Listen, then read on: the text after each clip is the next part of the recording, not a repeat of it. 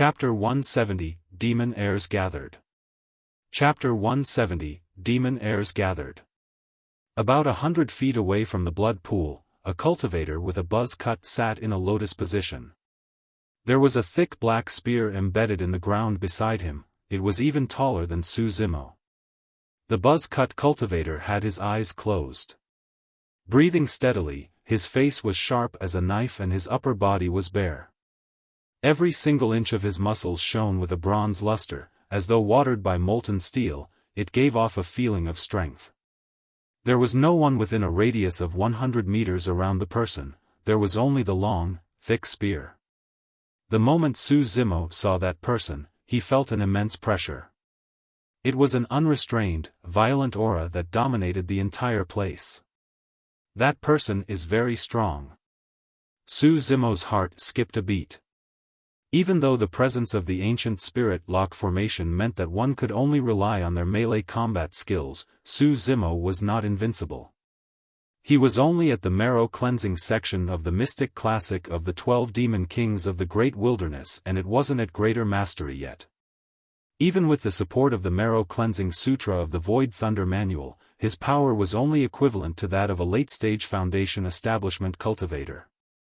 The girl in pink frowned slightly when she looked at the buzz-cut cultivator. Demon heir of Overlord Palace, Pang Yu. Regarded by many disciples of Fiend sects as the lunatic of Overlord Palace, Pang Yu was domineering in his actions and possessed extreme combat strength. He was also the only one who would be so confident to head to this place alone.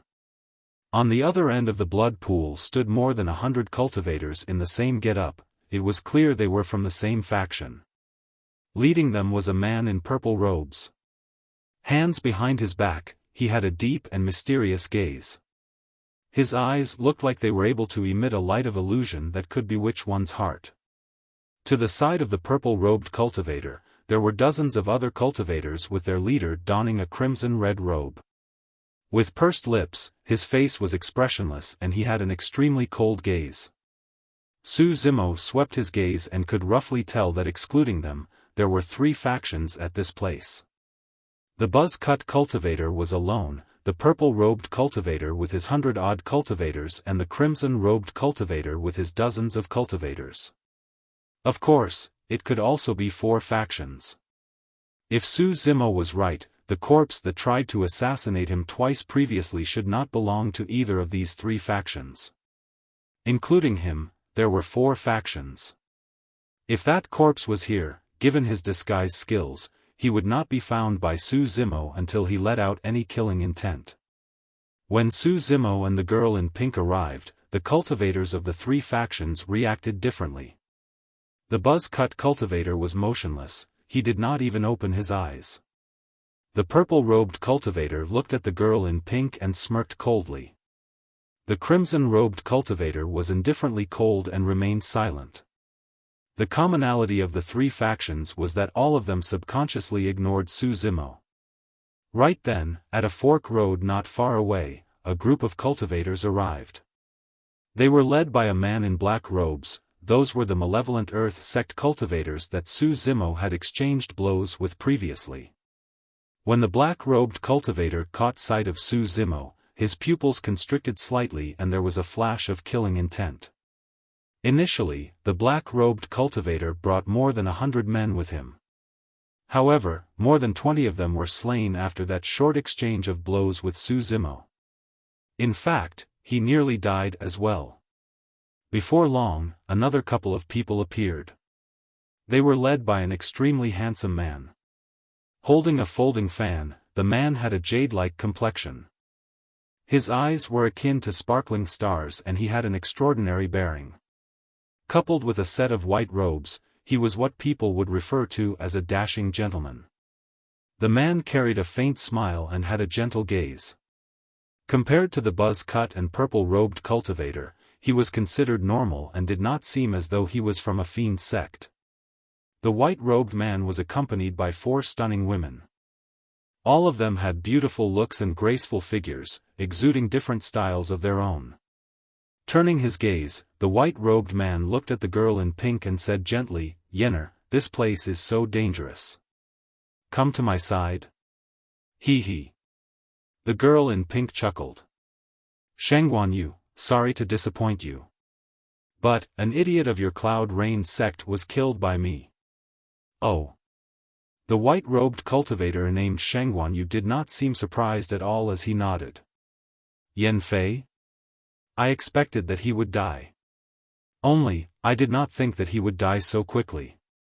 I thought that he would be able to arrive here with you at least.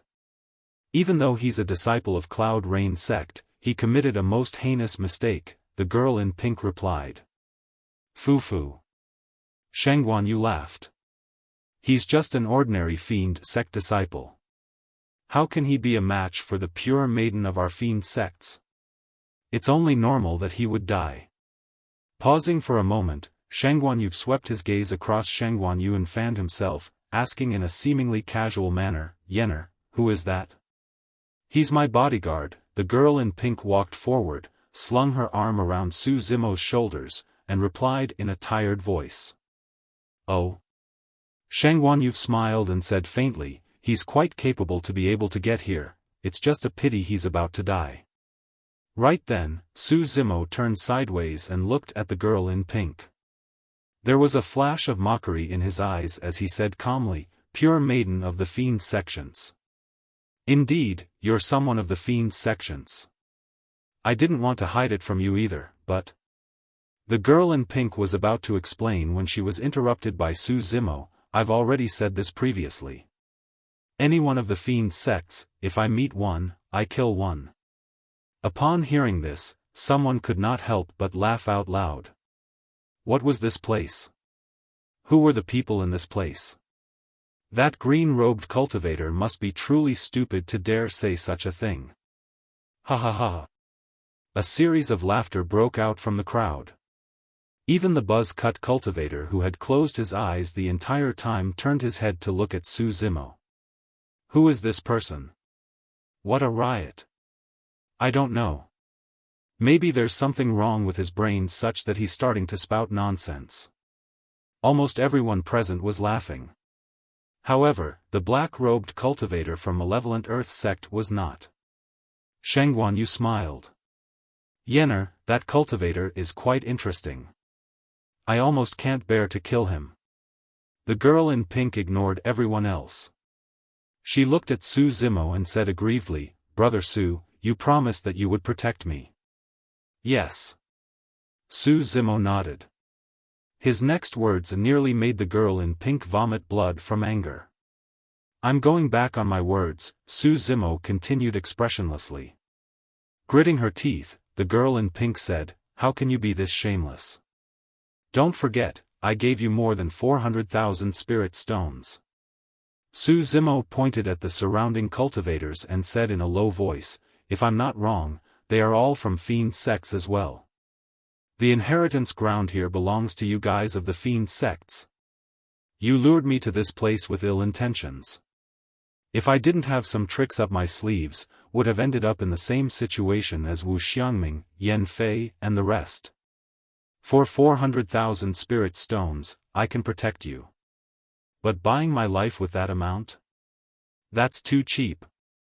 At that moment, the girl in pink was alarmed. Both of them were so close that she could truly feel Su Zimo's killing intent. The girl in pink's body stiffened as though she had fallen into an ice cavern. She knew that if she did not handle this correctly, the green-robed man would truly kill her. Why you can't kill me? The girl in pink suddenly said. Su Zimo remained silently and merely glared at the girl in pink coldly. His palm was already on the handle of the cold moon saber.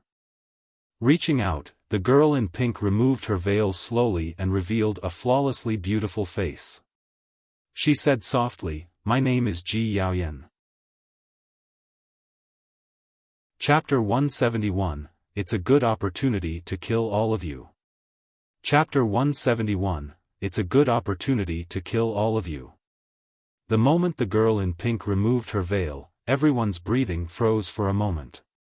Even though the many disciples of Fiend sects had seen that peerlessly beautiful face before, they could still feel an unprecedented sense of amazement looking at it once again such that they forgot to breathe for a moment.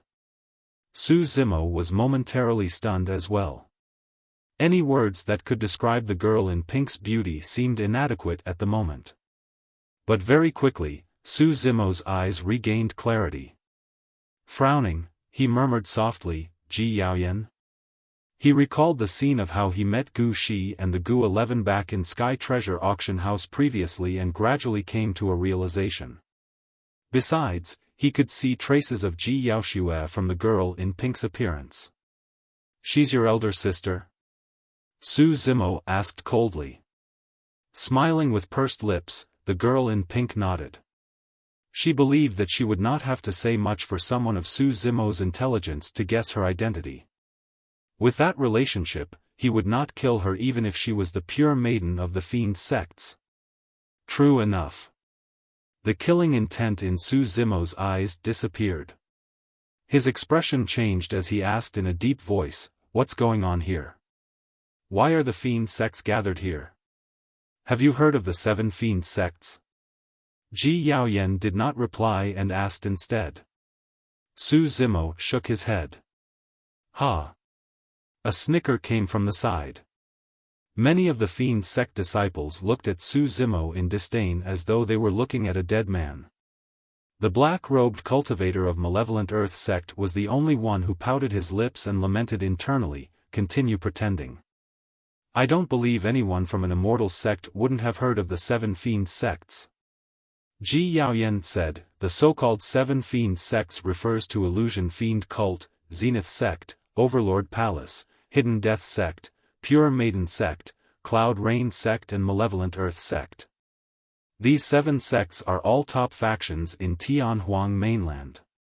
Any one of the mighty figures or patriarchs in the sect is more than enough to destroy all 5 major sects of the Great Zhou dynasty. When he heard that, Su Zimo's heart skipped a beat. Even though Ji Yaoyan's comment did not sound like a big deal, there was a warning in it. She was telling Su Zimo not to reveal his identity. Otherwise, Ethereal Peak could be destroyed because of this. The few people standing at the front are the Fiend heirs of the various Fiend sections. That purple-robed cultivator is from Illusion Fiend Cult, the blood-robed cultivator is from Zenith Sect, the buzz-cut cultivator is the Lunatic from Overlord Palace. As for the assassin that tried to kill us previously, he's the Fiend heir of Hidden Death Sect, the thousand-faced assassin.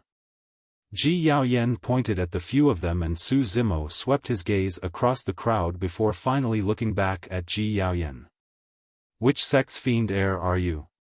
Hee, I'm from Pure Maiden Sect. Ji Yaoyan blinked her eyes and smiled playfully.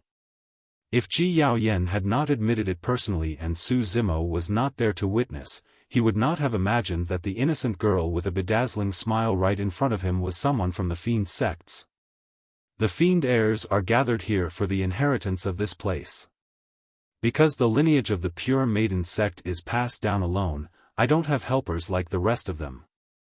So, you've got to help me. Ji Yaoyan raised her fist and said with anticipation.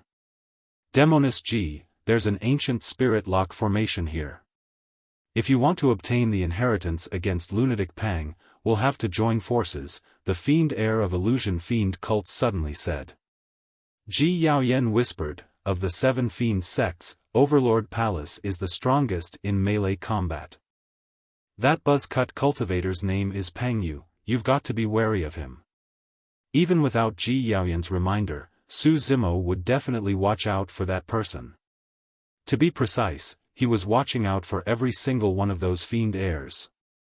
If the 7 Fiend sects were as fearsome as Ji Yaoyan had said, how could the Fiend heirs present be that easy to deal with? Right then, Pangyu of Overlord Palace suddenly opened his eyes. There was an excited glint in his gaze as he said slowly, we're all from Fiend sects, so let me remind all of you. Anyone that wishes to withdraw should do it now. Otherwise, don't blame me for not giving any face if we were to start fighting later on. Those were overbearing words. He was the only person from Overlord Palace. While the other 6 sects had the advantage of being able to join forces, this man was not only unafraid, he was even threatening them instead.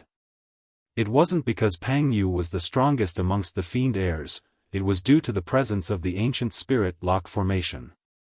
With everyone's spirit energies locked, they could only rely on melee combat. Overlord Palace was the strongest of the 7 sects in terms of melee combat. The presence of the ancient spirit lock formation was also a boon for Su Zimo. If it was a proper clash, he would not be a match for the Fiend heir of Malevolent Earth sect. However, he could suppress the latter in melee combat. We'll definitely join forces. Suddenly, the Fiend heir of Malevolent Earth sect said, however, we've got to kill the outsider before joining forces. Otherwise, he's just an eyesore. The Malevolent Earth sect heir's gaze fell onto Su Zimo. It was obvious who he was referring to as the outsider. Having suffered a huge loss and nearly dying in the hands of Su Zimo, he was naturally not going to let this off. Shang Guanyu waved his fan and nodded, saying in a gentle voice, "That sounds about right. No matter what, this is an internal struggle of the Fiend sections. It won't be nice to let outsiders see it." Fu. Suddenly, Su Zimo burst out into laughter. He surveyed the surroundings and declared loudly, "You want to kill me?" The many Fiend sect disciples had cold expressions, carrying a mocking look in their eyes. However, Su Zimo continued, "How rare for you Fiend heirs to be gathered today. It's a good opportunity to kill all of you. And you." Su Zimo looked at the Fiend heir of Malevolent Earth sect and said indifferently, "You were lucky to escape earlier on. Hand over your life now." When they heard that, everyone was stunned. Malevolent Earth sect's heir had exchanged blows with the green-robed cultivator? And, he was not a match for the opponent and had to escape? What was the background of this person? Before anyone could finish their thoughts, Su Zimo's body swayed and he pulled out the cold moon saber on his waist. He was taking the first move. Rushing towards the group from Malevolent Earth sect, he dashed with such speed that it left a flurry of afterimages. "Oh!" Pang Yu remarked in slight surprise as the excitement in his eyes intensified. With his eyesight, he could naturally tell how powerful the burst of that simple action from Su Zimo was. "Interesting." Pang Yu smiled as though he had found a prey. "Everyone, please assist me. That person is from the Immortal sects." The Malevolent Earth sect heir retreated swiftly and hollered. He had witnessed Su Zimo's strength earlier on and was naturally not stupid enough to fight the latter head-on. Someone of the Immortal sects. Such guts. You're asking for death. Upon hearing the words Immortal sect, many Fiend sect disciples let out their killing intents. They pulled out their weapons and rushed forth, surrounding Su Zimo. Su Zimo swung his cold moon saber and descended from the skies. It was as though he wanted to slice the voids into half. Even though the Fiend heir managed to dodge it, 2 other Malevolent Earth sect cultivators were caught in it. The 2 of them did not have time to think as they exerted strength in both arms and channeled their blood. Raising the saber in their hands, they pushed and defended upwards. Clang! 3 sabers collided into one another. Crack! Crack! Crack! The sabers of the 2 Malevolent Earth sect cultivators shattered as the both of them shook violently as though they were struck by thunder. Coughing out fresh blood, they were sent flying. Everyone was shocked. A single slash had contained such terrifying might. Chapter 172, 1 against 5. Chapter 172, 1 against 5. Su Zimo was not someone who would just give in and surrender. Ignoring the fact that there was an ancient spirit lock formation that restricted everyone's spirit energies, he would not have surrendered without it. Furthermore, he had a deep hatred for Fiend sects to begin with. This was a rare opportunity for him. Even if he could not manage to kill all 6 Fiend heirs, he would not let them receive their inheritance that easily. A chilling intent gushed at him from the sides. Through the corner of his eye, Su Zimo caught sight of many sword shadows. The sword shone with a sinister glow that was dizzying. The Fiend heir of Illusion Fiend cult. the power of that attack was not strong. In fact, it was even weaker than the power burst forth from the Fiend heir of Malevolent Earth sect.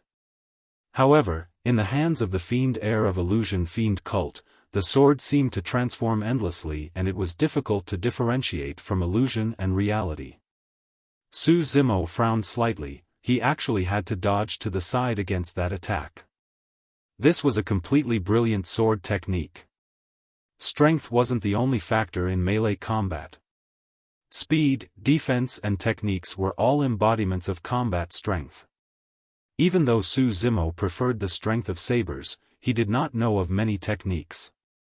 He merely rotated between a few moves and made use of pure brute force.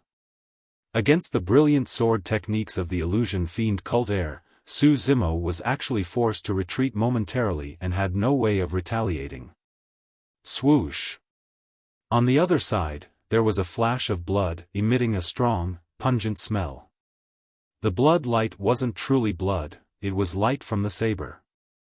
The Zenith sect heir wielded a crimson-red saber that was sinister and felt as though blood was flowing within it. The intensity of that bloodlust was so strong that even Su Zimo felt suffocated. Su Zimo had survived an entire year in the Tsanglang mountain range and had been through all sorts of bloody scenarios. However, the attack from the Zenith sect heir still had Su Zimo feeling as though he was faced with a mountain of corpses. It was extremely devastating and sapping. Swoosh! A folding fan opened and swirled in front of Su Zimo. The clouds on it seemed as though they were about to rain. Su Zimo merely took a single glance when he felt his mind go adrift. A surge of uncontrollable lust was rising under his abdomen. Not good. Su Zimo's had a great shock. It was a similar feeling to breathing in the joyful reunion powder of joyful sect. However, Shangguan Yu's method was many times more brilliant than the joyful sect cultivators. A cold glint flashed in the eyes of the Malevolent Earth sect heir who was forced to retreat earlier. Charging back once more, he shook the bone spear in his hands and stabbed forth. With the combined attack of 4 Fiend heirs, Su Zimo was like a small boat in a furious ocean that could capsize at any moment. All of a sudden, a sense of danger flashed in Su Zimo's mind once more. A bone-chilling killing intent had resurfaced. Hidden Death Sect's assassin had struck. The thousand-faced assassin was unlike Pang Yu of Overlord Palace. Pang Yu was standing at the side and watching everything coldly with his hands behind his back. Given his status and strength, there was naturally no way he would stoop down to joining forces with others. However, the thousand-faced assassin was an assassin and his aim was to kill off his enemies. Naturally, it did not matter to him whether he had to join forces or whom he was joining forces with. All he bothered about was to find the most opportune moment to strike and obtain his assassination. When she saw that, Ji Yaoyan's eyes dimmed. In the cultivation world, there were probably no more than 5 people who could survive a combined attack of 5 Fiend heirs. This Su Zimo before her was a nobody and was definitely not one of the 5. Suddenly, Ji Yaoyan felt a sense of regret. Unlike Wu Xiangming, Yan Fei, and the others, Su Zimo did not harbor any evil thoughts towards her. Furthermore, he did not hurt her despite his immense hatred for those of the Fiend sects after finding out that she was Ji Yaoshua's younger sister. This was a clear-minded and loyal individual who should not die at a place as such. However, it was too late even if she regretted it. Su Zimo, who was trapped in the middle, had no room to dodge. There was only one outcome awaiting him. Amidst the shadows of swords and sabers, Su Zimo truly understood the terror of these Fiend heirs. This was even with the presence of the ancient spirit lock formation. If not for the restriction on their spirit energies, Su Zimo would most likely be seriously injured the moment they clashed. How long have the 7 Fiend sects been around? They had a lineage from the ancient era and were ranked alongside the Immortal sects and Buddhism. Ethereal sect merely had a history of a couple thousands of years. There were countless sects like it since the ancient era and there were many more which had disappeared into the sands of time without any trace left. As a disciple of Ethereal Peak, Su Zimo had merely been on the path of immortality cultivation for a mere 2 years. In terms of actual strength, he was no match for the Fiend heirs of Fiend sects at all. However, what Su Zimo truly relied on was not his immortal cultivation techniques, it was the mystic classic of the 12 demon kings of the Great Wilderness and the Void Thunder Manual. Splash! Splash! The sound of waves roaring echoed out as the earth seemed to collapse. Oh! Pang Yu's ears quivered as a bright light shone in his eyes. He said in disbelief, "Tsunami blood?" Bang! Boom! Boom! Right on the heels of that, rolling thunder could be heard mixed in the tsunami sounds. Su Zimo channeled his blood, causing his entire body to swell as his muscles tore through his clothes. The strong and ferocious bloodline coursed through his limbs, suppressing the lust in his heart. Su Zimo's eyes regained their clarity. Against the entrapment of the 5 Fiend heirs, he did not show the slightest bit of fear. Instead, his fighting spirit boiled as he bellowed, "Mystify!" Thunder flashed in his palms as an extremely violent atmosphere filled the room. With Su Zimo in the center, a blinding light burst out, forming a huge ring of lightning that spread in all directions. At that moment, the 5 sense of the 5 Fiend heirs were momentarily lost. The true self of the Illusion Fiend cult heir's long sword revealed itself for a brief instance. This was the saying that when fiends were 1 foot tall, the Tao was 10 feet higher. Su Zimo flipped his hand and slashed with his saber, clashing it heavily against the Illusion Fiend cult Fiend heir's long sword. Sparks flew as ear-piercing sounds of metal clashing filled the air. The Illusion Fiend cult heir's body shook as his expression turned incomparably pale. He staggered to his knee and fell backwards, landing on the ground with a stream of blood oozing from the side of his mouth. Illusion Fiend cult did not have any high-quality body tempering techniques to begin with. The moment his sword technique was broken, there was no way he could withstand Su Zimo's might. Thunder Spear. After Mystify, lightning condensed on Su Zimo's palm once more, forming a long spear that coiled like an electric python. He flung it towards the Zenith sect heir. Pust. The Fiend heir gasped slightly. In this place where everyone's spirit energies were restricted, this green-robed cultivator could release Thunder Art. Furthermore, the power of his Thunder Art was considerable. There was no way the Zenith sect heir would dare to proceed as he clutched his sword in front of his chest. The Thunder Spear struck the middle of his blood-red saber in lightning flash, extending from the blade to his body. The Zenith sect heir trembled and his legs went limp, falling to the ground as well. In the blink of an eye, 2 Fiend heirs were severely injured. At this moment, the effects of Mystify had disappeared and Shengguan Yu's fan cut at Su Zimo's throat like a sharp blade. The killing intent of the 1,000-faced assassin was still locked onto Su Zimo, awaiting an opportune moment to strike.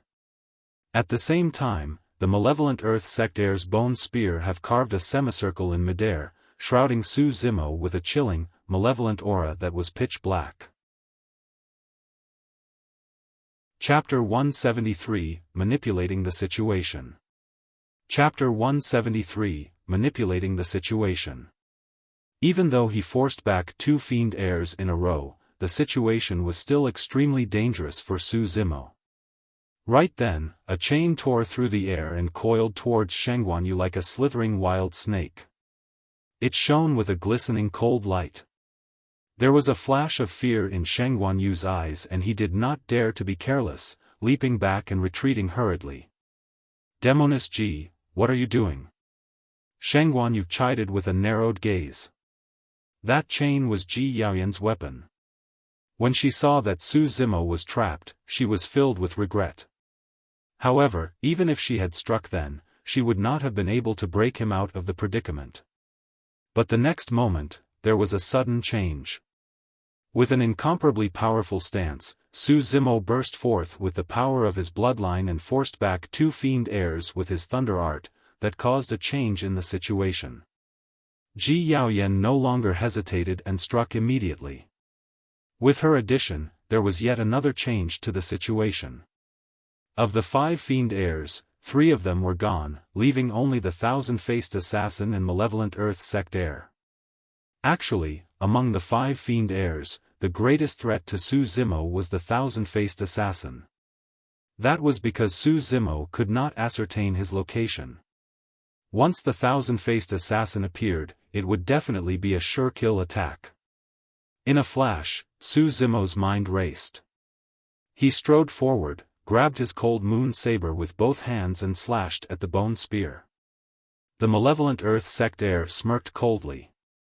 He had long noticed that even though Su Zimo was strong, the latter did not know any saber techniques. That was Su Zimo's greatest weakness. However, it was different for malevolent Earth sect. He alone had mastered 5 high-quality spear techniques. With a shake of his bone spear, it streaked across the air in a circular arc. While it may seem like a simple move, the landing point of the tip was unknown and could change at any moment. When he saw Su Zimo's attack, the malevolent Earth sect heir narrowed his eyes and barked coldly, "Die." He exerted strength in both arms and the bone spear trembled. It avoided the trajectory of the cold moon saber and continued thrusting forth at Su Zimo's chest. Leaving his chest wide open, Su Zimo had revealed a fatal flaw. Right then, a ghostly figure appeared from the crowd of fiend cultivators who had been surrounding them. It instantly appeared behind Su Zimo and stretched out its palm. Under the watch of countless gazes, that initially empty palm produced a long, slender sword. It was as thin as cicada wings and extremely sharp. No one could clearly see how the sword had appeared. But at this moment, everyone knew the identity of the assailant, Hidden Death Sect's heir, the thousand-faced assassin. No one would be able to detect him if he did not make a move. He might be at anyone's side or even in front of them. However, they would not realize that the most terrifying assassin in the cultivation world had just passed them. At this moment, Su Zimo was using his old moves to face the incoming bone spear of the malevolent Earth sect heir. It was too late for him to retract his saber and defend. Su Zimo only had a single option left. He had to dodge backwards. At the same time, the thousand-faced assassin appeared and stabbed his sword, completely cutting off Su Zimo's escape path. The timing of the thousand-faced assassin was ingenious and frightening. Even if they were just watching, everyone could not help but feel a sense of dread. On the other side, Ji Yaoyan was totally entangled by Sheng Guanyu and could not get away.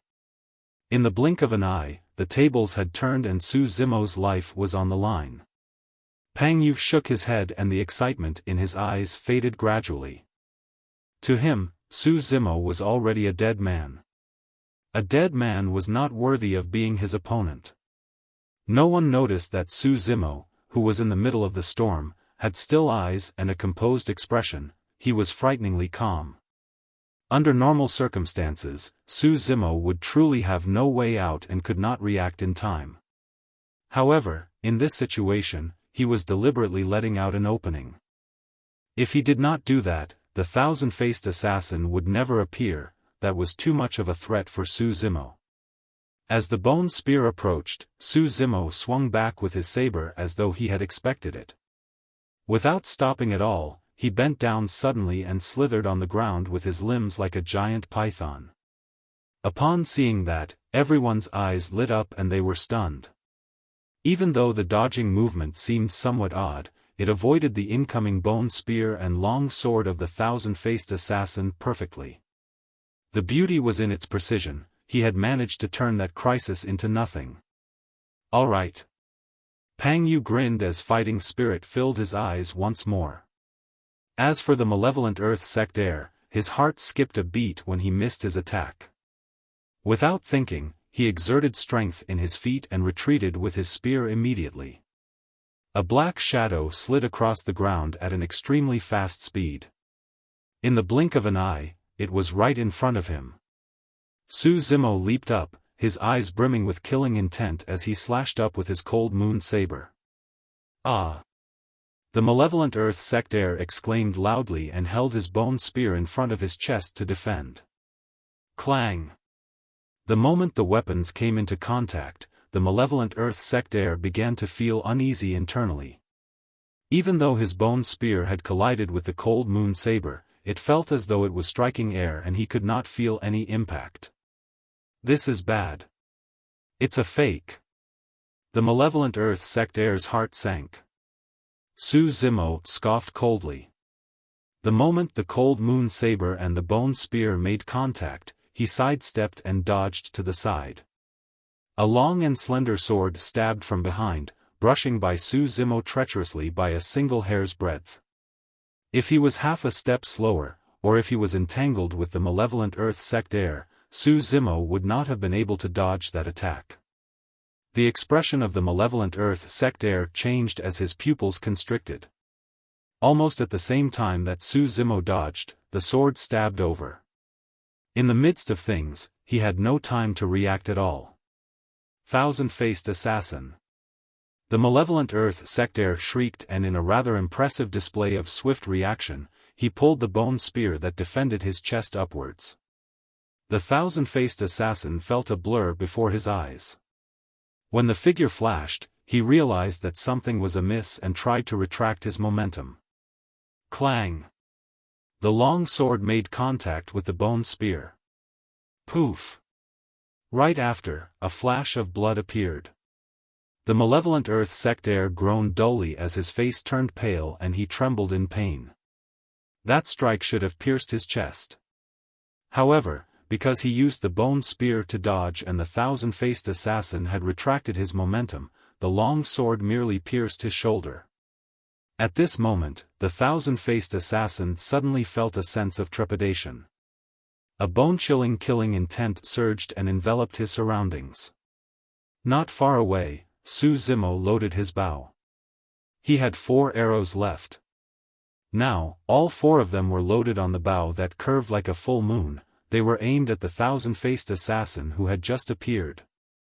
It was only now that the thousand-faced assassin realized, he was one Su Zimo wanted to kill the most. If he had not appeared, Su Zimo would have to be on his toes and be extra wary of his assassination attempts.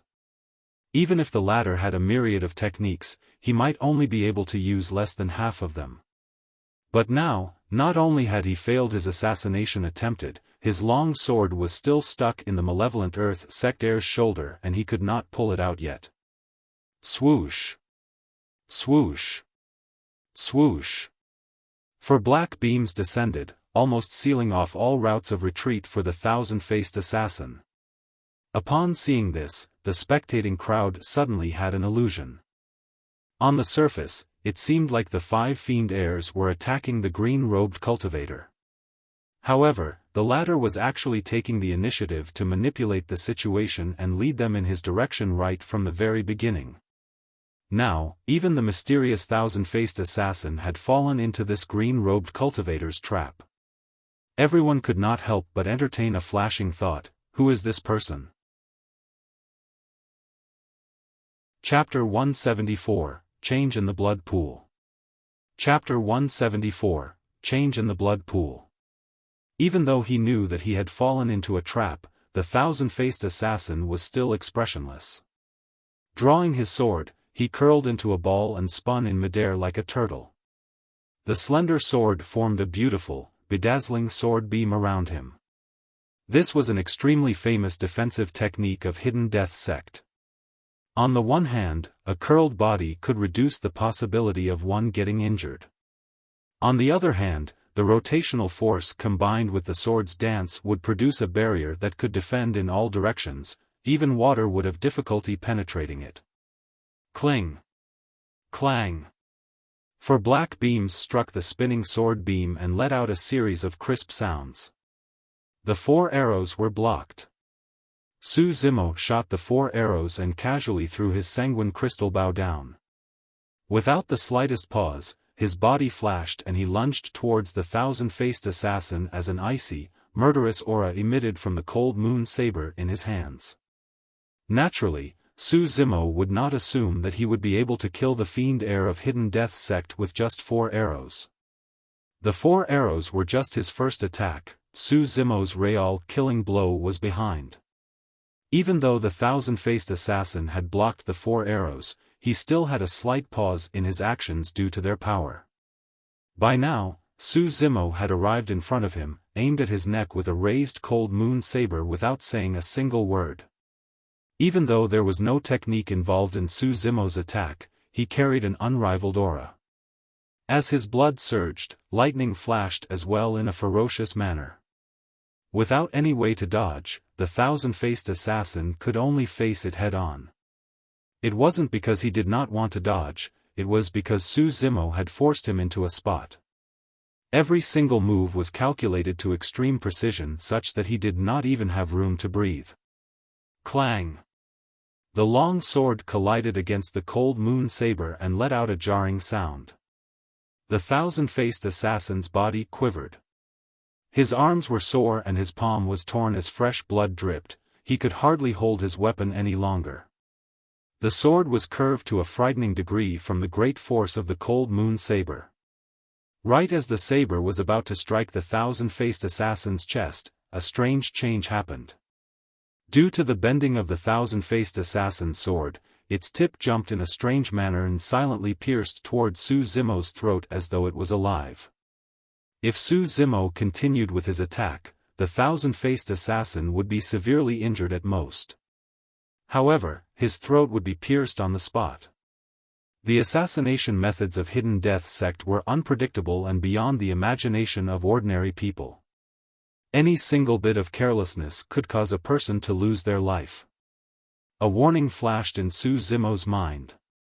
From the corner of his eye, he caught the incoming sword tip and retracted his saber while kicking forward. On the surface, it seemed like it was just a single kick forward. However, with Su Zimo's bloodline and burst power, that kick was no different than the thrust of a huge spear. All of a sudden, as though he sensed something, Su Zimo changed his strategy at the last moment and retracted his foot. On the other hand of the thousand-faced assassin was a dagger that appeared out of nowhere, waiting for Su Zimo's leg to strike it. No wonder he's the Fiend heir of Hidden Death sect. Su Zimo praised internally and felt a sense of regret. He had laid down all these plans meticulously, thinking that he would be able to kill the thousand-faced assassin here. However, he did not expect that the latter would have been able to solve his complex attempts. Of course, even though the thousand-faced assassin had managed to survive, he was not in the best position. After enduring Su Zimo's strike head-on, the organs of the thousand-faced assassin were quaked. He did not dare to linger any longer, tunneling through the crowd and disappearing into a fork road with a single tap of his feet. The threat of the thousand-faced assassin was temporarily removed, but no one could guarantee that he would not return later on. Everyone, let's attack together and kill that punk first. The illusion fiend cult heir shouted with an ashen expression. The Zenith sect heir nodded and waved his hand. Once again, the fight resumed as cultivators of illusion fiend cult, Zenith sect and malevolent earth sect gushed forth together. At the other side, Shangguanyu was losing his patience at Ji Yaoyan, who was pestering him endlessly. He looked at her and frowned. Demoness Ji, are you going to keep this up? Who is that punk to you? Why do you care? Ji Yaoyan smiled and looked at Shangguanyu playfully. Waving his hand, the 4 beauties behind Shangguanyu appeared in a flash. Don't hold back, kill her. He pointed at Demoness Ji with an ice-cold gaze. Hee. Ji Yaoyan was not fazed in the slightest as she smiled. Shangguanyu, we don't know who's going to kill whom first. Swoosh, swoosh, swoosh. The 4 girls appeared around Ji Yaoyan and surrounded her. Using long swords, they moved in sync as though they had practiced a chain combo. Ji Yaoyan retracted her smile and danced with her chain, forming an impenetrable barrier around her. Circling around them waving his fan, Shangguanyu looked to be casual. However, he was actually waiting for an opportune moment and was ready to strike and take Ji Yaoyan down. Clang! Clang! Clang! On the other side, a huge battle had broken out. Against the combined attack of many Fiend cultivators, Su Zimo wielded his cold moon saber fearlessly and had a torrential killing intent. Using his keen spirit perception and immense defensive techniques, he held his ground in the crowd. Poof! Poof! Poof! Fiend cultivators fell to the ground constantly with blood gushing from their bodies. No one noticed that the bloodstains on the ground were all flowing towards the blood pool in the center as though they were being attracted by something. Su Zimo's bloodline did not have much power of thunder left and he could not release any more thunder arts. The enchanting sword techniques of the Illusion Fiend cult, the murderous saber techniques of the Zenith sect and the high-quality and special spear techniques of the Malevolent Earth sect caused quite a bit of trouble for Su Zimo. Coupled with the fact that he was constantly besieged by the other Fiend cultivators, Su Zimo could not guarantee that he would be able to get out unharmed as well. The best he could do was to avoid any fatal damage while killing his opponents amidst the chaos. He had to trade their lives while taking the least possible damage. Before long, Su Zimo's body was bloodied, some of it was his own blood, but it was mostly the blood of the other Fiend cultivators. The 3 Fiend heirs and the many Fiend cultivators got more nervous the longer they fought. The green-robed cultivator seemed as though he could not get exhausted. At the same time, the wounds on his body did not seem to cause him much trouble either. What they did not know was the horrifying vitality and regeneration speed of Su Zimo's body. Those minor wounds were nothing at all. Dong! Suddenly, a dull thud sounded from the place and the ground shook. Oh! Pang Yu squinted his eyes and focused at the blood pool nearby. That dull sound came from the pool of blood. Furthermore, at the same time that sound rang, a huge bubble appeared on the surface of the blood pool, forming ripples. Many of the Fiend cultivators were a little dazed. Su Zimo did not hesitate. He strode forward and waved his hand, punching the chest of a Fiend cultivator heavily. Snap! The sounds of bones cracking could be heard as the man's chest caved in with the organs within ruptured. Sent flying by that punch of Su Zimo, the man landed far into the distance and coincidentally into the pool of blood. Almost instantly, the person's flesh slid off his body into the blood pool and vanished, leaving only a spooky skeleton that floated for a brief moment on the pool's surface before sinking as well. Chapter 175, Killing a Fiend Heir. Chapter 175, Killing a Fiend Heir. Many of the Fiend cultivators saw what happened and their expressions changed slightly. However, their eyes burned with an intense gaze. Su Zimo did not know what the inheritance of this place was. However, judging from their expressions, he could vaguely guess that the inheritance in that evil blood pool was about to be born. But, no one dared to make any reckless moves after witnessing what happened to the cultivator that fell into the blood pool. Right then, Shang Guanyu's figure flashed. He took advantage of the moment when Ji Yaoyan was briefly distracted and sneaked in an attack. The side of the folding fan was extremely sharp and a flash of blood appeared as it brushed past Ji Yaoyan's arm. Ah! Ji Yaoyan could not help but exclaim as the pain turned her face pale. Oh! When he saw that, killing intent surged through Su Zimo's eyes. With a swift leap, he jumped over the heads of the many Fiend cultivators and charged at Shang Guanyu and the others. Swoosh! The cold moon saber descended from the skies, slashing down with an unstoppable might. Shang Guanyu's expression changed. There was no way he would dare take that head-on as he retreated while yelling, "Stop him! Everyone, let's work together to kill that man." His first sentence was directed at the 4 beautiful women he brought along. The second was a call for all other Fiend cultivators. Swash! Swash! Swash! The 4 beautiful women had clearly trained together in a combined attack technique as 4 long swords stabbed from different angles, making it impossible for anyone to dodge or retaliate. Even though Ji Yaoyan was from a Fiend sect, she was Ji Yaoshua's younger sister after all. With that relationship, Su Zimo had to ensure her safety.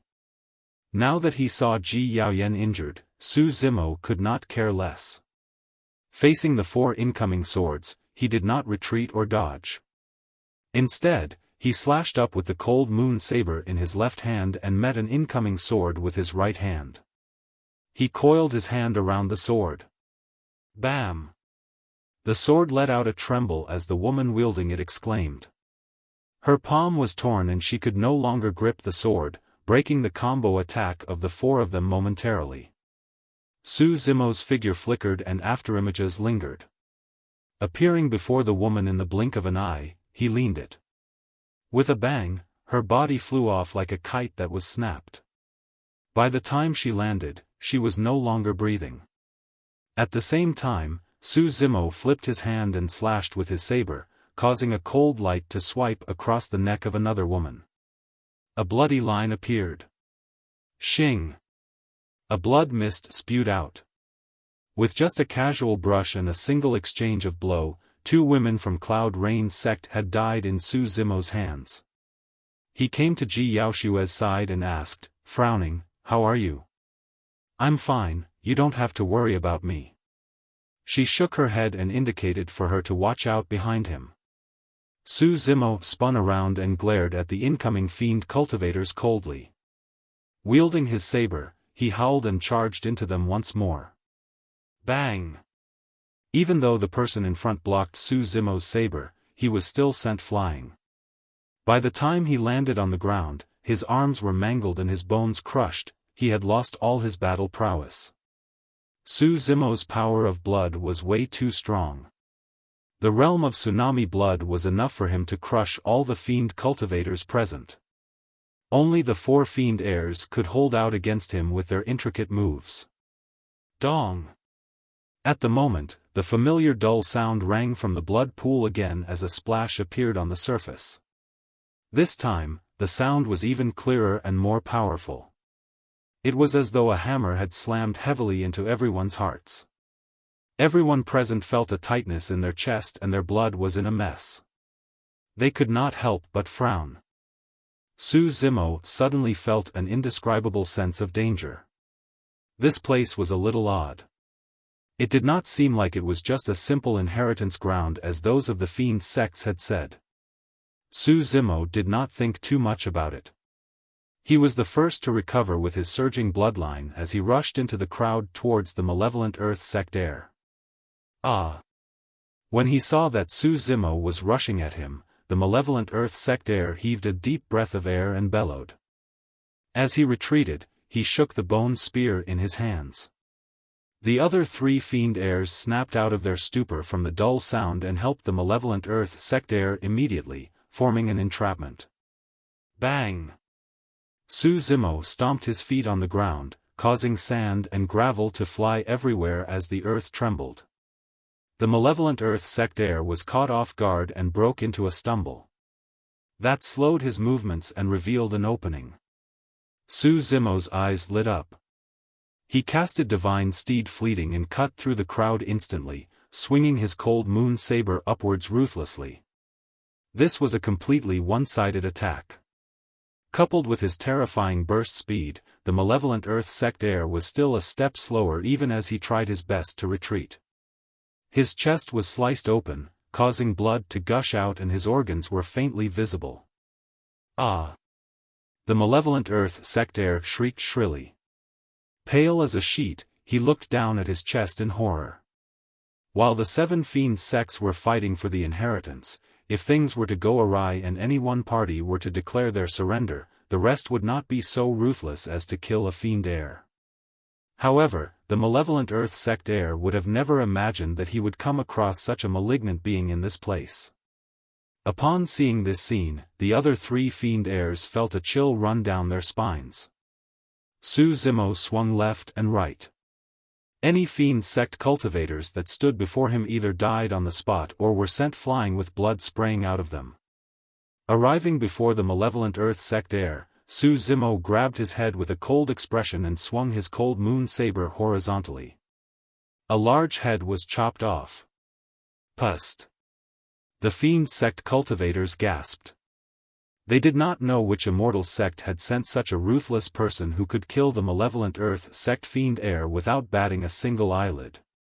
Shengguan Yu and the Illusion Fiend cult and Zenith sect heirs retreated. If the four of them were unable to kill this person, it was pointless now that there were only three of them left. They might even end up dying here. Lunatic Pang, are you just going to sit there and watch our Fiend heirs get killed idly?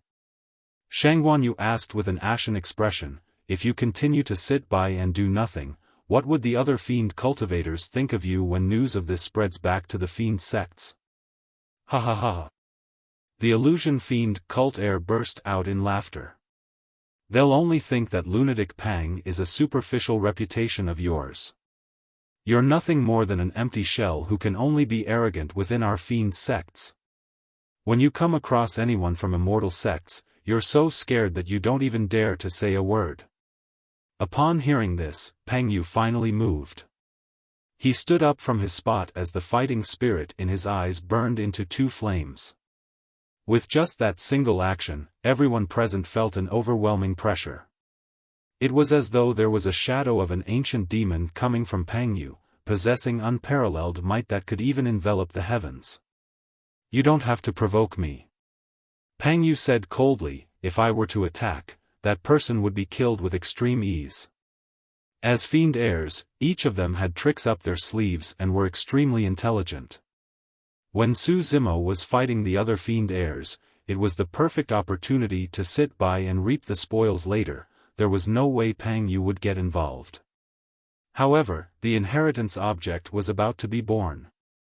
Now that the other Fiend heirs were fearful because of Su Zimo, it was the perfect timing for him to stand forth. Chapter 176, Terrifying Lunatic.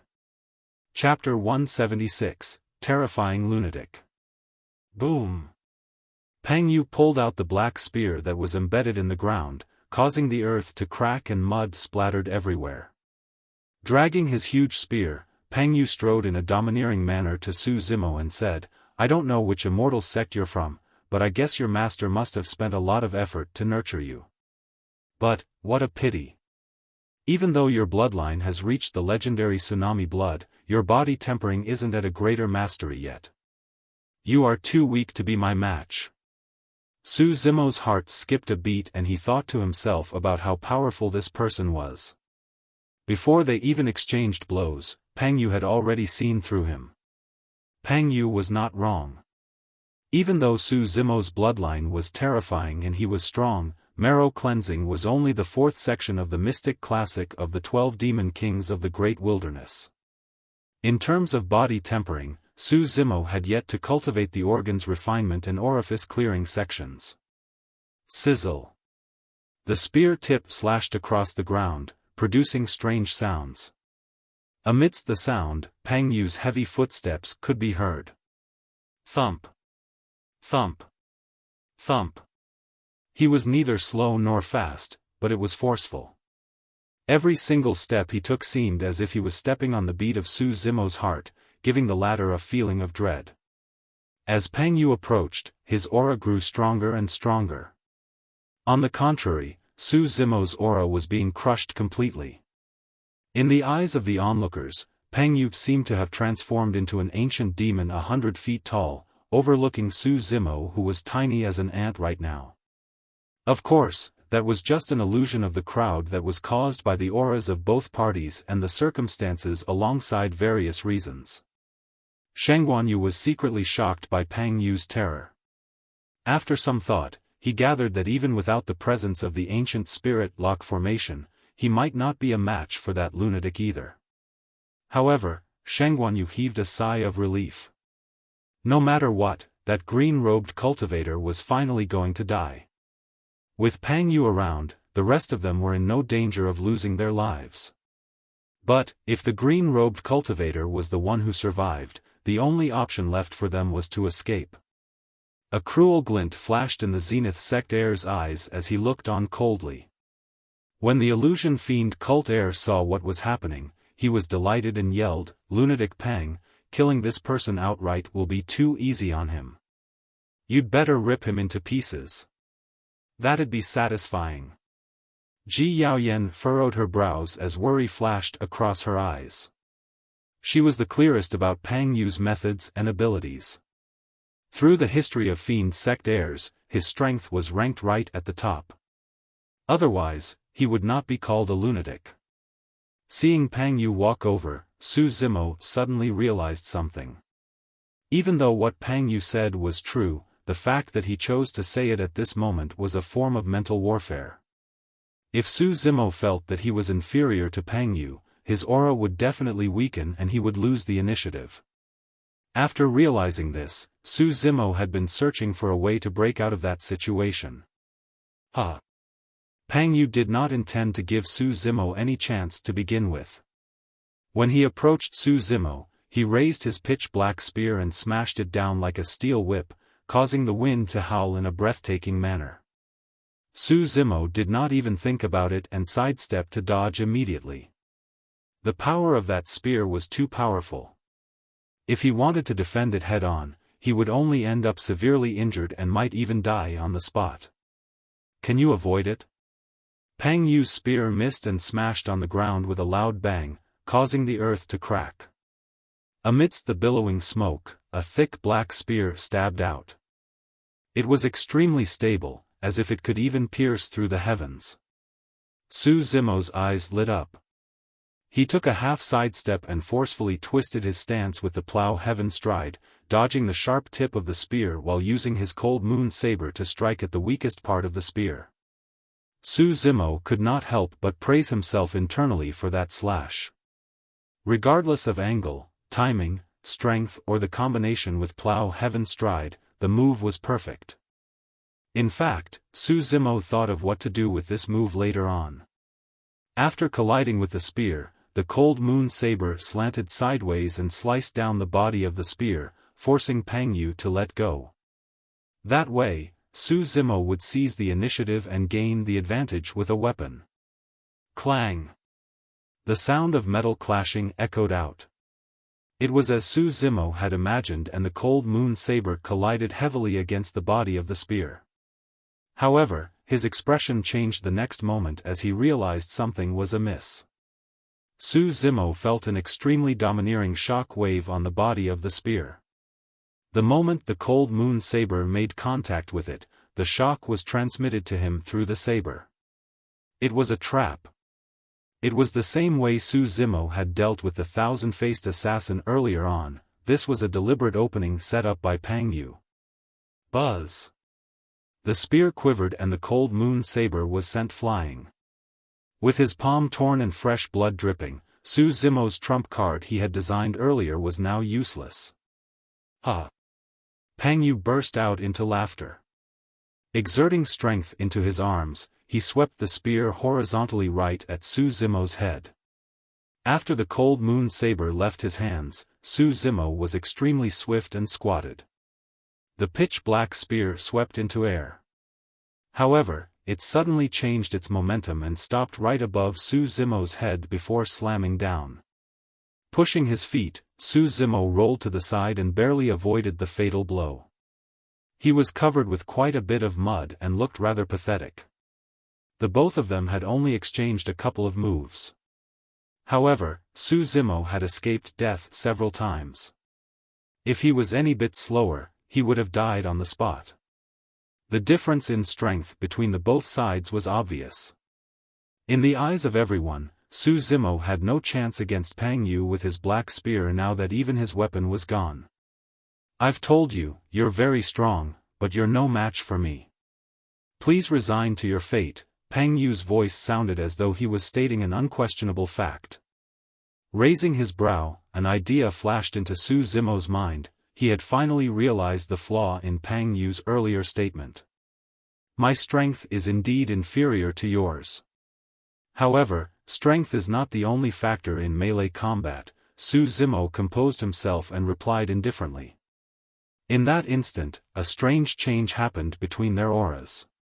Pang Yu's aura was still extremely strong. However, Su Zimo's aura suddenly became unpredictable. If one were to compare Pang Yu to a towering, mighty mountain, Su Zimo would be akin to a bottomless ocean. It was hard to tell who was stronger between the two. No one could tell if the mountain would overturn the ocean or if the ocean would sink the mountain. I'm really curious. Now that even your weapon is gone, what are you going to fight me with? Sensing the abnormality in Su Zimo, Peng Yu continued with his mental warfare. Not only are weapons useless in the hands of some people, they may even be a burden. Su Zimo let out a long sigh and actually took the initiative to walk towards Peng Yu calmly. Splash! Splash! Bang! Boom! Boom! Huff! A strange noise rang in Su Zimo's body. That was the tiger leopard thunder sound. Su Zimo's aura was climbing steadily. If anyone were to close their eyes, they would definitely be met with a shocking scene in their minds. It was an ancient demon that stood tall and mighty.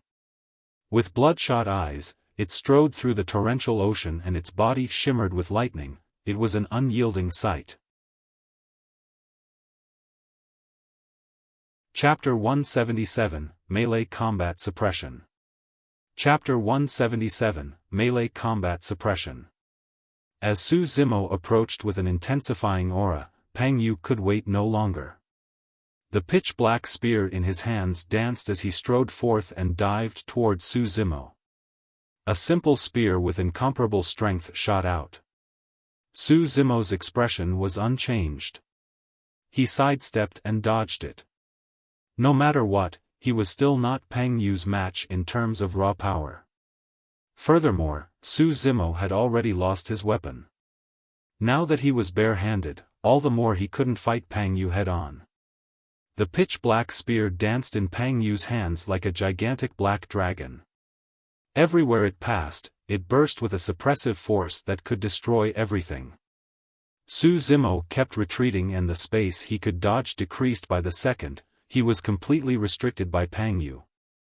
Everyone could tell that if this was to continue, Su Zimo would undoubtedly lose before long. But, the strange thing was that, none of them could see any bit of fear in Su Zimo's calm face. Dong! A dull sound rang from the blood pool once more. Everyone's expressions changed as their hearts skipped a beat. Right after, the blood pool started to swirl slowly as though it was being attracted by a force. Before long, a gigantic vortex appeared in the middle of the blood pool, growing deeper by the moment. All the Fiend sect cultivators were stunned. They had all realized that the inheritance was about to be born. In the Fiend sects, anyone who obtained the item in the blood pool would be completely reborn. If an ordinary Fiend sect cultivator obtained it, he could replace a Fiend heir entirely. If a Fiend heir obtained it, he could very well become the strongest Fiend heir of the 7 Fiend sects. Who wouldn't mind having a treasure like that? Even Peng Yu seemed to be slightly dazed as his hand moved slower.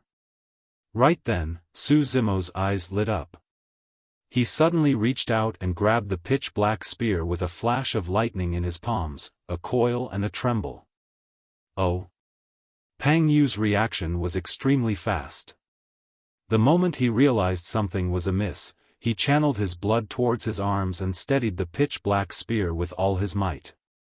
That was an absolute suppression through strength. But then, Peng Yu's expression changed. The lightning in Su Zimo's palms extended rapidly on the pitch-black spear into Peng Yu's body. As though he was struck by lightning, Peng Yu's body shuddered and he nearly let go of the pitch-black spear as pain surged through his arm as though it was pricked by needles. Swoosh! Immediately, Peng Yu channeled his bloodline to purge away the wanton power of thunder that had entered his body. Steadying himself, he took a deep breath of air and wanted to retaliate. Su Zimo had already seized that opportunity to appear in front of Peng Yu. His knees were slightly bent in a seemingly kneeled position. With a smile, he pushed his hands towards Peng Yu's mouth, looking as if he was holding up an immortal fruit. For some reason, Peng Yu felt his scalp tingle and a chill run down his spine when he saw that pose. Sanguine Ape Fruit Offering, that was a powerful killing move of the mystic classic of the 12 demon kings of the Great Wilderness. Peng Yu retreated. He wanted to retract his pitch-black spear and block it in front of Su Zimo. However, the latter followed him like a maggot, ensuring that the distance between them was never more than one arm. This was a particular distance. Even though the might of Pang Yu's pitch-black spear was frightening, it became a burden under such a distance. Grabbing his spear with one arm, Pang Yu tried to force down Su Zimo's palms with his other arm. A cold glint flashed in Su Zimo's eyes as he changed strategy at the last moment. Gripping Pang Yu's wrist with both hands, he tore it towards both sides while releasing his power of blood. At the same time, Su Zimo stomped his knee forward like a galloping horse. This was another killing move, Divine Steed Dismemberment. Bang! Su Zimo's knee landed squarely on Pang Yu's chest, giving off a dull sound of defeat. Pang Yu's body shuddered as he staggered backwards, his face flushed red for a brief moment. Su Zimo was secretly shocked. If it was anyone else who was struck by the Divine Steed Dismemberment, their arms would have been ripped apart even if their chest wasn't crushed. But now, Pang Yu was merely forced back a couple of steps after receiving that killing move. Instead of losing his combat power, his feral instincts were triggered. How terrifyingly strong was this person's physique? What Su Zimo did not know was that at the moment, the mental shock for Pang Yu was greater. He had thought that Su Zimo's strength would not be a threat to him. However, that move earlier on gave his arms a tearing pain. The bones in his chest felt like they were cracking, his heart stopped for a moment and even his organs were shaking. Killing intent surged fervently in Pang Yu's eyes as his fighting spirit rumbled. With a wrathful roar, he tossed away his pitch-black spear and lunged at Su Zimo with his bare hands. At that sight, Su Zimo praised internally. For Pang Yu, the only way of breaking away from that situation was to cast away the weapon in his hands. Not everybody would be able to react in the midst of such an intense battle and come to that realization. Even then, they may not have the guts to discard their weapons. However, since he had the advantage, Su Zimo would naturally not let Pang Yu make a comeback. While he did not know of any saber techniques, there were way too many melee killing moves in the mystic classic of the 12 Demon Kings of the Great Wilderness. Pang Yu clenched his fists, charging at Su Zimo's head from the side like two mountains. Su Zimo did not dodge nor avoid it. Stepping forth, he unleashed the stance of the plow heaven stride and retracted both arms to his sides. With a sudden slant, he thrust and pushed forward. Bovine's moon gazing. This move not only allowed him to dodge Pang Yu's killing move, it even allowed him to retaliate. Good move. The corners of Pang Yu's eyes twitched as he changed strategy at the last moment. He pulled his arms in front of him to defend against Su Zimo's punch while sweeping with his legs horizontally. Su Zimo followed suit and changed strategy as well. Suddenly, he bent down and was almost sprawled on the ground. Using all his limbs, he slithered in front of Pang Yu like a gigantic python. After Anaconda Swath came the big killing move. Anaconda Strangle. Su Zimo's body elongated as though he was weak and boneless.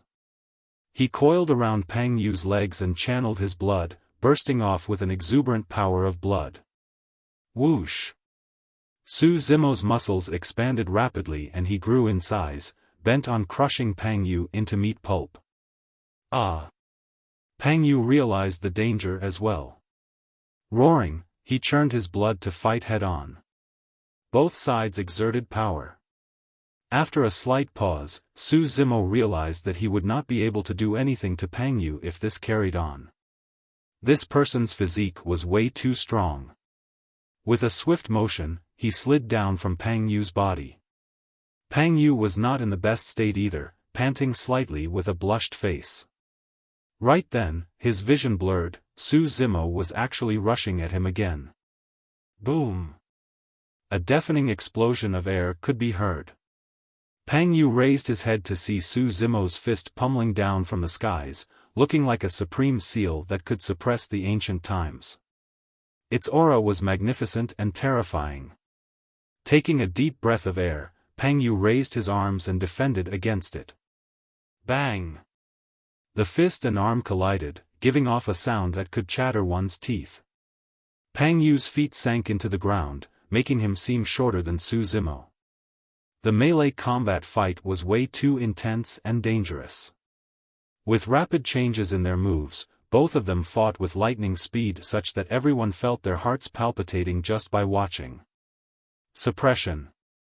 Lunatic Pang, who was deemed as the #1 Fiend heir in melee combat, was actually being suppressed by an unknown green-robed cultivator. Chapter 178, Skeleton in the Stone Coffin. Chapter 178, Skeleton in the Stone Coffin. After the Sanguine Ape Fist Seal, Su Zimo did not pause at all and thrust forward, coiled like a ball with his legs slightly bent. Arriving in front of Peng Yu, Su Zimo's body suddenly bounced off and he struck up with both arms, hitting Peng Yu heavily on the chin. Bang! Peng Yu's head was reared as blood gushed into his eyes. With loosened teeth, he staggered backwards. Back in the Tsanglang mountain range, Su Zimo crushed a cultivator's jaws and neck with this sanguine ape fruit offering. But now, Peng Yu merely lost a couple of teeth. Su Zimo leaned in and smashed against Peng Yu's strength with his entire body's might. The latter grunted and his muscular body was sent flying. This did not cause Su Zimo to stop.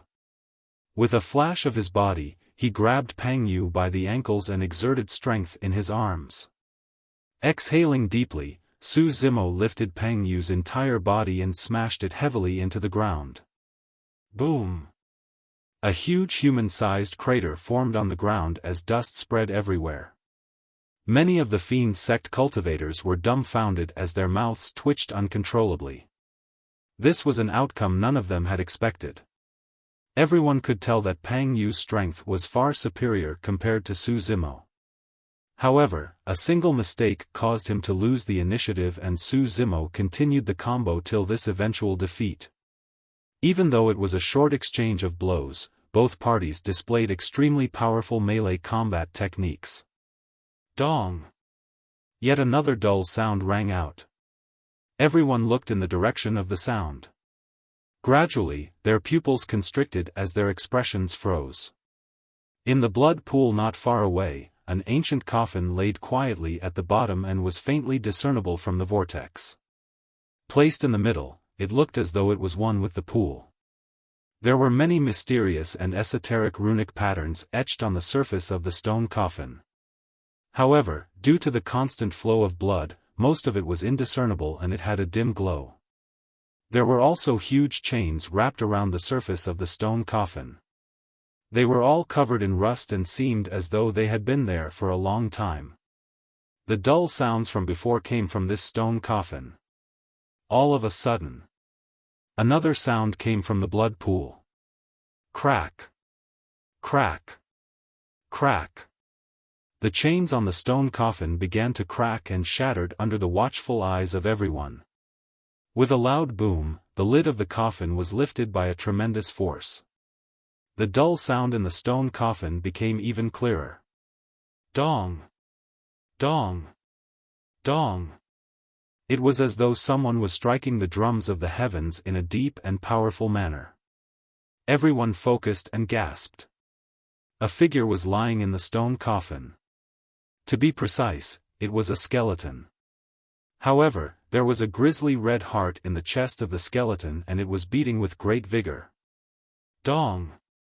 Dong! Dong! The dull sounds were actually the beating of the heart. Many of the Fiend sect cultivators were so terrified that they even forgot to breathe. Su Zimo realized this was unexpected.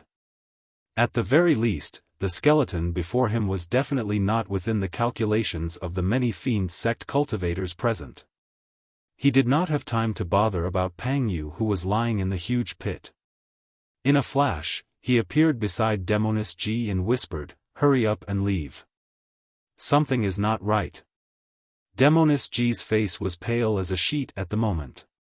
A look of fear flickered in her eyes as she murmured, "It's probably too late." Su Zimo sensed something and followed Demoness G's gaze towards the blood pool once more. In just that short while, the blood in the pool was drained by more than half after gushing into the stone coffin. As for the skeleton in the stone coffin, its body already had a layer of flesh and blood. Although it was thin and translucent, it was growing at a speed visible to the naked eye. Su Zimo narrowed his gaze as countless thoughts flashed through his mind. Reincarnation? Or, was the skeleton not dead to begin with? Who was he? At this moment, Su Zimo suddenly realized that he could not move his feet, as if he was being restrained by an invisible force. Sweeping his gaze, he realized that it was the same for the many Fiend sect cultivators present. They were all rooted to the spot. Suddenly, the skeleton in the stone coffin sat up. The black holes where its eyes were shone with a sinister red gleam as it opened its mouth and produced a series of tones, since, you are, here, don't, leave anymore. Because it had no tongue, the skeleton's pronunciation was unclear. However, everyone could vaguely make out what it was saying. Without any warning, the group of cultivators closest to the blood pool flew through the air towards the stone coffin in the blood pool simultaneously as though they were pulled by something. Their eyes were filled with fright. Those people struggled furiously in midair, wanting to get away from the stone coffin, but to no avail. Some of them had despair in their eyes as they roared and raised their weapons, stabbing at the skeleton in the stone coffin. The long swords that stabbed the skeleton broke on the spot. Many Fiend sect cultivators were brought to the vicinity of the skeleton. It opened its mouth and sucked, causing the flesh and blood of a cultivator opposite to gush into its mouth like liquid. In the blink of an eye, a group of Fiend sect cultivators perished without a single survivor. The empty, white skeletons that remained fell from midair and scattered beside the stone coffin. After absorbing the fresh blood, the flesh on the skeleton became more abundant. Although it was far from the level of a normal person, its face could already be vaguely made out. Standing up from the stone coffin, the skeleton walked out and surveyed the surroundings with a pair of bloody red holes. It seemed to be able to see everything around it. The skeleton took another breath and the flesh on its face squirmed, as if it was in enjoyment. Such fresh blood, click, click, clack. At some point in time, Peng Yu had crawled up from the ground. Coughing blood, it was obvious that Su Zimo had slammed him hard. Peng Yu cursed, fuck. I thought that this was an inheritance ground. Turns out there's an old demon buried here. Swoosh. The skeleton waved. Another group of cultivators flew towards it. Even though the bodies were theirs, they could not control it at all. It was an unstoppable power. Before long, that group of cultivators perished once again, leaving behind a pile of bones as their flesh were all absorbed by the skeleton. Dong dong. Dong dong dong. The beating of the skeleton's heart grew louder and stronger. What should we do? Demoness G's petite body trembled as she asked softly. She naturally knew that given the situation before them, only fate could decide their lives. Both she and Su Zimo were powerless to resist. However, she merely wanted to talk to someone out of the fear in her heart. Su Zimo was expressionless as he glared at the skeleton coldly. They stood no chance at all. The skeleton was indeed extremely strong. So strong that it was hard to imagine. However, it had clearly been trapped in the stone coffin for a long time and had just escaped. Although it was recovering its strength, now was also its weakest moment. As long as he could find its weakness, they might be able to obtain a sliver of life. At this moment, the skeleton waved again. About 10 cultivators flew towards the skeleton. Su Zimo and Demoness G were among the group. Chapter 179, Thunderclap Kill. Chapter 179, Thunderclap Kill. Su Zimo and Demoness G flew towards the skeleton, drawn by some invisible force. In the short process, Su Zimo could feel his bloodline stir as though it was about to be extracted. The other Fiend sect cultivators did not give up. Some struggled and begged, some screamed hysterically while others raised their weapons and slashed wildly at the skeleton. However, the skeleton was intact and there were no wounds at all. As long as it opened its mouth and sucked, the flesh of the cultivator on the other end would turn into a pool of blood and flow into its mouth. That nourished the flesh on the skeleton and the beating of its heart grew stronger. Before long, it was Su Zimo and Demoness G's turn. The skeleton turned around and faced the both of them. The hole in its eyes shone with a bloodthirsty red glow and it was filled with excitement. Demoness G's face was ashen and her eyes were filled with despair. Pust. Pust. Pust. Right then, Su Zimo suddenly took a deep breath, causing a huge current of air to gush into his lungs fanatically. It was akin to an anaconda devouring the sun and moon, trying to turn into a dragon and soar through the heavens. The air flow was extremely fast and violent. When it cut his throat, traces of blood even seeped out with a salty smell.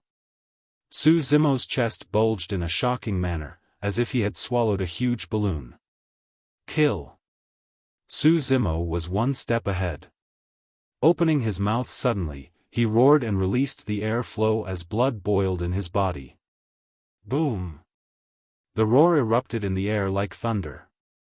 Fiend sect cultivators who were slightly further away from Su Zimo frowned, feeling a sharp pain in their ears as they spaced out briefly. Thunderclap kill. It was an extremely strong thunder art in the Void Thunder manual. Converting sound into energy in an instant, it could produce a powerful impact.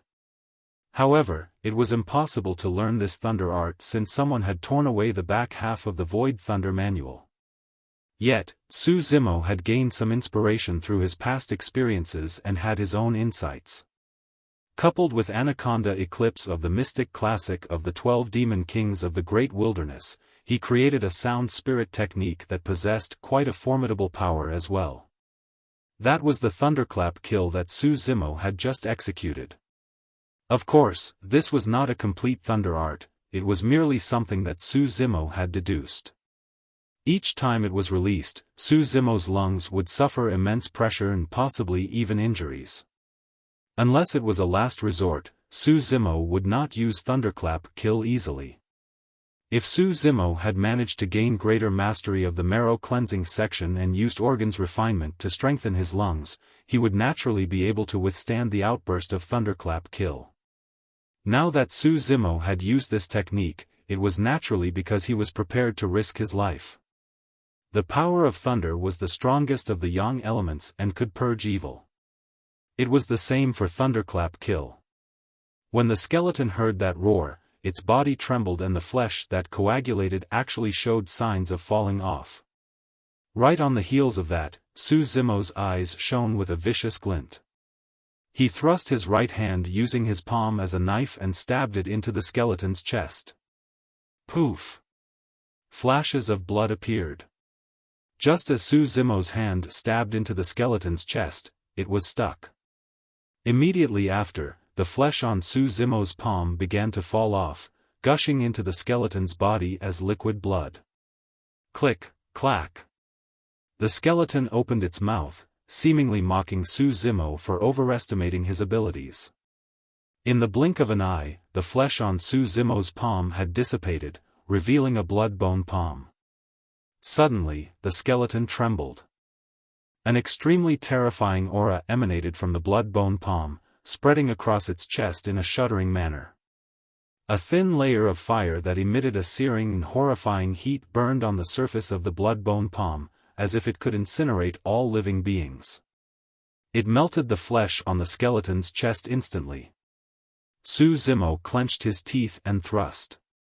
Instantly, the blood-bone palm extended into the skeleton's chest, spreading its fingers and gripping its beating heart.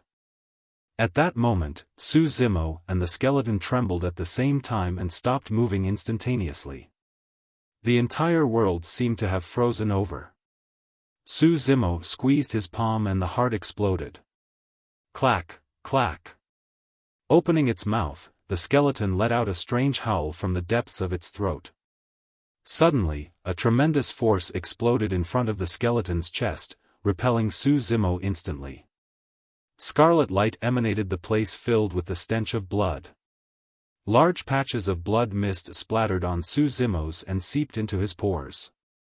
In the blink of an eye, he was covered in blood and his body swelled in a terrifying manner, as though he was a fiend celestial who had just emerged from hell. Ah! An extremely powerful bloodline surged into his body.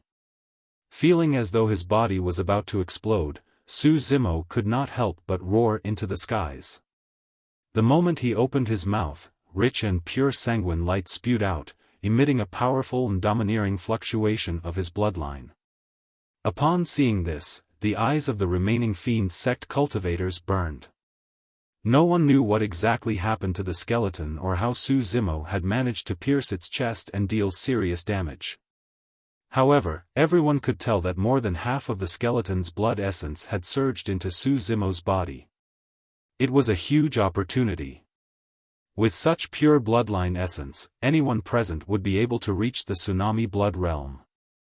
As for Su Zimo, who had already achieved tsunami blood, what level would he reach with this opportunity?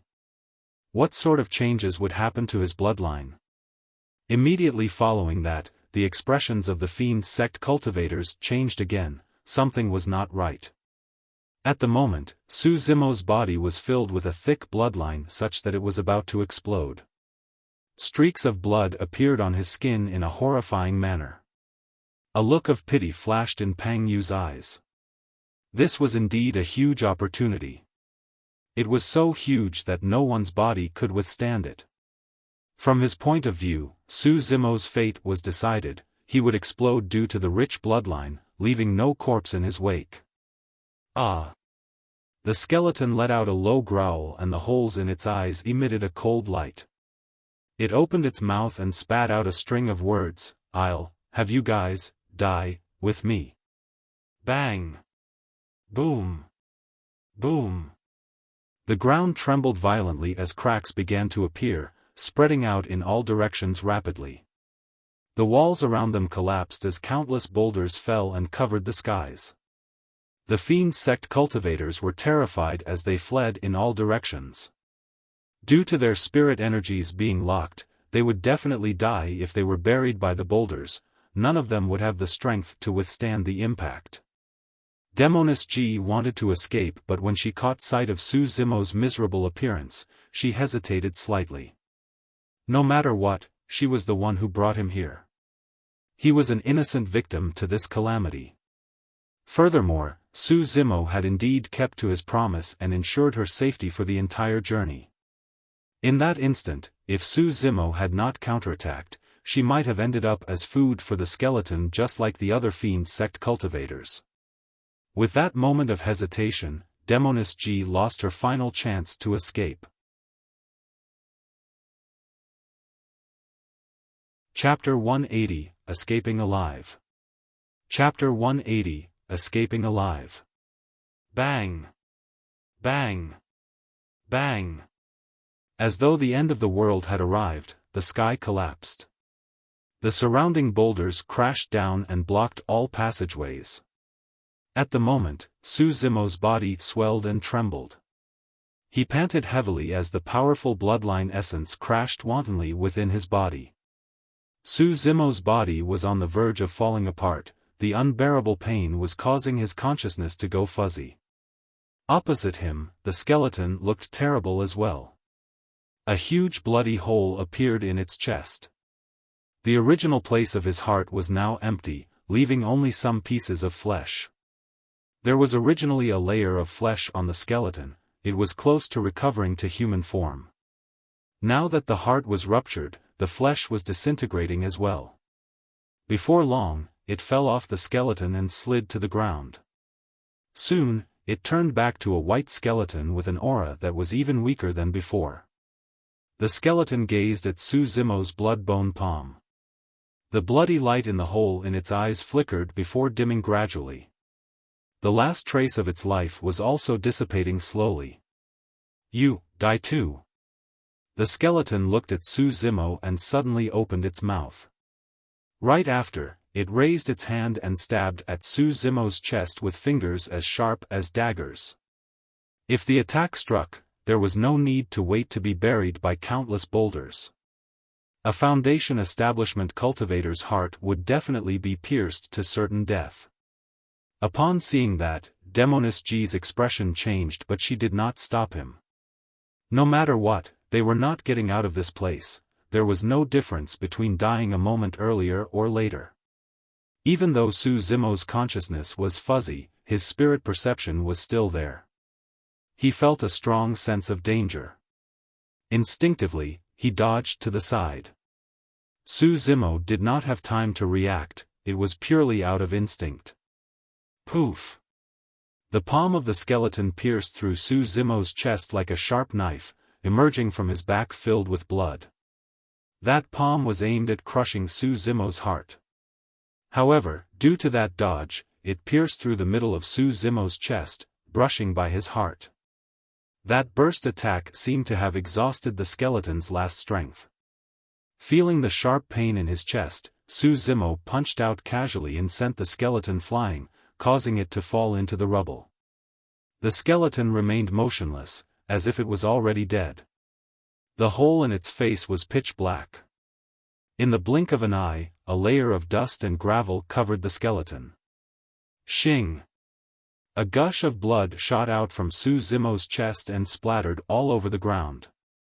It emitted a crystalline luster and the bloodline was rich and shimmering. Su Zimo's figure shrank by quite a bit. Although he had not recovered to his original state, the bloodstains on his body were gradually fading and he was recovering slowly. Oh! That change caught Demoness G's attention. In truth, Su Zimo was at his most arduous period earlier on, the bloodline was too strong and his body could not withstand it. It was equivalent to a powerful force that surged rampantly in his body and could not be vented. The reason why Su Zimo's body swelled was because the pressure within was too great, that was also why his skin cracked with streaks of blood appearing. If he could not digest the power of that rich bloodline, a single fate awaited Su Zimo, death through explosion. However, the skeleton's final attack had inadvertently saved Su Zimo's life. Its intention was naturally to kill Su Zimo.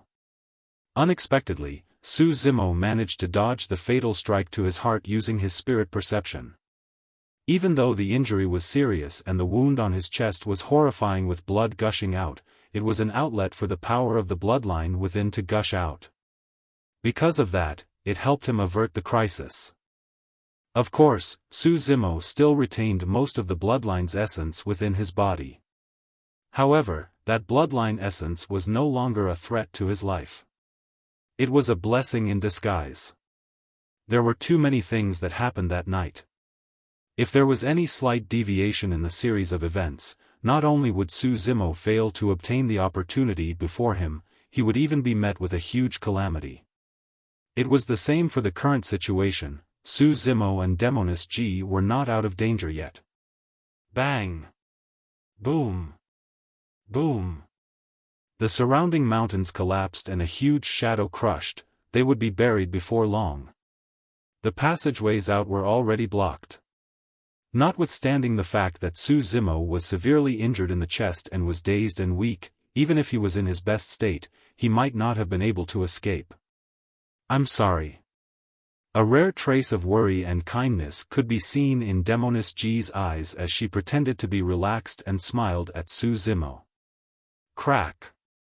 Crack! Crack! The ground beneath shook as cracks appeared and extended. Su Zimo's legs gave way and he almost fell into one of the cracks. Shrugging his head, he tried his best to stay awake. He looked down at the pitch-black and bottomless crack, not knowing what was beneath. If he was not careful and fell in, he would probably be crushed into meat pulp. All of a sudden, Su Zimo's ears twitched. He could vaguely hear the sound of running water from the depths of the crack. After cultivating the mystic classic of the 12 demon kings of the great wilderness, Su Zimo's hearing and vision was far superior to normal people. he was almost at the point where he could listen to the world. Swish! The mountain peak above their heads fell alongside countless boulders, bringing with it dust that blocked their vision in a terrifying manner. Demoness G had a look of despair as she closed her eyes and sighed gently. Right then, she felt someone yank her wrist. Caught off guard, her knees buckled and she was led over. Subconsciously, she opened her eyes and looked. Su Zimo's face was frighteningly pale. Clutching the wound on his chest with one hand, he used his other hand to grab her as they stumbled to the stone coffin not far away. Quickly, go in. Arriving at the stone coffin, Su Zimo led Demoness G in front of him and with a shout, pushed her. She was stunned for a moment and fell into the stone coffin without resistance. Su Zimo leaped in right after, grabbing the lid of the coffin from the side and yanking it. With a slam, the lid closed above them tightly. The last bit of light disappeared. It was pitch black inside the stone coffin. Bang! Bang! Bang! Almost at the same time as the lid was shut, the sound of countless boulders smashing onto the coffin rang. It was heavy and deafening. There was not much room in the stone coffin because it was designed for a single person. Now that the both of them were inside, together with the fact that Su Zimo's body was slightly swollen after absorbing the bloodline essence, it seemed extremely squeezy. A strange feeling arose in Demoness G's heart, but she did not say anything. If it was anyone else or even Su Zimo before they arrived at this place, she might have killed him on the spot. But now, Demoness G did not move an inch. She blinked her eyes in deep thought. If Su Zimo was even slower for a moment earlier, they would have been crushed to death by the boulders outside. Despite that, Su Zimo chose to let her enter first and bear the danger himself. At that thought, a gentle glint flashed across Demoness G's eyes as she pursed her red lips. Chapter 181, River Undercurrent. Chapter 181, River Undercurrent. The ground trembled and the stone coffin shook violently along. Slowly, it tilted and slid down a pitch-black crack, falling over. Moments later, the stone coffin fell into water with a loud splash and disappeared in the blink of an eye. Dust flew everywhere as boulders rolled down. The sky was collapsing. After a long time, the tremors finally calmed down. The original place was reduced to ruins without any sign of life. In the middle of the ruins, there was a huge hole. It was pitch black and no one knew where it led to. A gentle breeze gusted in the dark night, blowing away the dust of the ruins. Not far away, 4 figures stood. To be precise, there were 5. One of the figures was extremely blurry and indistinguishable in the night. It was the thousand-faced assassin. The 5 Fiend heirs looked at the ruins not far away, their gazes flickering with a lingering fear. Feeling cold from the wind's breeze, the 5 of them suddenly realized that their clothes were drenched in sweat. There were hundreds of Fiend sect cultivators with Fiend heirs, all of them gathered for the inheritance of this place. This could be considered as a rare clash between the juniors of the Fiend sections. However, none of them expected the stark changes of this expedition. Notwithstanding the fact that they did not obtain the inheritance, it nearly even turned into a massacre. Of the hundreds of Fiend sect cultivators present, only the 5 of them survived. The malevolent Earth sect heir was slain by an unknown green-robed cultivator. Demoness G could not escape in time and was definitely buried in the ruins. If not for the drastic change in terrain later on that dispelled the ancient spirit lock formation, even the 5 of them may not have been able to make it out. With complex expressions, none of them spoke. This ruin was caused by that terrifying skeleton. However, for some reason, the person who left the deepest impression on everyone that night was the unknown green-robed cultivator. To be fair, if he had not ruptured the heart of that skeleton at the final moment, their fates might have been the same and they would have their essence blood absorbed by the skeleton. Who was that person? After a long time, Peng Yu suddenly asked. Shengguan Yu shook his head. He should be someone from the Immortal sections. There's only those few Immortal sects that are strong in melee combat. Since his bloodline contained the power of thunder, I gather that he might be a legacy disciple of Zephyr Thunder Palace. What a pity. Peng Yu smacked his lips as a look of pity flashed across High Eyes. He was not discouraged over his previous defeat to Su Zimo. Instead, his fighting spirit burned even fiercer. His strength was far greater than Su Zimo. The fact that Su Zimo's consecutive killing moves were unable to truly injure Peng Yu's tendons, bones and essence chi was evident of how powerful and terrifying the latter's physique was. The reason why Peng Yu lost was because he had underestimated the enemy, giving Su Zimo the chance to take the initiative and suppress him to the very end without a chance to come back. Peng Yu believed that he would definitely not lose if they fought again. Now that Su Zimo had fallen, Peng Yu had lost the chance to defeat him. He could not help but feel regretful and sighed. In fact, Peng Yu was not the only one, the other 4 Fiend heirs were similarly frustrated. At the end of the day, there was an ancient spirit lock formation in this place and everyone's spirit energies were restricted such that they could not unleash their true strength. To them, the malevolent Earth sect heir had met with an unjust death. It's a pity that man is dead. Otherwise, we'll definitely come across him on the ancient battlefield in the future. At that time, I'll definitely let him witness the power of Cloud Rain sect. Shengguan Yu harumphed softly. What's the point of saying all this? The illusion fiend cult heir flicked his sleeve and left, replying coldly, time to go. See you on the ancient battlefield. The thousand-faced assassin flickered and disappeared on the spot. In the blink of an eye, all 5 Fiend heirs left one after another and peace returned to the ruins. Not long later, a voluptuous and curvaceous figure descended upon the ruins. She had exquisite looks and exuded a mature aura, as if she could stir the deepest carnal instincts in one's heart. It was the chief steward of Sky Treasure Auction House, Gu Shi. What happened exactly? Gu Shi murmured with a solemn expression. Swoosh. Gu Shi stood in midair above the ruins and a terrifying force surged out from her glabella. Releasing her spirit consciousness, she searched the ruins carefully, unwilling to miss any traces. Nothing? Gu Shi frowned and gazed at that bottomless pit beneath her. After hesitating slightly, she descended eventually. Before long, Gu Shi arrived above a river. She searched her surroundings once more but to no avail, looking at a river nearby. Using her spirit consciousness, Gu Shi seeped into the river and searched through the depths of it.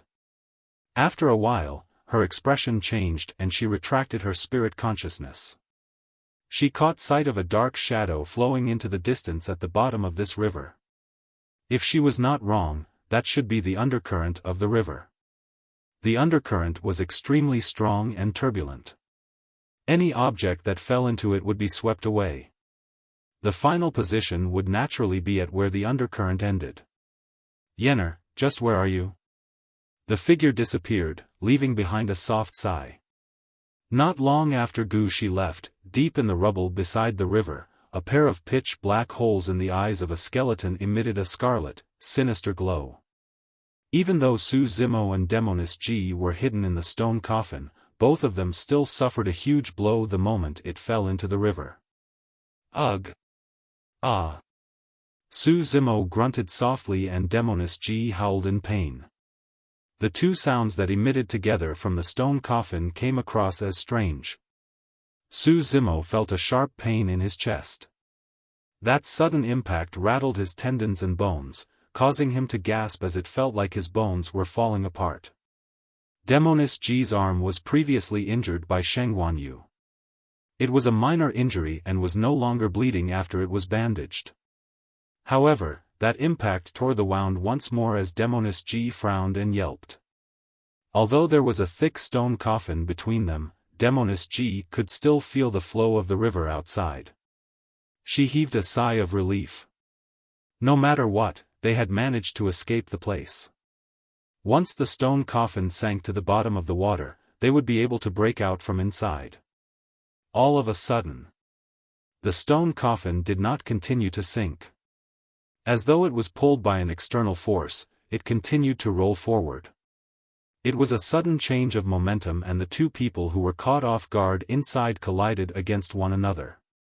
Both of their hearts went aflutter as they retreated subconsciously. However, there was not much excess space within the cramped stone coffin. After that, the atmosphere within the stone coffin turned odd immediately. The temperature seemed to be rising in a frustratingly hot manner. In the darkness, both of them panted slightly and faced each other. Their eyes met, but they did not speak. Su Zimo turned his head and slanted his body slightly. His body was still slightly swollen because the bloodline essence within it was not absorbed yet. It did not matter if he moved, but once again, he accidentally made contact with Demoness G. Su Zimo quickly stopped what he was doing and laid rooted to the spot.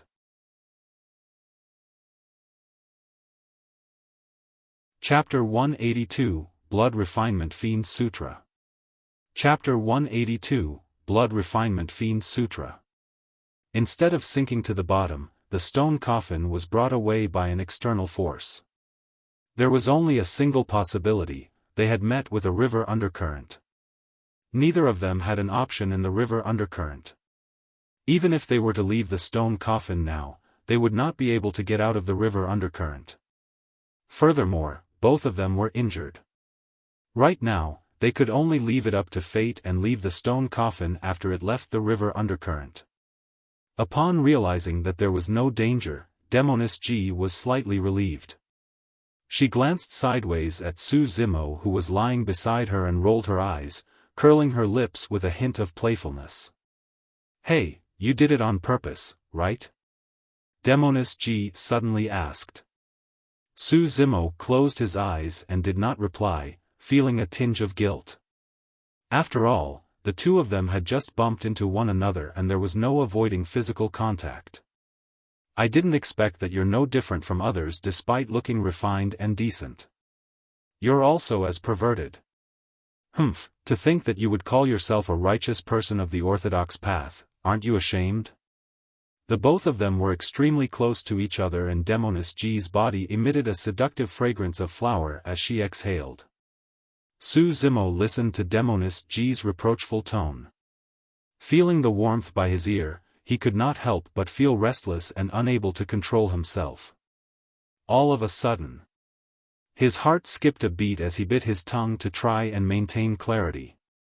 After what happened to Wu Xiangming, Yan Fei and the rest, Su Zimo had vaguely guessed what pure maiden sect specialized in. No wonder those of the Fiend sects call her a demoness. Su Zimo praised internally. Even though he was prepared, he was nearly bewitched by her as well. Every single frown, smile, action and emotion of Demoness G would cause one to be attracted to her unconsciously. If they were not careful, they would sink into her charms, unable to extricate themselves. Noticing that Su Zimo kept his eyes closed and refused to answer, Demoness G could not help but grin and asked gently, "Hey, let me ask you. Why didn't you get in first earlier? Why did you let me in first?"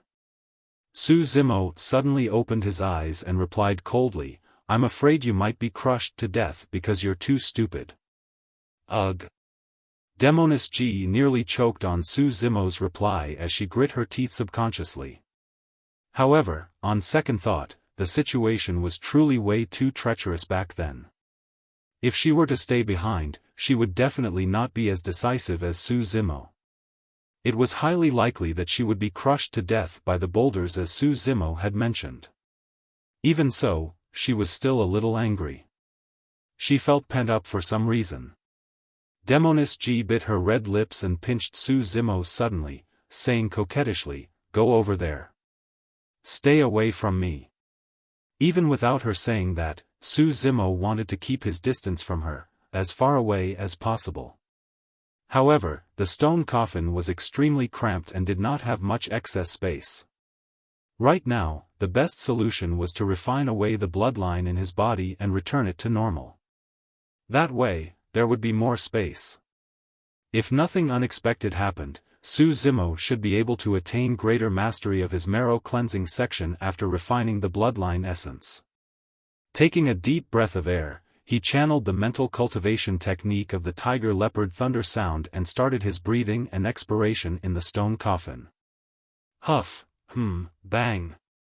Boom. Boom. Strange sounds suddenly emitted from Su Zimo's body.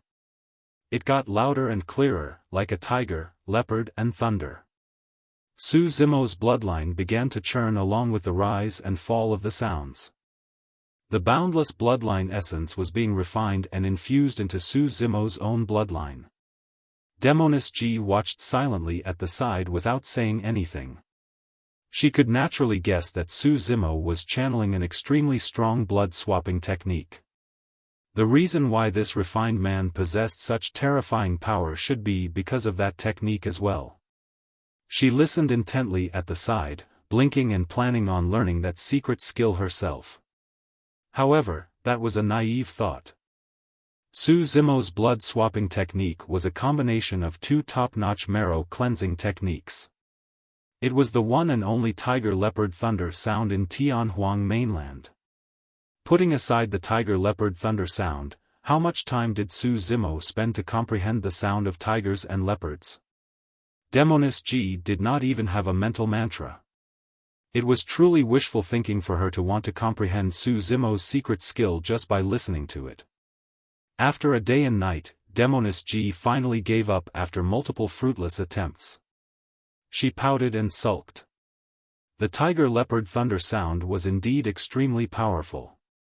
After just a day and night, Su Zimo's body had shrunk considerably and it wouldn't be long before it returned to normal. The most surprising thing for Demoness G was that the wound on Su Zimo's chest had already healed and was beginning to form a scab. What strong regeneration capabilities! She was secretly astonished. That wound pierced through Su Zimo's body entirely.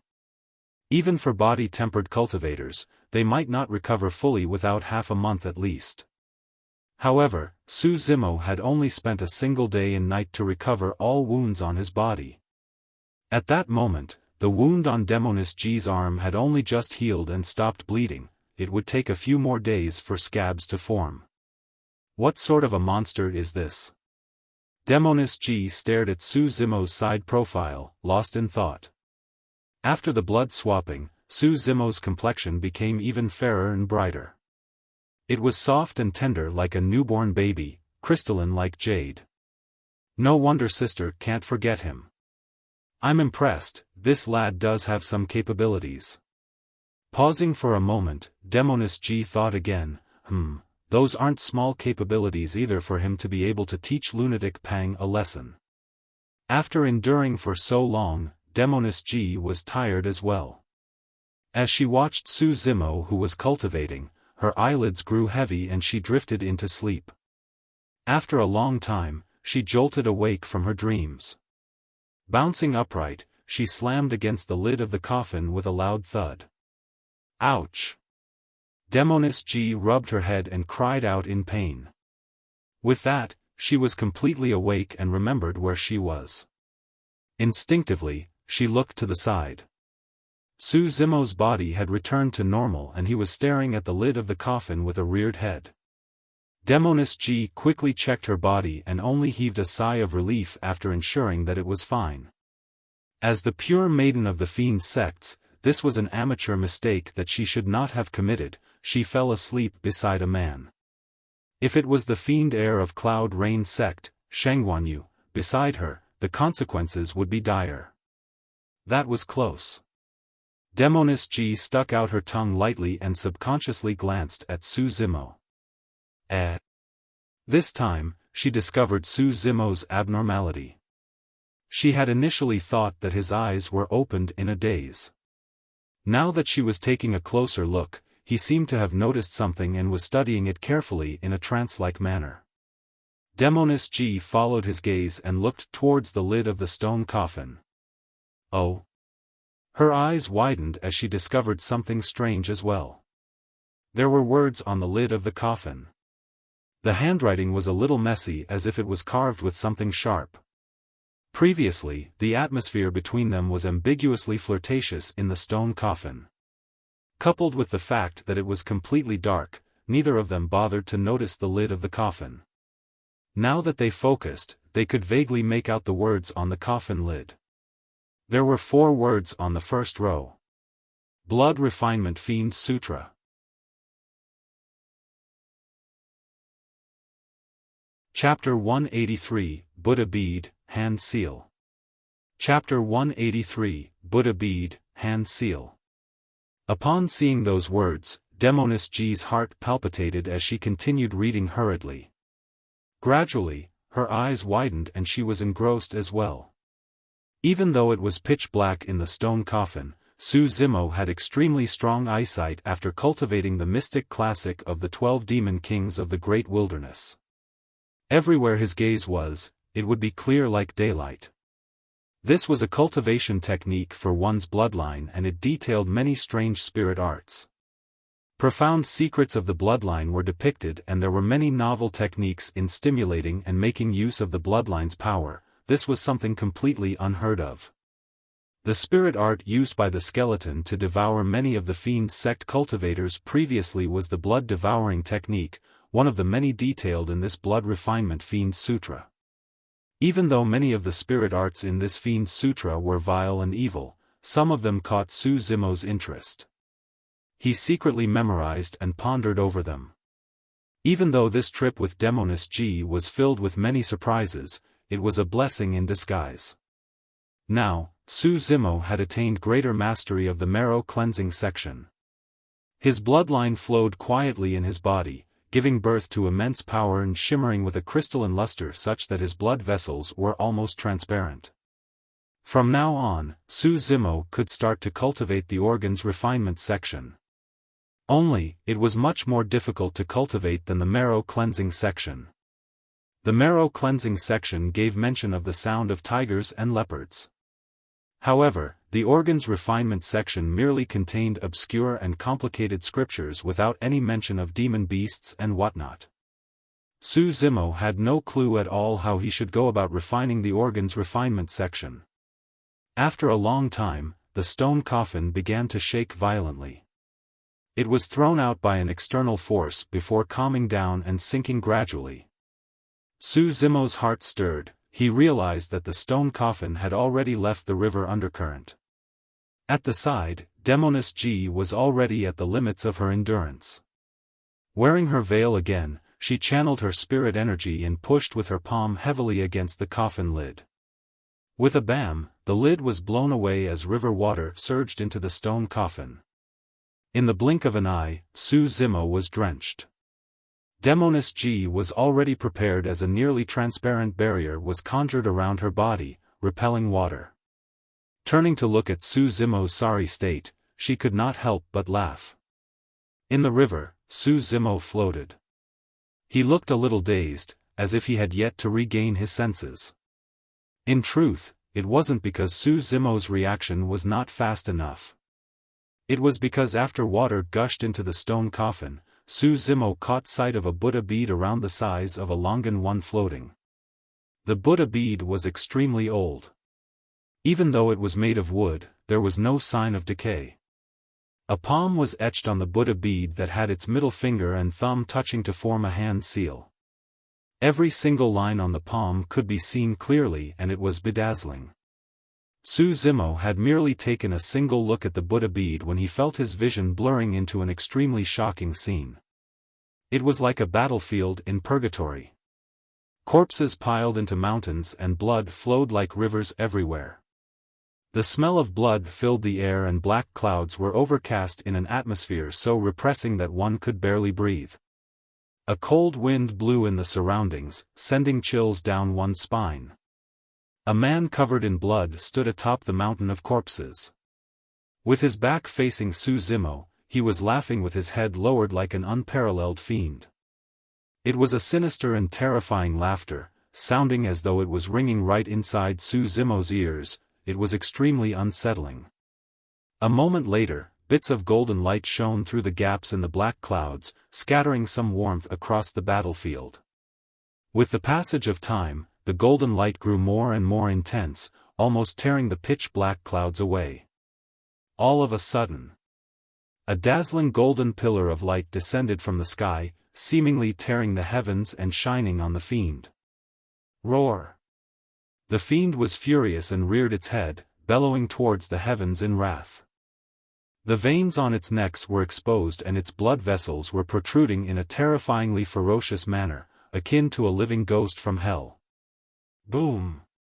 Accompanied by a deafening roar, a bedazzling golden palm descended from the sky. It crushed down gently with its middle finger and thumb touching one another to form a hand seal. Fiend Suppression Seal. A deep voice sounded.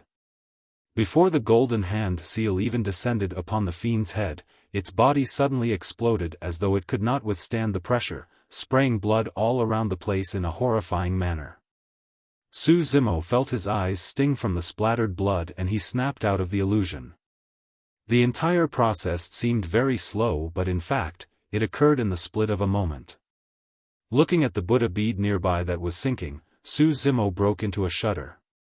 There was a flash of struggle in his eyes. After some hesitation, he swam into the river and chased after the Buddha bead, clasping it in his palm. There was nothing unusual when he retrieved it. Su Zimo heaved out a sigh of relief. It seemed that as long as one did not look at the pattern on the bead carefully, they would not fall into the illusion from before. Fiend Suppression Seal. Those 3 words flashed through Su Zimo's mind. Needless to say, that must be an extremely powerful secret technique. Even though the illusion had lasted for a moment, that golden hand seal left a deep impression in Su Zimo's mind and he could not forget about it. Kicking his legs, Su Zimo swam towards the river surface and before long, he arrived at the shore. At that moment, his upper body was nude and his pants were sopping wet. Demoness Ji pursed her lips and swept her gaze across Su Zimo's lower body. Just as she was about to tease him, Su Zimo's body shivered and he churned his bloodline. With the power of the bloodline, a white mist emitted from Su Zimo's body suddenly. All the water droplets were vaporized. Under the veil, Demoness Ji's mouth opened into a circle. Su Zimo retrieved a clean green robe from his storage bag and wore it. He also tossed the Buddha bead conveniently into his storage bag. Demoness Ji's eyes shifted. Recalling the abnormality of Su Zimo at the bottom of the river, she approached him and blinked. "What did you find down there?" "It's nothing." There was naturally no way Su Zimo would tell Demoness Ji about the Buddha bead as he replied casually. "How stingy." She harumphed. Summoning a flying sword, Su Zimo leaped on it and flew into the air, surveying the place. He did not know where the river Undercurrent had brought them. Demoness Ji arrived in midair and looked down as well. Su Zimo pondered for a while and looked at the river behind him. His heart stirred and he had a vague guess where they were. This was Yongxing River, a tributary of Jishui River that originated from the Great Zhou dynasty and passed by Yan country. In other words, Su Zimo and Demoness Ji had arrived in Yan country's territory. Su Zimo looked over at the capital of Yan country with longing in his eyes. "I've been away from home for 2 years. I wonder how elder brother is doing." The scene of leaving Pingyang town 2 years ago felt like yesterday in his mind. Su Zimo did not have many relatives. Other than him, the Su family only had Su Hong and Su Xiaoning as descendants. Su Xiaoning was far away in Azure Frost sect and it was not easy to see her. Su Zimo decided to visit his brother in the capital of Yan country.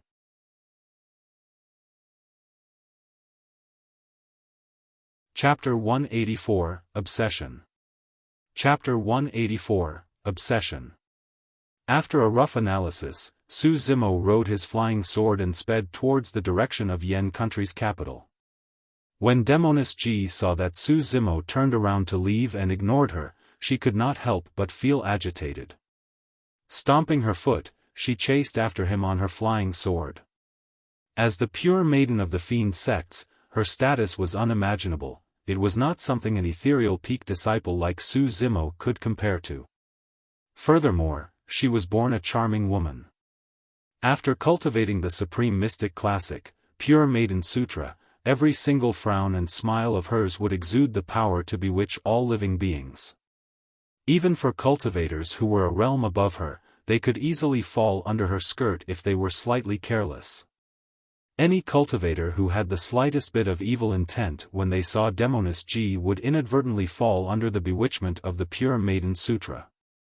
The entire process was subtle and difficult to detect, causing one to sink deeper and deeper. That was the true terror of the pure maiden Sutra. Even a single thought would work. They would be controlled by the pure maiden of the Fiend sects. What made Demoness G upset was how Su Zimo had not been interested in her right from the beginning. Moreover, he was extremely wary. He was even more so after discovering her identity, wanting nothing more than to keep his distance and never see her again. That made Demoness G question her charms or whether there was a problem with the pure maiden Sutra. Both of them sped through the air one after another. Just like that, half a day was gone. Su Zimo stopped and turned to look at Demoness G behind him, frowning. She came to a stop as well, ignoring his gaze. With her hands behind her back, she pretended to be nonchalant and looked at the scenery below in a seemingly relaxed manner. Su Zimo turned back and left and Demoness G followed him again. Even when he changed directions and routes, she followed accordingly. Stopping in his tracks, Su Zimo turned around and asked, "Why are you following me?" Tisk. Demoness G rolled her eyes and pouted. "That's odd. You're going your own way and I'm going mine. Who's following you? Stop thinking so highly of yourself." Su Zimo nodded. "All right then, where are you going?" Demoness G was at a loss for words. She rolled her eyes and retorted, "Why do you care where I go? The world is huge and I can go anywhere I want." Because this woman was Ji Yaoshua's younger sister after all, Su Zimo could not do anything to her. Furthermore, back in the inheritance ground, Demoness G had the chance to escape but she did not abandon him. That proved that she did not have a bad nature despite being someone of the Fiend sections. Su Zimo turned to leave and she followed hurriedly. After a short while, Demoness G suddenly asked, "Hey, you seem to hate me?" "I don't have a good impression towards those of Fiend sects," Su Zimo replied. "Fu." Demoness G smiled as a look of mockery flashed in her eyes. She shook her head. "I thought you were different from others. To think that you're a fool as well." "Oh?" Su Zimo raised his brow and replied, "You're a young brat who has been led astray. Why do you speak as though you know right from wrong? Does your sister know about this? What do you mean by going astray?" Demoness G was suddenly agitated as she stopped in front of Su Zimo and looked him in the eyes. "Since you don't have a good impression towards those of the Fiend sects, you think that the path of fiends is one that's astray? Let me ask you then, do you know what fiends are? Do you understand anything about Fiend sects?" Su Zimo was stunned for a moment. He wanted to reply but did not know what to say. Indeed, it was difficult for him to define fiends and he did not understand Fiend sects as well. In fact, he had not even heard of the 7 Fiend sects before he met Demoness G. After a moment, Su Zimo replied, "Indeed, I don't know what fiends are. However, I know that Wu Xiangming, Yan Fei and the others were sincere about wanting to protect you. But, you got them killed." Demoness G scoffed coldly, "That's where you're wrong. Yan Fei was someone from Cloud Rain's sect and he had no good intentions following me. As for Wu Xiangming and the rest, I can assure you that they were only lured there because they had ill intents towards me. Such people deserve death. If I didn't have the means to protect myself, what do you think they would have done to me?" Su Zimo thought for a moment before adding, "Back in the past, I encountered a sect named Joyful Sect here. Their disciples committed all sorts of evil and abducted women, using their Een to raise their cultivation realms. If that's not fiendish, what is? Joyful Sect is in the same league as Cloud Rain Sect, there's no difference. That's where you're wrong again. Demoness G revealed a look of disdain and shook her head. I've never heard of any Joyful Sect before.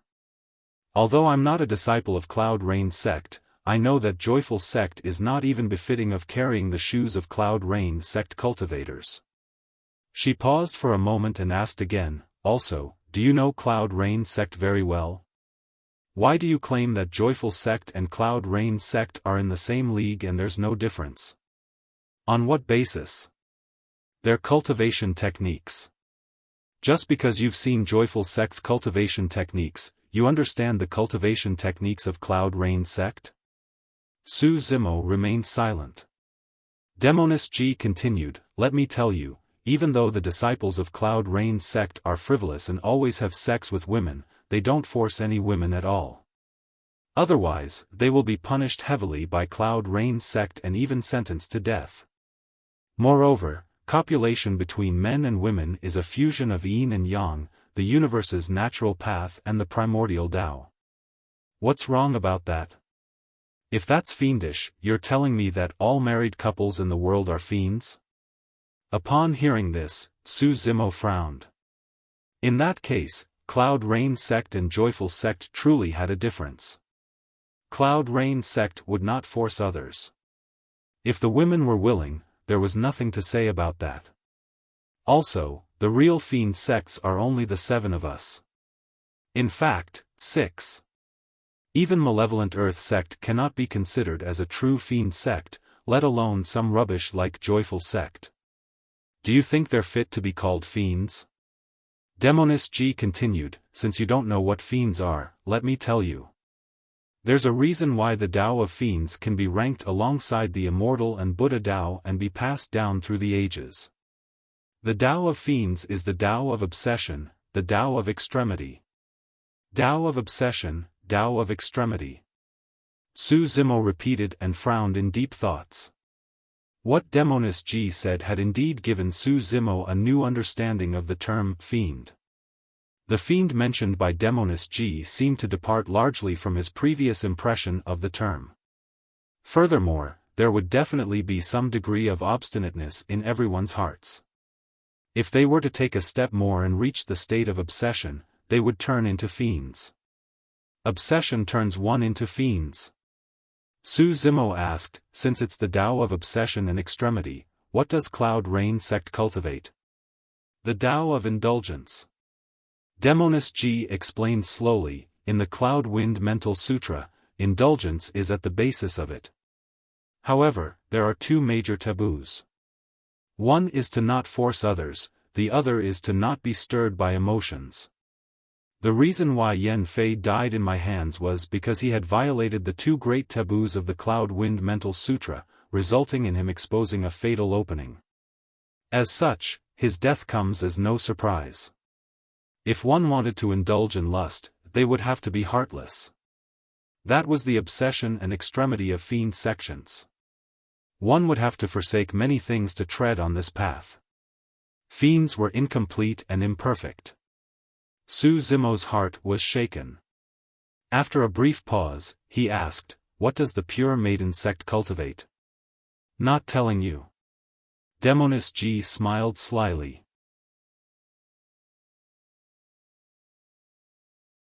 Chapter 185, 4 Years On. Chapter 185, 4 Years On. After Demoness G's words, Su Zimo had a new understanding and impression towards her and fiend sections. Just like Immortals and Buddha, fiends had a Tao of their own. After pondering for a while, Su Zimo suddenly thought of something and asked, a few months ago, I met a cultivator in a spirit mine with ruthless methods. He massacred an entire city of living beings and uses a vile cultivation technique that can suck a living person into a dry corpse. Is he someone from the fiend sects? From what I know, there's no such cultivation technique in the fiend sects. Demoness G shook her head. She paused for a moment and continued, the reason why the reputation of Fiend sects is bad in the cultivation world is all because of you people from the orthodox path. As long as it's something that goes against humanity, you guys accuse us of the Fiend sects for it. It's truly despicable. If it's not done by the Fiend sects, you guys can come forth and explain yourselves. Su Zimo frowned.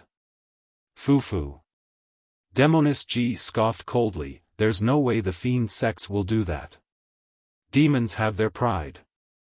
She thought for a moment and said, a senior in the Fiend sects once gave an example to describe the difference between immortals and demons. I think it's rather apartment. For the same treasure, cultivators of the Fiend sects would fight for it openly. However, cultivators of immortal sects would vie for it in secret and frame it onto those of the Fiend sections. That's a little extreme. Su Zimo shook his head. I don't wish to argue with you anymore. With that, Su Zimo turned to leave. Demoness G followed him again. But this time round, Su Zimo did not chase her away. Where are you going? She asked. Su Zimo remained silent for a while before replying, back home to take a look. As Su Zimo sped towards the capital of Yen country, more than 10 cultivators arrived at a small town on the border of Yen country. They were led by a man and woman. The man wore sparkling white robes. He had a smile on his face, looking handsome and elegant. The woman was dressed in a long, emerald dress. Her black hair swayed in the wind and she had beautiful features, looking gentle and quiet. The both of them rode on their swords and their clothes fluttered in the wind. Like a match made in heaven, they were dazzling and could not be ignored. More importantly, both of them were at perfected foundation establishment realm. The 10-odd cultivators that followed them were all foundation establishment cultivators as well, varying from early to late stage. On their waists hung a badge with the words, Iridescent Clouds. It was daytime at the moment with many citizens walking on the streets. Their expressions changed starkly with the sudden appearance of the many foundation establishment cultivators above them. The citizens hurriedly knelt on the ground and shouted, Greetings, immortals.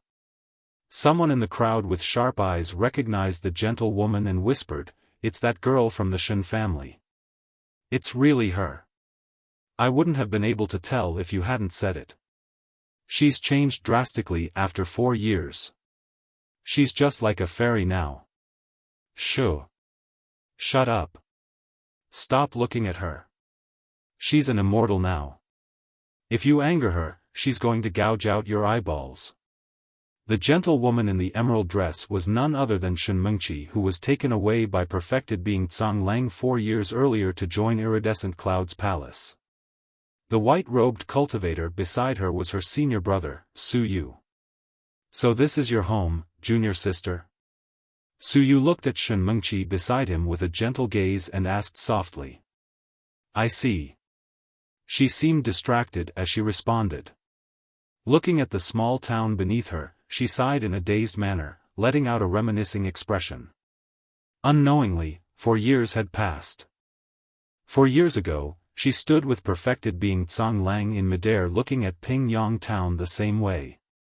However, that afternoon, a stubborn youth stood with his chest puffed and head held high on this familiar long street. He did not kneel nor fear. At the thought of that youth, Shen Mengqi smiled faintly. Right after, she sighed gently and shook her head. No matter what, immortals and mortals were different, she was no longer on the same level as that youth. Decades later, her youth would still be present and she would be in her prime. However, that youth would have entered his later years and await death of old age. Even though they had unforgettable memories together, that could only fade and disappear along with time. Junior sister, junior sister?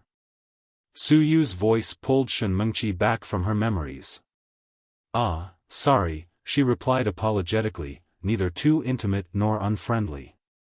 Su Yu was considered as one of the top 10 inner sect disciples of Iridescent Cloud's palace.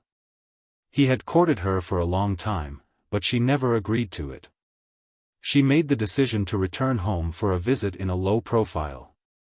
However, Suyu volunteered to accompany her and brought more than 10 juniors along. Before long, Shen Mengqi and the others descended at the Shen residence. She only had a single kin, her brother, Shen Nan. The Shen family had changed drastically. Even though the Zhao and Li families were eradicated and removed from Pingyang town, Shen Nan had benefited greatly from following the two families in the past.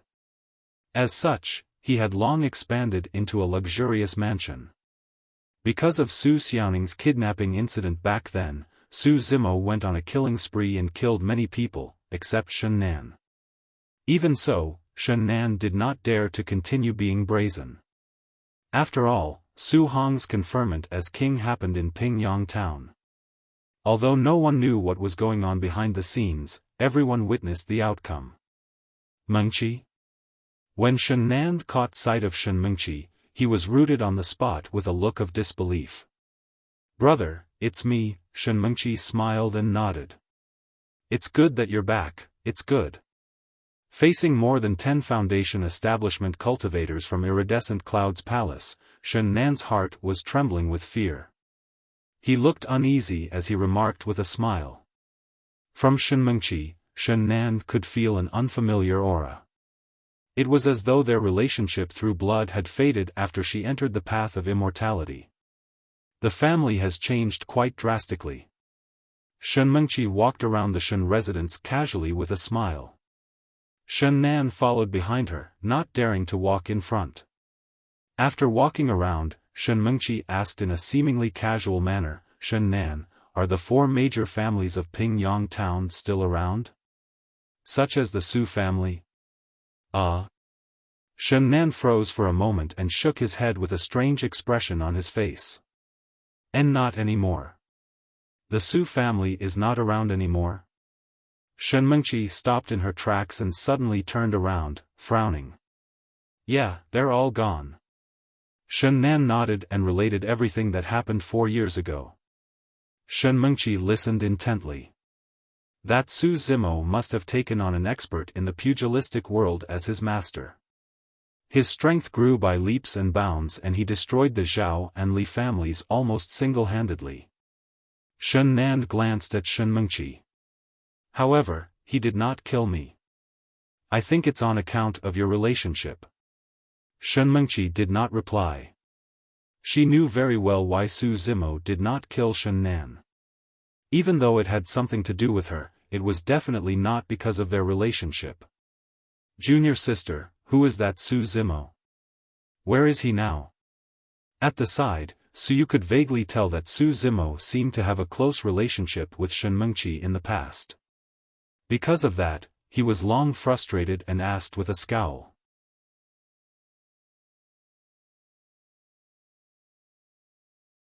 Chapter 186, Old Friends. Chapter 186, Old Friends. Sensing the frustration in Su Yu's tone, Shen Mengqi replied calmly, "He's just a childhood playmate and an old friend. Without a spirit root, he can't cultivate and is unlike us. You don't have to bother about him. So, it's just a mere commoner. I was wondering what sort of a character he was." Su Yu raised his eyebrows and said coldly, "This Su Zimo clearly knows that you've joined Iridescent Cloud's palace and became a cultivator. Despite that, he dares to bully your brother?" Shen Mengqi shook her head. "Forget it, it's all in the past. Besides, it might not be his fault either." Even though Shen Nan made himself seem innocent while explaining the story and mentioned how Su Zimo was the one bullying others, Shen Mengqi was well aware of her brother's character. Furthermore, the way Shen Nan was avoiding her gaze affirmed her guess that there was more to things. "How can that do?"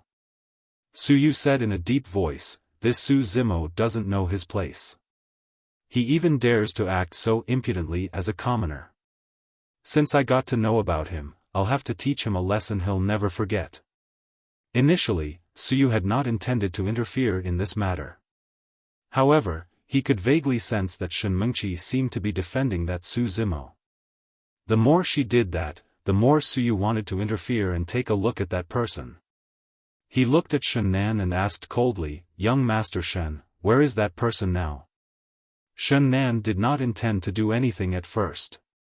But when he heard Su Yu's words, his mind started churning and he turned more energetic. Stammering, he replied, "He left Ping Yang town 2 years ago. I don't know where he is." Su Yu frowned. The Great Zhou dynasty was enormous and there were dozens of vassal states of varying sizes. Finding a person was no different from searching for a needle in a haystack. Shen Nan coughed gently. "However, he has a brother, Su Hong, who is the current king of Yen. He has a prominent status and we can't afford to offend him." "Humph." Su Yu scoffed. "A king of mortals is but a mortal. He can be on par with the Qi refinement warrior of a minor sect, but against a foundation establishment cultivator of iridescent clouds palace like me? Even if he's the king of Yen, he'll have to kneel before me." Shen Nan's eyes shone and his blood boiled as he listened. It was as if Shen Nan was looking at the high and mighty king of Yen kneeling in front of him obediently, not daring to lift his head. What sort of an image would that be? Su Yu declared proudly, "That's perfect. Junior sister, since this Su Zimo bullied your brother, let's go to the capital of Yen country and teach his brother a lesson." "Fufu, this is tit for tat." Shen Mengqi frowned and hesitated. "Junior sister, we'll have to make a trip to the capital of Yen country even if it's not for this matter." Su Yu continued, "Junior brother Zhou disappeared for 2 years without a trace. Master asked us to investigate the place where the most cultivators are gathered in Yen country. The place with the most information is the capital." "Yes, all right." Shen Mengqi nodded. Su Yu retrieved a spirit vessel from his storage bag and injected spirit qi, causing it to expand with the wind and hover in midair. Smiling, Su Yu said, "Young Master Shen, do come along. The day you meet the king of Yen will be the day you can hold your head high." Shen Nan nodded hurriedly and his body trembled in excitement, his eyes could barely conceal his emotions. The many iridescent clouds palace cultivators boarded the spirit vessel one after another. Under Su Yu's control, it rose into the air and turned into a stream of light, speeding towards the capital of Yen country. After traveling a few days at full speed, Su Zimo and Demonis Ji finally arrived at the capital of Yen country. 2 years ago, Su Zimo was here. In that main hall, he beheaded the king of Yen, Zhao Qian, in front of everyone. Tying the latter's head to his waist, he engaged in a bloody battle and fought his way out with dominance. Everything seemed to have happened yesterday.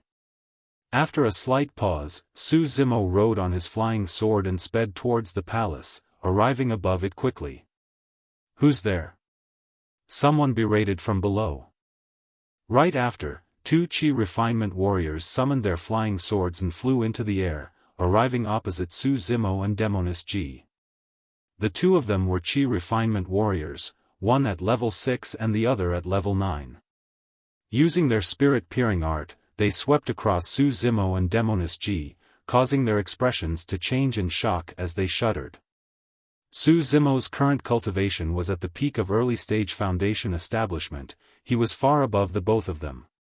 Demonis Ji stood there with a veil covering her face, they could not detect her cultivation. "Greetings, seniors." The 2 Qi refinement warriors reacted quickly and bowed hurriedly.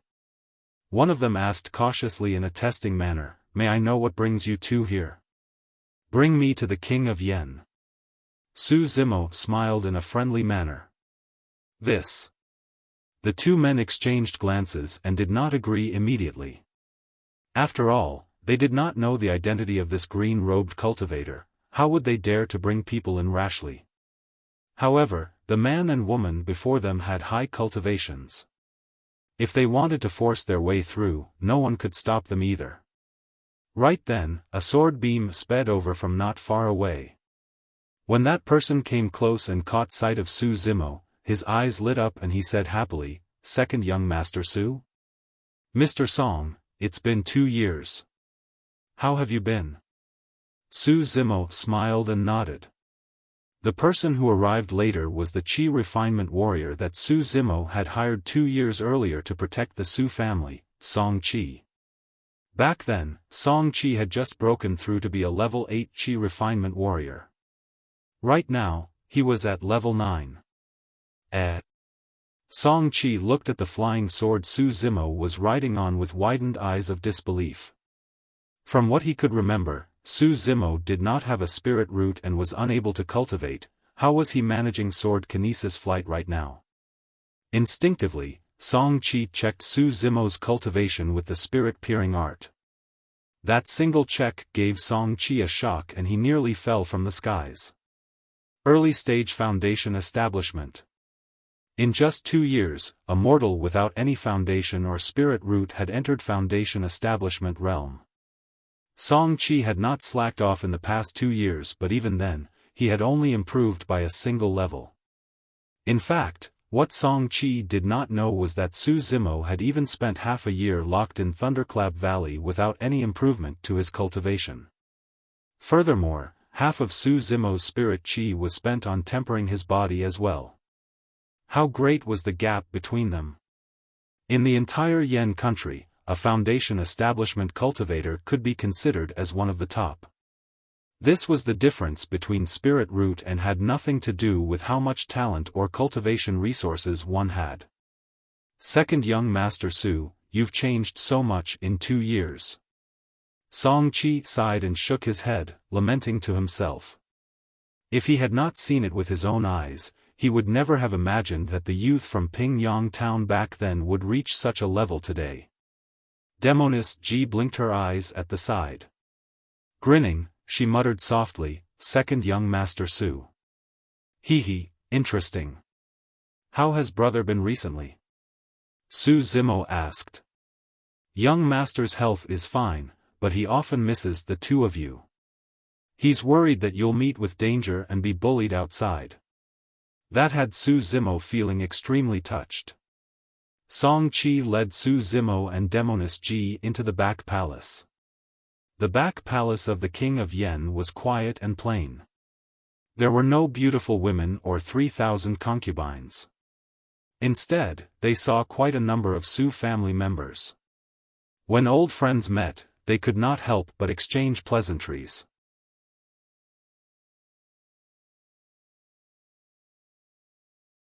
Chapter 187, Reunion. Chapter 187, Reunion. King of Yan's Chamber. The King of Yen, Su Hong, had a solemn expression. He was playing chess against Uncle Zheng and it was at a particularly intense situation. The guards Lu Yu and Yu Qihua stood at the side, standing watch over the both of them with sharp gazes. Uncle Zheng, Lu Yu and Yu Qihua were the oldest and most loyal 3 in the Su family. They never left even when the Su family was at its lowest and was almost annihilated. Young master, you aren't young anymore. Are you really planning to continue wasting your time like this and not get married? After 4 years, Uncle Zheng looked much older. However, his eyes were still clear and exuded the glint of wisdom. In private, everyone addressed each other no differently from before. Su Hong remained silent. Young master, the bloodline of the Su family has to continue, Uncle Zheng persuaded again. With a sharp slap, Su Hong put down a chess piece and pointed to the chessboard with a smile. Uncle Zheng, if you get distracted again, you're going to lose. Seeing that Su Hong clearly did not wish to talk about it, Uncle Zheng gave a bitter smile and sighed. I'm not as energetic as before. I'm old now. Right then, a burst of laughter came out outside and Song Qi's voice rang. Young master, Mr. Zheng. Guess who's here? The door to the King of Yan's chamber was closed. Su Hong and the rest could only see vague shadows, but they could not see the appearance of the visitors. When he heard that, Su Hong shook his head and smiled. What's there to be mysterious about? Who could it be? Uncle Zheng went silent for a moment. A thought struck him as he whispered, could it be the second young master or miss? Xiaoning wouldn't have time to return since she's on the path to immortality cultivation. As for Zimo, there was a look of worry in Su Hong's eyes. I don't know where that lad has gone off to. I haven't seen him in 2 years. Big brother, I'm back. One of them pushed the door open. He was dressed in green and carried a scholarly aura around him, looking refined and graceful. It was none other than Su Zimo. Second young master? It really is the second young master. Lu Yu and the others revealed looks of joy as they broke into laughter. Zimo. Su Hong's eyes sparkled. He stood up slowly and walked forward, sizing Su Zimo from head to toe. As much as he tried to control himself, he could not conceal the excitement in his heart. While Su Hong was sizing him up, Su Zimo was looking at Su Hong as well. After 2 years, Su Hong did not seem to have changed much. Back when he had failed to assassinate the king of Yen, he was disheartened and his hair turned white overnight. At first glance, he looked like a venerable old man. In fact, Su Hong was only 34 this year. Stretching both hands, Su Hong gripped Su Zimo tightly on the shoulders and shook the latter vigorously. Finally, he nodded in satisfaction. Not bad, you're stronger than before. Young master, I'm afraid you don't know yet, but second young master Su is now a cultivator as well. Not just that, his cultivation is even much higher than mine. Song Qi remarked at the side. Oh? For real? Su Hong's eyes lit up. Su Zimo did not hide anything and nodded. That's right, brother. I joined a sect named Ethereal Peak, one of the 5 major sects of the Great Zhou dynasty. It's not weaker than Xiaoning's Azure Frost sect. Good, good, good. Su Hong nodded repeatedly. Lu Yu and the rest were delighted too. At this moment, Su Hong's gaze turned towards the girl beside Su Zimo. He could not help but be slightly stunned as a feeling of amazement surged in his heart.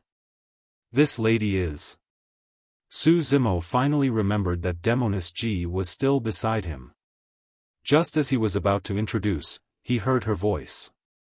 It was like pearls falling on a jade plate and was pleasant to one's ears. Hello, big brother.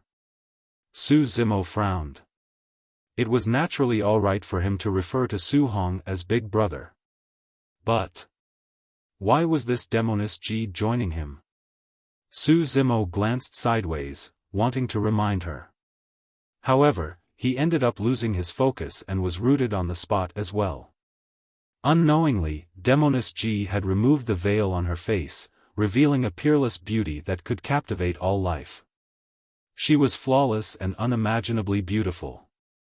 This time, there was no bewitching charm exuding from Demoness Ji.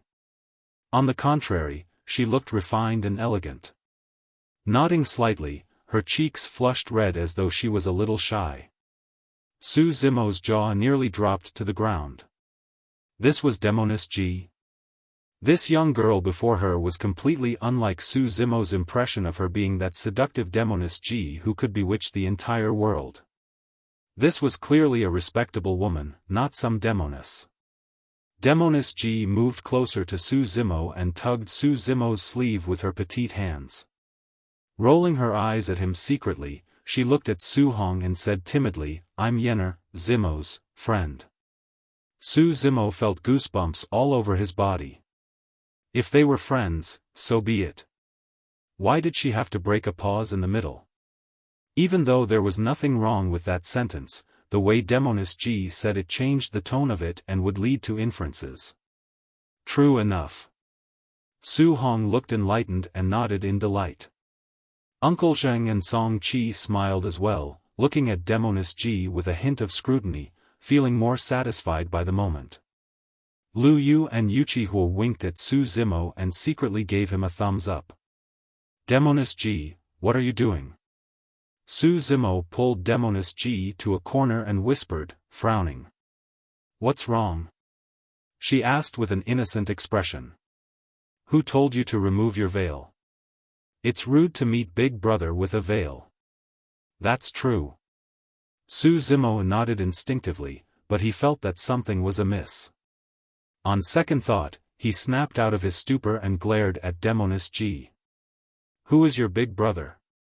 He's my big brother. Also, Demoness G, why are you pretending in front of my big brother? Don't you think I know what sort of a person you are? Su Zimo gave a cold sneer. Sure, let's not pretend then. How about I jump into your embrace and we can make out right now? Demoness G glanced sideways at Su Zimo, full of provocation. Su Zimo jumped in fright and hurriedly said, please continue pretending. He knew very well that this person in front of him could truly do such a thing with no qualms. Zimo, what are you doing? Right then, Su Hong walked over with a hint of blame in his tone. I heard you mentioning something about a demoness. How is she a demoness?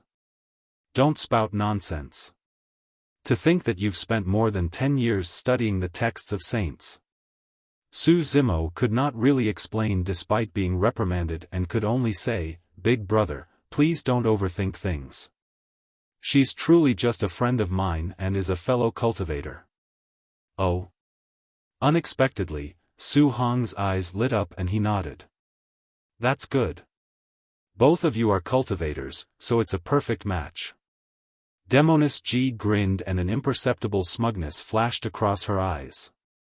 Su Zimo coughed lightly and changed the topic. Has Xiaoning returned in 2 years? No. Su Hong shook his head. You haven't seen her either? I see. Su Zimo said in a low voice, but you don't have to worry, big brother. The sect competition is about to begin. At that time, all major and minor sects within the Great Zhou dynasty would be present and I'll be able to see Xiaoning then. Naturally, Su Xiaoning was not the only one he would see at the sect competition. He might even encounter some old friends. An image surfaced in Su Zimo's mind. It was a gentle girl who told him heartlessly, our fate has come to an end. We are separated as mortals and immortals. I'm afraid, we will not see each other again.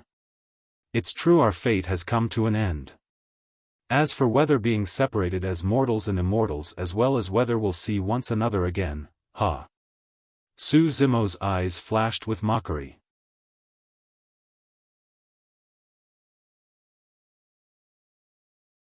Chapter 188, Breaking into the Palace. Chapter 188, Breaking into the Palace. Su Zimo did not leave immediately. He planned to stay in the palace for a few days and accompany his brother. After all, he did not know when he would be back next time. Demoness G did not leave either and stayed in the palace alongside Su Zimo. She merely took occasional walks outside and came over to tease Su Zimo when she had nothing to do. As the king of Yen, Su Hong would naturally not reside in the back palace all the time. Every day, he would take time to evaluate the memorials in the imperial court. In that period of time, Su Zimo would sit in his house quietly, raising his cultivation and starting on the organ's refinement section while studying the various bloodline spirit arts he obtained in the stone coffin as well as the Buddha bead. Before leaving Ethereal Peak, Su Zimo's cultivation was already at the peak of early-stage foundation establishment. After the fight at the inheritance ground and obtaining a huge chunk of bloodline essence from that mysterious skeleton, Su Zimo broke through to mid-stage foundation establishment within a couple of days naturally. His bloodline was extraordinary to begin with and he had already reached the legendary Tsunami blood realm. As such, it was comparatively easier for him to cultivate the bloodline spirit arts. However, he had no clue how to go about the organ's refinement section. He would think about it occasionally but put it aside when he could not find anything. During that period of time, Su Zimo's greatest focus was still on that mysterious Buddha bead. It was clear that there was a powerful secret skill hidden within the Buddha bead, Fiend Suppression seal. Each time Su Zimo looked at the Buddha bead, he would fall into the illusion and experience the power of that golden palm descending from the skies to crush the demon and mountain of corpses with the hand seal. He constantly pondered and tried to figure out every single detail. This day, a group of Foundation establishment cultivators arrived at the capital of Yan country, led by a man and woman, Su Yu and Shenmengqi. Junior sister, if you want me to say it, let's openly barge into the palace and bring the king of Yan out. After asking about news of junior brother Zhou, we can seek revenge. How about that? Su Yu asked for Shenmengqi's opinion with a smile. Shenmengqi frowned and shook her head. I don't wish to see those old friends, so I won't be going with you guys. Su Yu rolled his eyes and nodded. That's true. Given our status, we'll be elevating the king of Yan's status if we go and look for him at his place. Junior brothers Liang Hao and Lu Hongyi, please bring our fellow sect mates to the palace and invite that king of Yan over. Su Yu placed emphasis on the word invite. His intentions were clear, he wanted Su Hong to suffer. Two iridescent clouds palace cultivators stood up and cupped their fists. Don't worry, senior brother Su. Leave it to us. Su Yu nodded. Liang Hao and Lu Hongyi were both late-stage Foundation establishment cultivators. In the capital of Yan country, they were absolutely domineering existences. Furthermore, they carried the badge of Iridescent Cloud's palace on their waist. Which idiot would dare provoke them? Su Yu, Shenmengqi and Shen Nan looked for a random inn and moved in, waiting for Liang Hao and Lu Hongyi to bring the king of Yan over. Shen Nan was the most excited among them. In the 2 years since Su Hong was conferred king, he had been on tenterhooks, afraid that the Su family would seek revenge on him one day. Now, he no longer had to be afraid. After Su Hong's court session of the day, he headed for the back palace.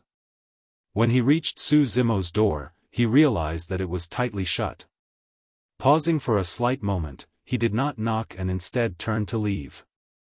He gathered that Su Zimo was probably in seclusion and did not disturb the latter. Upon returning to his chamber, Su Hong continued to read the account memorials. Not long after, there was a sudden commotion outside the door. Who's there? Ah! Sounds of fighting and screaming could be heard vaguely. It was as if someone had barged into the palace and headed straight for the chamber. Oh! Su Hong frowned, his expression calm and composed. Lu Yu and Yuchihua exchanged glances and quickly stood in front of Su Hong, whispering, "Young master, leave from the back." Song Qi stood up and retrieved a flying sword from his storage bag. He shook his head with a solemn expression. It's most likely too late to leave. Snap! Just as he said that, the door to the chamber was smashed apart by a tremendous force. More than 10 cultivators barged in with large strides, their heads reared with an imposing aura. Song Qi looked at them and could not help but feel shocked, his breathing stagnated. Foundation establishment cultivators. There were more than 10 cultivators, all of them Foundation establishment cultivators. The 2 people leading them were even at late-stage Foundation establishment. The power they possessed was almost enough to destroy a vassal state. When did Yan country offend such a faction? Song Qi's thoughts raced and he pondered, it makes no sense. We rarely have any interaction with cultivators, so we couldn't have offended these people. His gaze landed on the badge on the waist of the Foundation establishment cultivators. Iridescent Cloud's Palace. One of the 5 major sects, Iridescent Cloud's Palace. This was big. Song Qi forced himself to remain calm as he revealed a smile and said in a deep voice, "Fellow seniors of Iridescent Cloud's Palace who have come to visit the capital, please forgive us for being impolite and failing to welcome all of you." Liang Hao did not even bother to look at Song Qi. His head was raised, his nostrils facing the skies as he looked around. Finally, his gaze landed on Su Hong in the middle as he asked with raised brows, "You're the king of Yan, Su Hong?" "I am." Su Hong stood up slowly with a calm expression. He pushed Lu Yu and Yuchihua aside, facing Liang Hao and the rest directly. "Fu." Lu Hongyi's lips curled into a cynical smile. He laughed lightly. "The ignorant are truly fearless. You can stay calm now, but I wonder if you'll roll in your pee out of fear later on. May I know why you guys have barged into the palace of Yen country? Su Hong's tone was calm and composed, neither overbearing nor servile. Why? Liang Hao's expression darkened and he suddenly shouted, Su Hong, how bold of you! Kneel down when you see immortals of the iridescent cloud's palace. His voice was deafening, reverberating in the chamber strongly. It was as if there was really an immortal looking down on all life and questioning loudly. Mortals aside, even Song Qi's expression was slightly pale. His chest felt stuffy and his heart raced.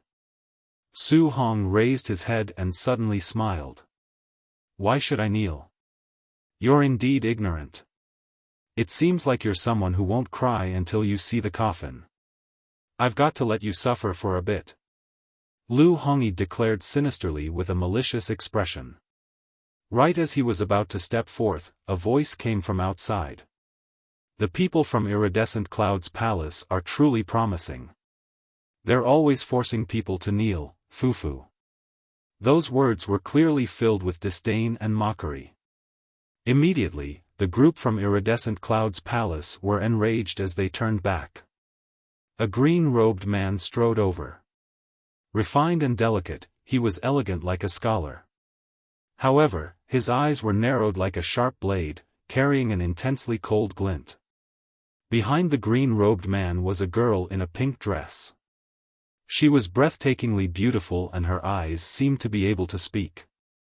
Every glance of hers caused waves of light to swirl around her, fluttering the hearts of the many cultivators present as well.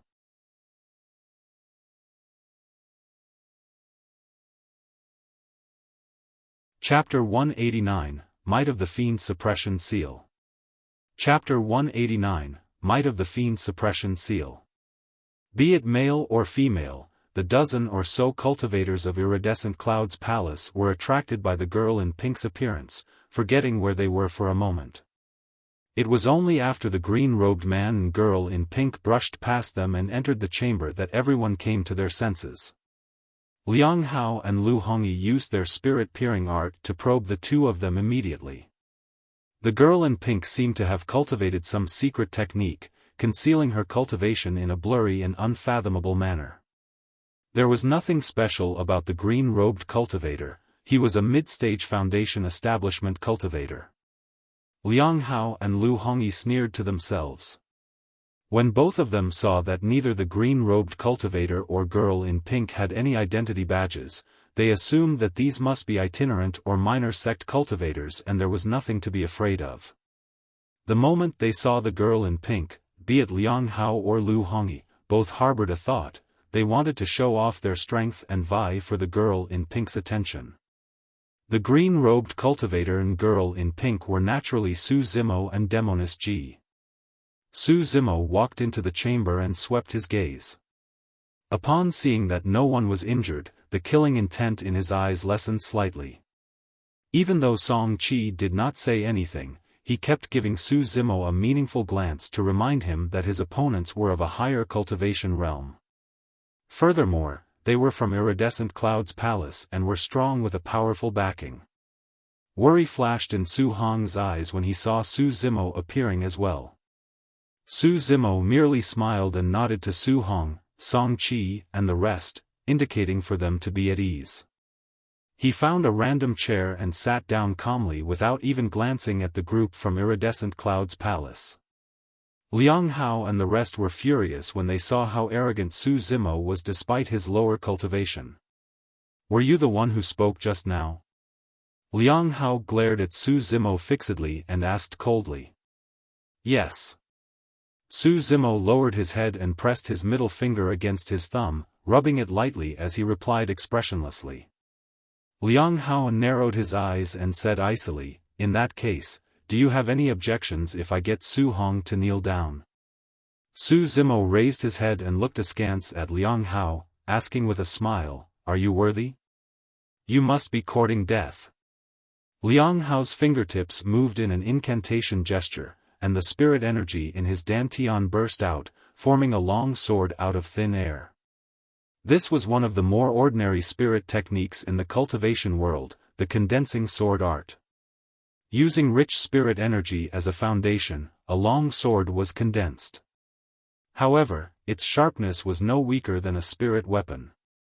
Furthermore, its aura was terrifying and emitted a suppressive force.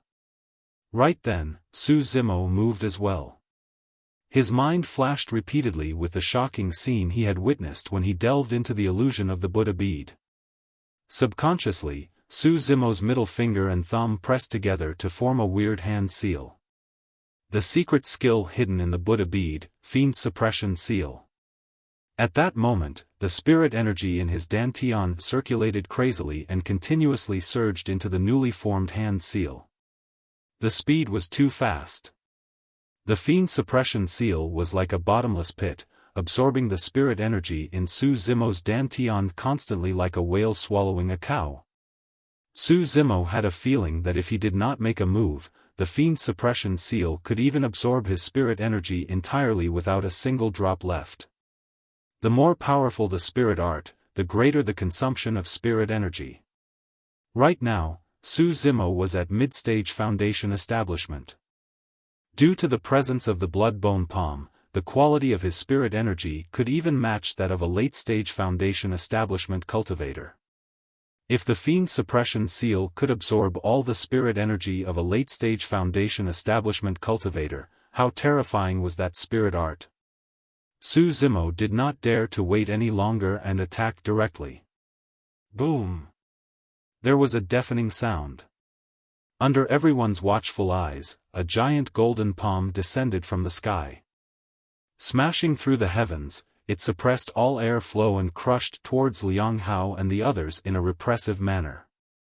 At that moment, even those who were not involved felt a sense of trepidation. Pust! Song Qi gasped as his heart trembled. Even though the strike was not aimed at him, he could still feel a suffocating pressure. Demoness Ji watched with an open mouth and widened eyes in disbelief. As the pure maiden of the Fiend sects, she naturally had a sharp eye. The power of this spirit art before her was far beyond her imagination. Ethereal peak aside, even the Fiend sects that had survived through the ancient times did not have many spirit arts of this level. Liang Hao and Lu Hongyi, who were situated beneath the Fiend Suppression seal, were horrified.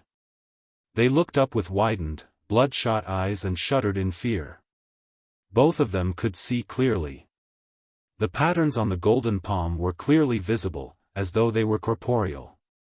It was as if the divine god's palm carried with it a supreme might as it came crushing down, seeking to destroy all living things. Everyone, help me! The Fiend Suppression seal descended extremely quickly and encompassed a large area. Liang Hao did not have time to dodge and could only roar loudly. Beside him, Lu Hongyi was also the first to bear the brunt. At that moment, the two of them had an illusion. They did not seem to be facing a mid-stage foundation establishment cultivator. Instead, it was a perfected foundation establishment cultivator who had unlocked multiple meridians. Liang Hao did not even have time to stab at Su Zimo using the spirit sword he had just conjured. He could only use all his strength to stab at the golden palm above him. Kill! On the other side, Lu Hongyi also burst out with a spirit art. A huge mirror covered the both of their heads, glistening with a watery surface as though it could withstand all power. Even though the remaining 10 iridescent clouds palace cultivators were not enveloped by the golden hand seal, they hurriedly rendered their assistance seeing their two senior brothers in need. Instantly, flying swords with cold auras intertwined with one another as spirit arts were released. There was only one goal, the descending golden hand seal. Snap! Liang Hao's spirit sword was the first to snap.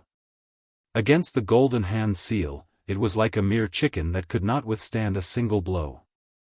Bang! Bang! Bang! Clang! Clang!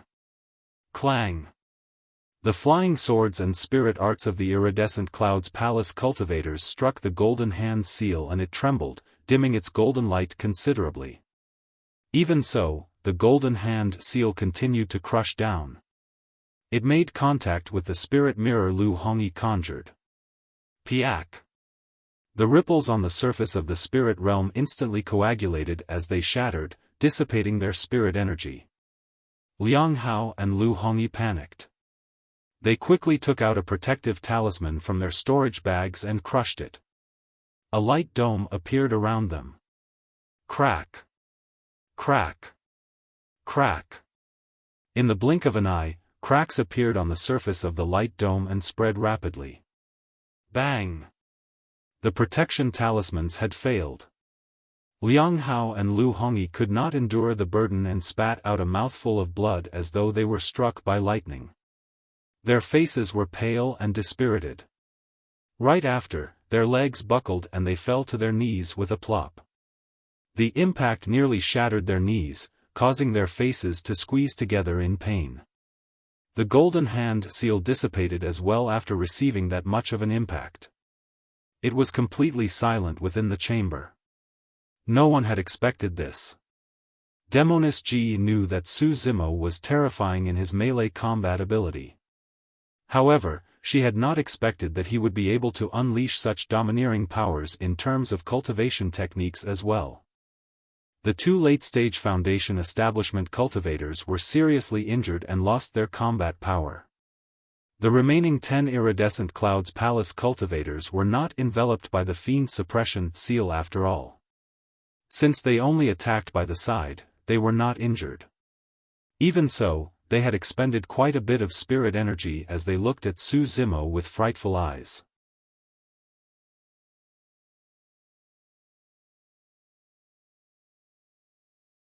Chapter 190, Get Over Here Yourself. Chapter 190, Get Over Here Yourself.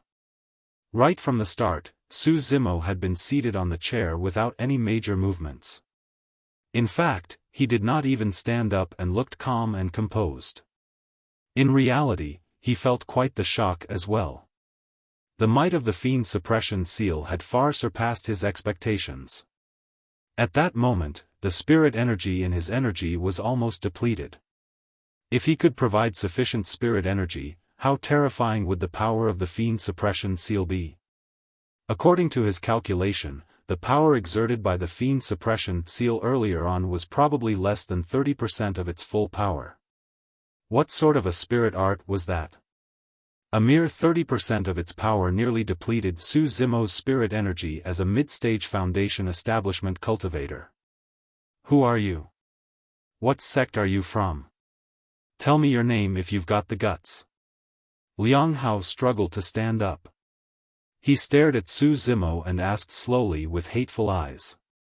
Who allowed you to get up? Su Zimo's gaze turned cold and he casually flicked the teacup on the table. How strong was Su Zimo's physical strength? Even a casual strike of his was not to be underestimated. Furthermore, Liang Hao was already severely injured. Shoo! The teacup tore through the air. Before Liang Hao could react, the teacup smashed onto his knee with a loud bang. Instantly, the teacup shattered into pieces. Liang Hao was just about to get up when he was forced to kneel after such a heavy blow once more. Ah! He cried out in pain and cold sweat trickled down his forehead in the blink of an eye. At the side, Lu Hongyi was about to get up as well. However, the scene scared him so much that he shivered and continued kneeling on the ground obediently with a lowered head, not daring to mutter a word. The situation was pressuring. At a time like this, being stubborn was only asking for trouble. Even though there were 10 Foundation establishment cultivators from Iridescent Cloud's palace remaining, all of them were stunned by Su Zimo. How would any of them dare to make a move? The 10 Iridescent Cloud's palace cultivators exchanged glances and tacitly retreated. The matter before them could only be handled by senior brother Su Yu and senior sister Shenmengqi. It was useless for them to stay here. This is not over yet. All of you, stay here. Su Zimo sat on his original spot with no intention of getting up. Even though his tone was calm, it carried an unquestionable strength. Hurry, let's go. Someone shouted loudly and summoned a flying sword, running outside without looking back. Su Zimo pointed forward and hollered softly, "Instant thunder." Snap! Accompanied by a deafening roar, a thunderbolt as thick as an adult's arm suddenly descended and shot down in the middle of the iridescent cloud's palace cultivators in a dazzling manner. The dense thunderbolts quickly spread out and crackled. Thunder art was the most offensive of all spirit arts. Coupled with the fact that Su Zimo had cultivated the ancient Void Thunder manual, the power of thunder in his bloodline was extremely strong. Of the remaining 10 people, 4 were at mid-stage while 6 were at early-stage foundation establishment, how could any of them withstand the might of thunder? Ah! Ah! Ah! Tragic cries could be heard from the crowd. The 6 early-stage foundation establishment cultivators were instantly electrocuted and charred. Green smoke billowed from their bodies as they fell to the ground. The 4 mid-stage foundation establishment cultivators were also covered in dirt. Although they had barely managed to withstand the blow, they were severely injured with blood oozing from the sides of their mouths. All their hairs turned charred and curly from the shock. Su Hong, Song Qi and the others were long dumbfounded by what they saw. How could they have expected that his younger brother, the second young master of the Su family, would be so powerful in just 2 years? Fellow Daoist, you better not go too far. Lu Hongyi gulped and mustered his courage to declare. Interesting. Su Zimo smiled.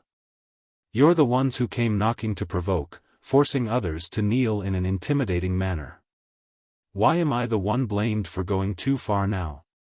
He, don't you get arrogant now. Liang Hao endured the pain in his knees and said sinisterly, "Punk, my senior brother and sister are in the capital now.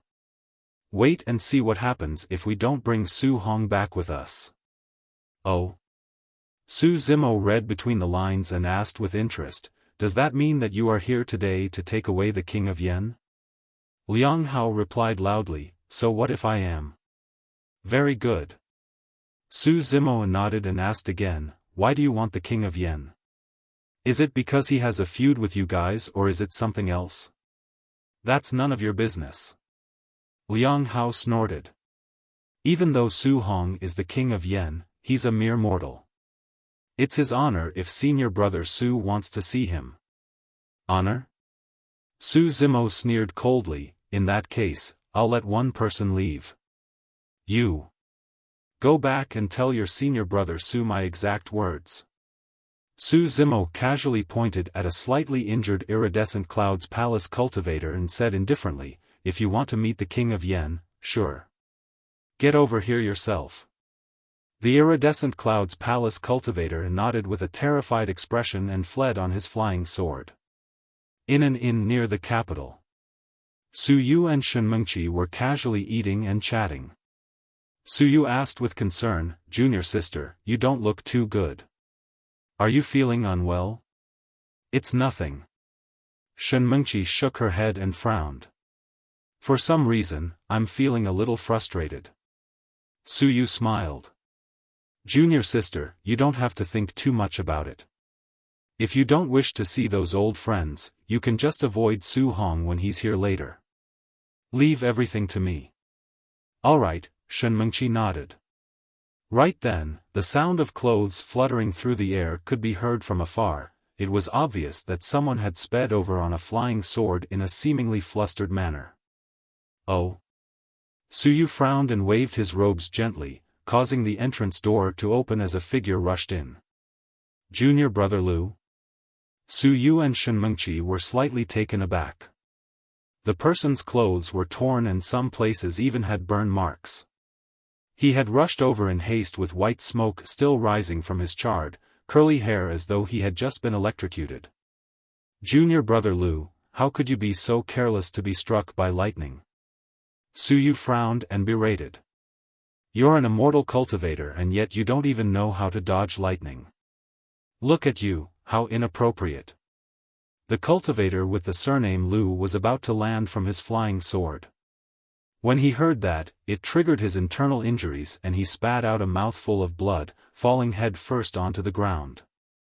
Su Yu went forward and helped him up. "Oh? His expression changed, he could sense the fluctuations of a spirit art from this person's body. Your injuries were caused by a thunder art? Suyu asked with furrowed brows. Lu finally managed to catch his breath and nodded. Senior brother Su, something has happened. He quickly recounted what happened in the palace, even relating Su Zimo's statement word for word. Humph, what big words. A mere mid-stage foundation establishment cultivator and he dares to get so cocky with me? Suyu's expression darkened as he asked, what's his name? What sect does he belong to? I don't know. Lu shook his head.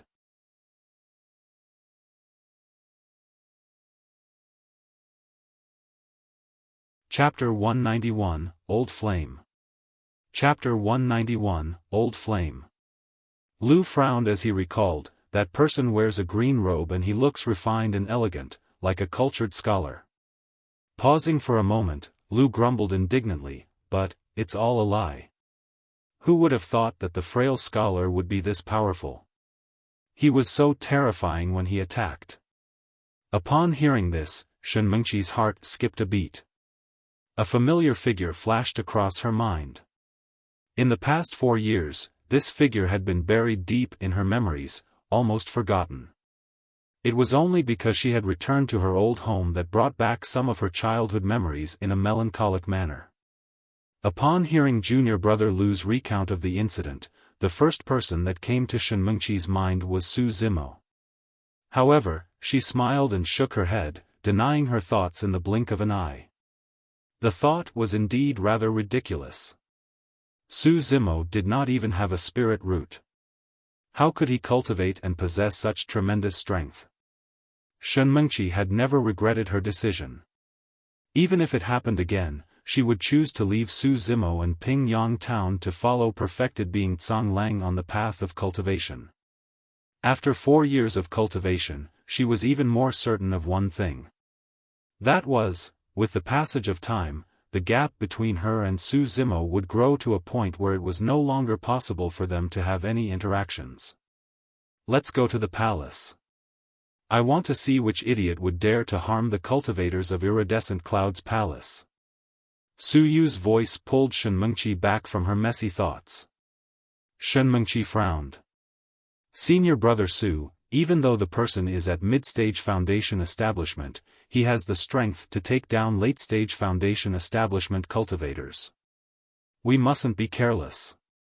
I see. Suyu smiled.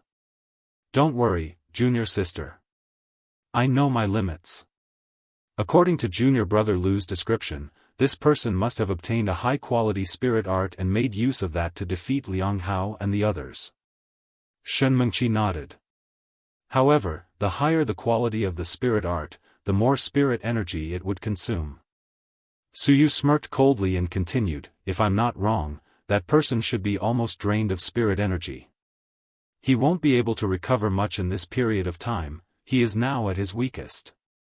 Senior brother Su, senior sister Shen, let's not delay any further and move now. I see. 3 rays of sword light rose into the air as Shenmengqi carried Shen Nan and sped towards the palace with Su Yu and Lu. Before long, the 4 of them arrived at the entrance of the King of Yan's chamber. The door was open. From the outside, they saw Liang Hao, Lu Hongyi and the other Iridescent Cloud's palace cultivators kneeling on the ground in a dejected manner. As the 4 of them were looking down from their flying swords, they could not see who else was inside the chamber. Withdrawing their flying swords, Su Yu and the others descended at the entrance of the chamber and looked inside. At first glance, the 4 of them saw a mature man sitting in the middle of the room. Even though he was only middle-aged, he had a head of white hair. Of course, the most prominent thing about the man was a slanted scar on his face. It was terrifyingly ferocious, almost splitting his entire face into 2. Upon seeing Su Hong, Shenmengqi felt a little emotional. She naturally knew him although she did not have a deep impression. Even though this person before her was already the king of a country with considerable power, compared to her, he was nothing in terms of status and strength. When Su Hong saw Shen Mengqi, he was slightly stunned. The Shen family girl? After 4 years, he could barely recognize the gentle and simple girl from back then. Shen Mengqi exuded a clear, cold aura that kept people at arm's length.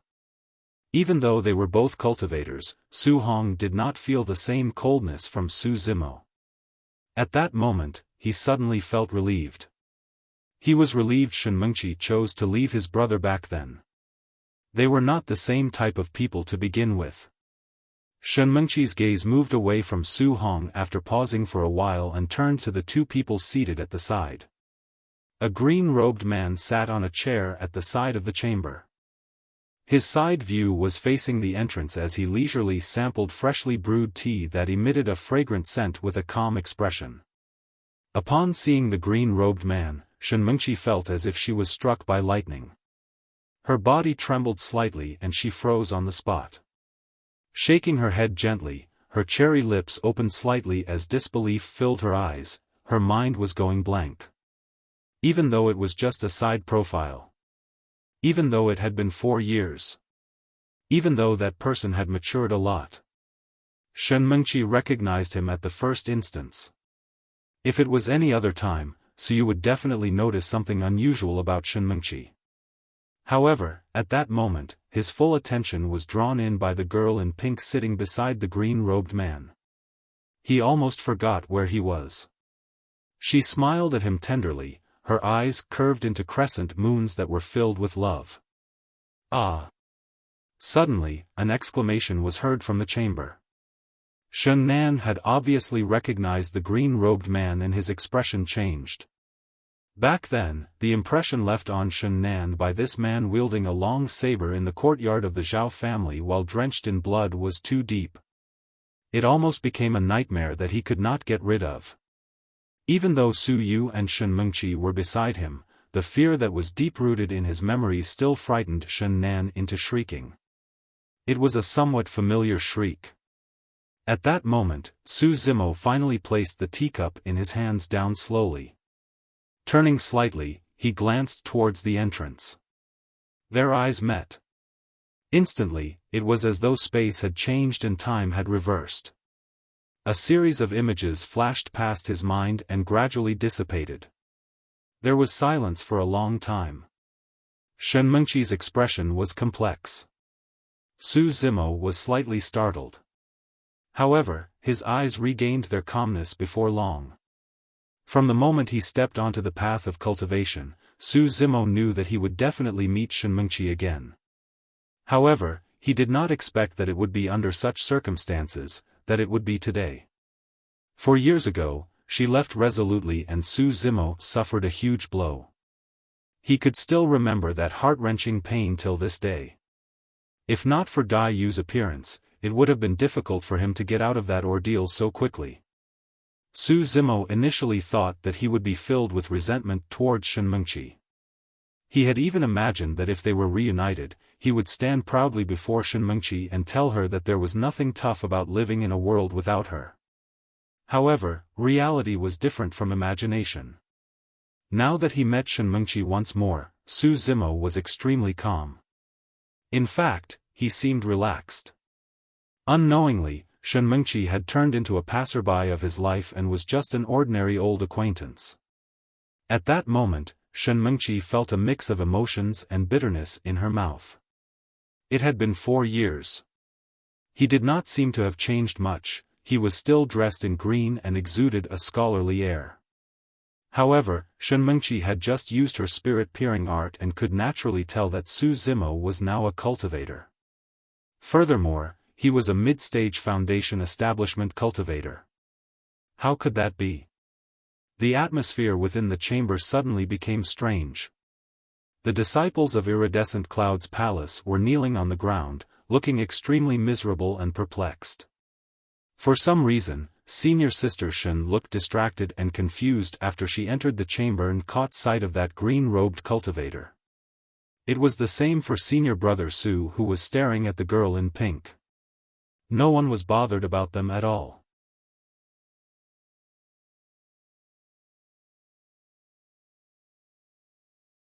Chapter 192, That's Quieter Now.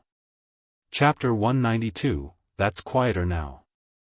Even though Su Zimo looked calm and composed without much emotion, Demoness G noticed something unusual nevertheless. A weird glint flickered in her eyes, but she said nothing. Su Zimo tapped his fingers on the table and attracted everyone's attention. He then said slowly, "Tell me, why are you looking for my elder brother?" There was no greeting nor pleasantry as Su Zimo went straight to the point of questioning. A flash of panic appeared in Shenmengqi's eyes as she was suddenly at a loss of what to do. Su Zimo's gaze turned to Shen Nan, who was cowering at the side. Raising his brows slightly, he asked, "You're here for revenge?" That gaze of Su Zimo sent Shen Nan shivering as he shook his head like a rattle drum.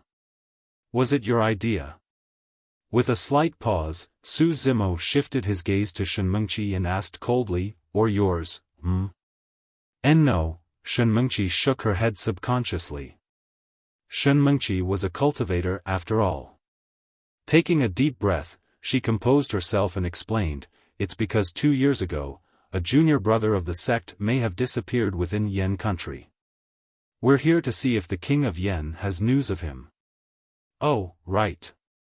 You know the missing person too. We're all from Pingyang town, he is Zhou." Suddenly, Shenmengqi paused. Looking at Su Zimo, she seemed to know something. Prior to this, she had not considered that Su Zimo might have something to do with Zhou Dingyun's disappearance. But if Su Zimo was a mid-stage Foundation establishment cultivator now, he should have been a cultivator 2 years ago as well. In addition, Su Zimo and Zhou Dingyun had a feud to begin with. The truth was revealed. 2 years ago, Zhou Dingyun returned to Pingyang town to cause trouble for Su Zimo. Unexpectedly, he was killed by the latter, who wiped away all traces. Shenmengqi's speculation was similar to the truth. It was just that Su Zimo was not a cultivator 2 years ago, he merely possessed the capability to kill Zhou Dingyun as well. With that, Shenmengqi had already calmed down. Su Zimo had become a cultivator just like her.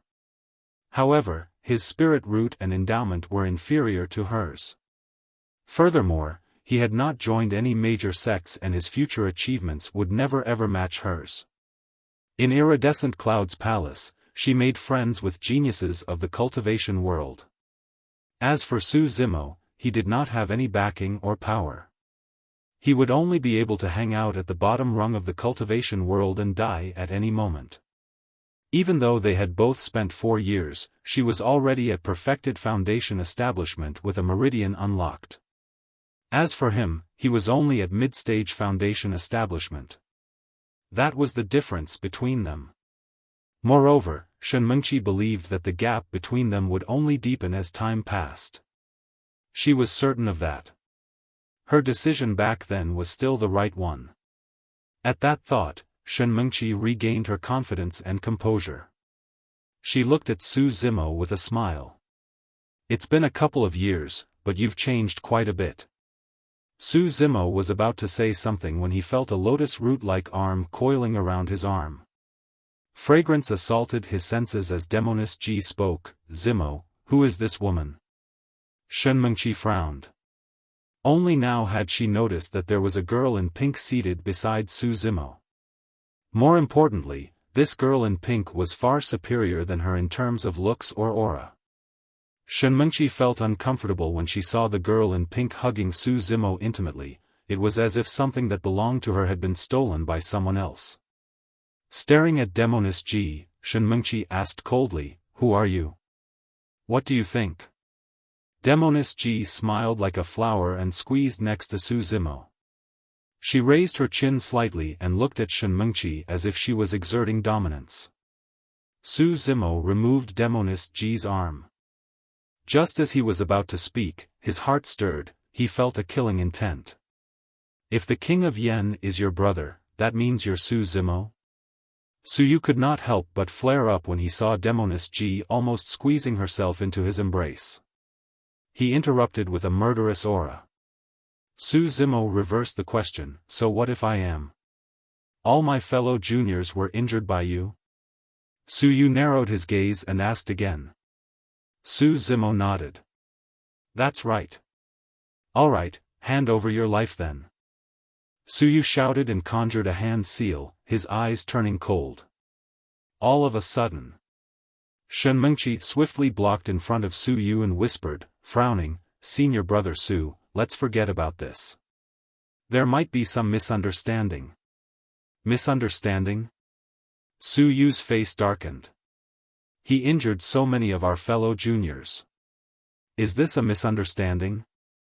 If it was in the past, Su Yu would not object to anything Shen Mengqi said. But now, he was completely charmed by Demoness Ji. He only knew that killing the green-robed cultivator before him was the only way he could obtain Demoness Ji's body and heart. Shen Mengqi pursed her lips. I'll get him to apologize to you and our fellow juniors now. Please let him off this once, senior brother. With that, Shen Mengqi turned to Su Zimo and said in a low voice, What are you waiting for? Come over and apologize. Su Zimo suddenly laughed, his eyes filled with mockery. You were the ones who came to provoke and cause me trouble. Why should I apologize? Shen Mengqi frowned and glared at Su Zimo, hollering softly, Su Zimo, don't be ungrateful. I'm trying to save you. Oh. Su Zimo did not stop smiling. Shen Mengqi said, Do you know of the 5 major sects? Do you know of Iridescent Cloud's palace?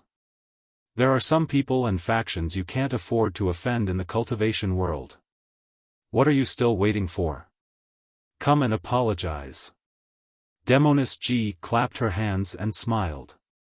Sister, you're truly right about that.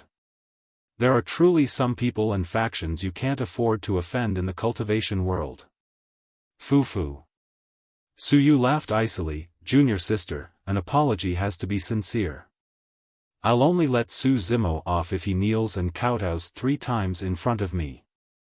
In Su Yu's opinion, humiliating Su Zimo in front of the girl in pink might produce an even better effect than killing him.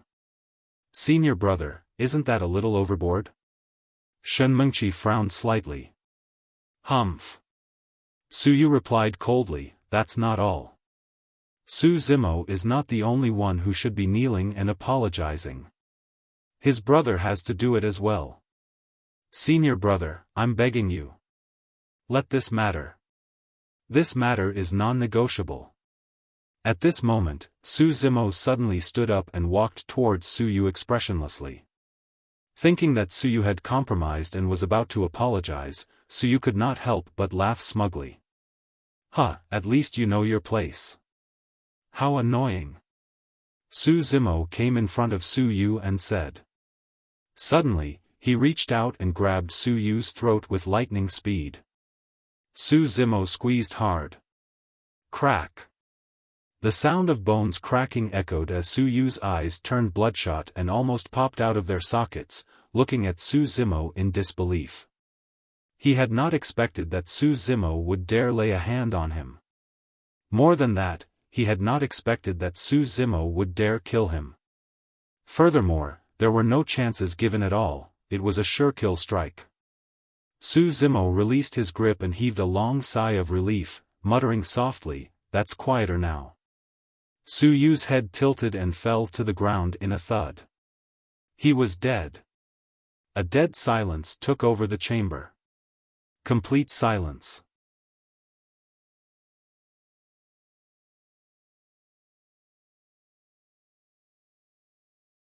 Chapter 193, Pay with Blood. Chapter 193, Pay with Blood. Liang Hao, Lu Hongyi and the other Iridescent Cloud's palace cultivators knelt on the ground in shivers. They looked at Su Zimo with fear as sweat filled their palms. Shen Mengqi stood rooted to the spot and stared blankly at Su Yu, who died with grievances on the ground with disbelief in her eyes. Everything had happened too suddenly and Shen Mengqi's head felt as though it had exploded, buzzing chaotically. Su Zimo, how dare he? Is he crazy? Did he not think about the consequences? Demoness Ji narrowed her gaze and licked her lips. To be fair, she was the most calm of the people present. Even though she had not known Su Zimo for long, she could vaguely understand his temperament. This was a man who looked weak on the outside but had a tiger in his heart, decisive to kill. The moment he made a move, he was like a thunderbolt that would not give anyone a chance to breathe. Even the Fiend heir of malevolent Earth sect was killed by him, let alone a mere cultivator of iridescent clouds palace who was yapping incessantly without fear. Su Zimo, do you know what you're doing? Do you know how much trouble you've caused? Shenmengqi glared at Su Zimo, looking agitated as she questioned loudly. Su Zimo smiled nonchalantly. That made Shenmengqi even angrier. She clenched her fists and shouted, I didn't expect you to still be so immature after 4 years. You're a cultivator. Even if you can escape, have you ever thought about your brother who will still be in the capital of Yen country? Have you considered that you would implicate your family? Su Zimo glanced sideways and waved his sleeves. A golden silk cloth floated over from the table in front of Su Hong. It emitted a faint authority as if the emperor had descended and was inspecting the world. The imperial edict. Shenmengqi and the others recognized the origin of that golden silk cloth immediately and were shocked. The status of the emperor of Great Zhou was much higher than theirs. Su Zimo replied indifferently, my brother has the imperial edict with him. Anyone who dares goes against him is going against the Great Zhou dynasty, making an enemy of the emperor. Everyone from Iridescent Cloud's palace fell silent. Furthermore, grudges of the cultivation world should not implicate mortals. Pausing for a moment, Su Zimo swept his gaze across everyone from Iridescent Cloud's palace and finally fixed it on Shenmengqi, saying slowly, whoever dares lay a hand on my brother and break the rules first, I'm sorry. I'll have them pay with blood. As soon as he finished speaking, a torrential murderous aura burst out from Su Zimo's body, almost materializing. It caused everyone's hearts to tremble. The temperature in the chamber plummeted. Liang Hao and the others trembled. They quickly avoided Su Zimo's gaze, not daring to look him in the eye. In Shenmengqi's eyes, Su Zimo had suddenly become an extremely unfamiliar person, someone that she did not know at all. This wasn't a frail scholar. This was clearly a fiend celestial from hell, a bloodthirsty and violent ancient demon.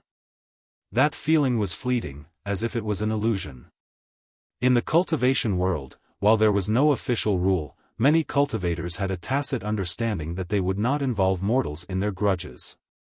Shenmengqi took a deep breath and composed herself before continuing, all right, even if your brother is safe, you'll have to account for killing a disciple of Iridescent Cloud's palace.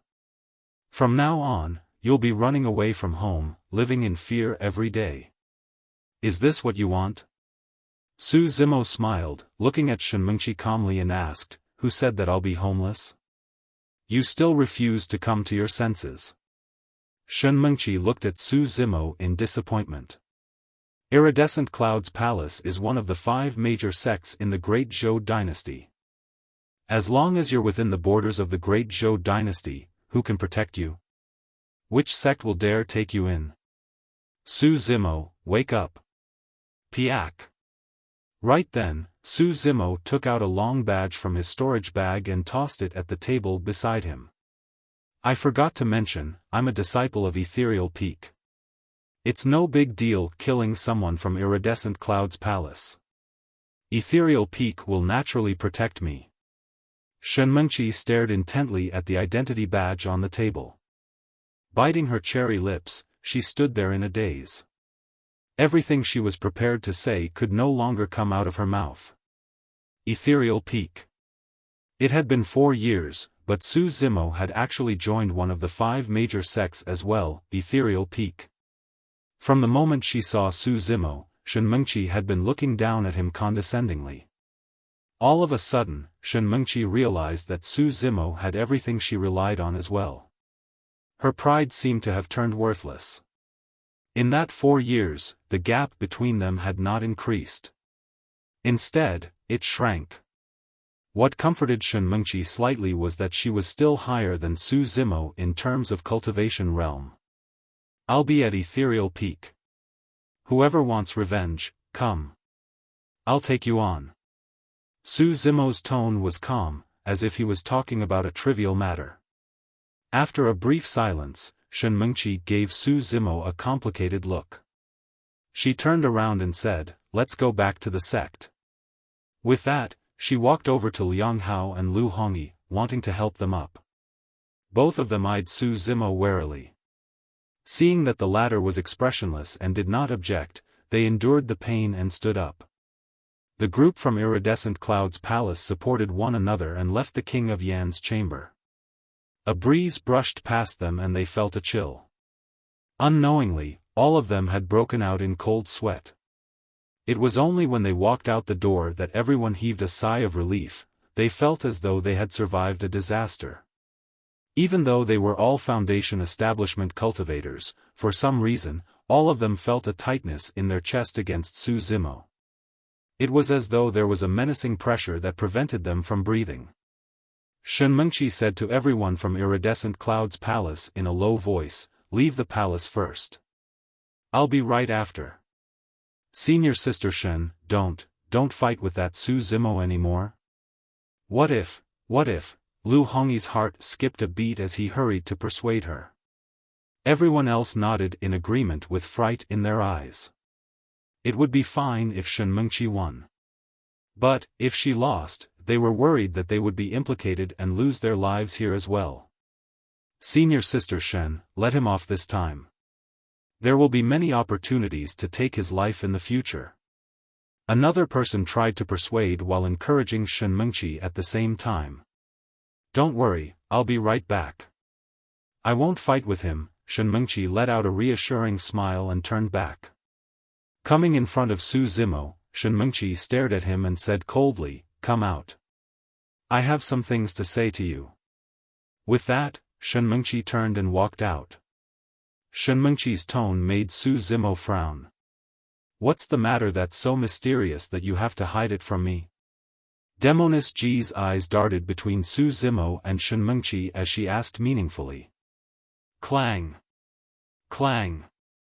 Right then, Su Zimo knocked his fingers on the table. "If you have anything, you can say it here." Su Zimo did not get up as he lowered his eyes and said calmly. Shen Mengqi stopped in her tracks, back facing Su Zimo. Her expression changed continuously as she grit her teeth and turned around slowly.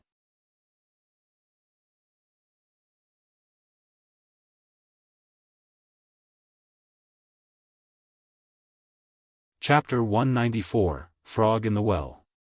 Chapter 194, Frog in the Well. Shen Mengqi said, "Thank you for not being calculative with my brother and sparing his life." Su Zimo replied, "Thank you for your reminder back then.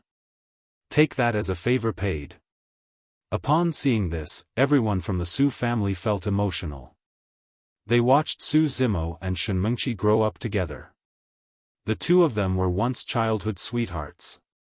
After seeing one another 4 years later, there was no joyful reunion nor deliberate avoidance. It was merely a polite exchange of indifferent thanks. Of course, Shen Mengqi was the only one who understood the meaning of their conversation. Everyone else was confused and did not know what was going on. Before they parted 4 years ago, Shen Mengqi caught up with Su Zimo and said something.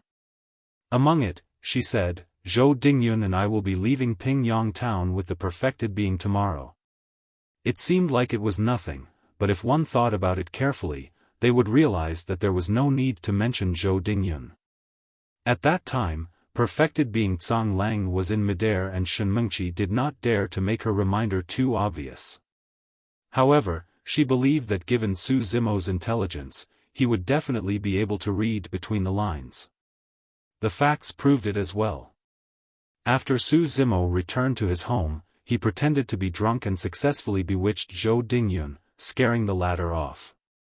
Of course, even without Shen Mengqi's reminder, Zhou Dingyun might not have succeeded with Dai Yu around.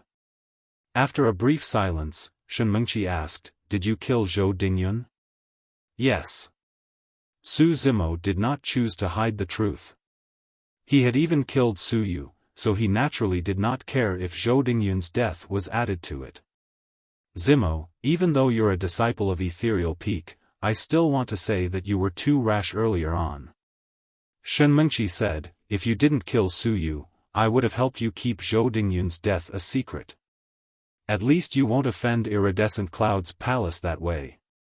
Now that you've killed Su Yu in front of everyone, I can't help you hide this secret even if I wanted to. Why should you hide it? Su Zimo asked. Huh? Shen Mengqi was momentarily stunned. He replied indifferently, if I wanted to hide it, the simplest method would be to kill all of you. Shen Mengqi's heart skipped a beat. From Su Zimo's gaze, she had a feeling that he wasn't joking about it. Su Zimo continued, if I didn't kill you guys, it meant that I have no intention to hide it. So naturally, I'm not afraid of offending Iridescent Cloud's palace. A killing intent flashed through Su Zimo's eyes at the thought of perfected being Zhanglang. Furthermore, I've already offended Iridescent Cloud's palace before. Upon hearing this, Shen Mengqi's heart skipped a beat. She seemed to have recalled something and frowned. Shen Mengqi, are you still thinking of taking revenge on my master? Oh. Perfected being Zhanglang is your master? Su Zimo smiled faintly and said sarcastically, how unlucky. Go back and tell him to live his life well. One day, I'll personally take his life. Su Zimo, that's enough. Shen Mengqi was a little agitated and questioned lightly, you want to kill my master just because of a horse? A horse? Su Zimo stood up slowly. His eyes flickered coldly and a murderous aura emitted from him through just that simple motion. Arriving before Shen Mengqi, Su Zimo stared at her with a piercing gaze that was sharp as knives.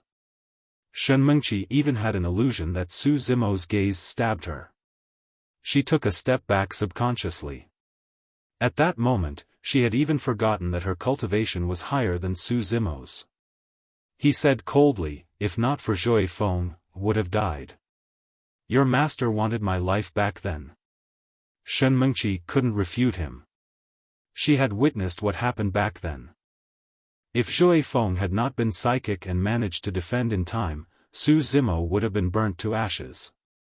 Shen Mengqi took a deep breath and raised her head, looking straight in Su Zimo's eyes. After 4 years, you're still arrogant and ignorant as ever. You overestimate your abilities. What right do you have to take revenge on my master as a Foundation establishment cultivator? Yes, you will grow stronger and raise your cultivation with the passage of time. However, master will not remain stagnant either. He will grow stronger too. You will never be able to catch up to him and take revenge. Pausing for a moment, Shen Mengqi scoffed coldly, also, I didn't attack you just now because I'm weaker than you. It's because I didn't want to fight you for old time's sake, but don't push your luck. Do you think that you have the strength to defeat me, a perfected Foundation establishment, just because you killed senior brother Su with a sneak attack? Su Zimo looked at Shen Mengqi calmly. At this distance, he had 100 ways to defeat Shen Mengqi. Sadly, those who were ignorant would never ever know of their ignorance. As though she hadn't had enough, Shen Mengqi continued, Su Zimo, there are too many geniuses in the cultivation world and there are tons of people stronger than you. You are nothing at all. With your cultivation, you're not even qualified to take part in the Great Zhou Dynasty's sect competition. That is a grand event in the cultivation world where the top geniuses of the Foundation establishment realm will meet and spar. Upon hearing that, Demoness Ji could no longer contain her laughter and interrupted Shen Mengqi. What are you laughing at? Shen Mengqi asked coldly. Demoness Ji ignored her and looked around as though she was looking for something, muttering, huh? I thought I heard a frog in the well croaking. How annoying. Shen Mengqi's face darkened. She placed her hand on her storage bag and remarked icily, who are you calling a frog in the well? Noticing Shen Mengqi's movement, Demoness Ji smiled.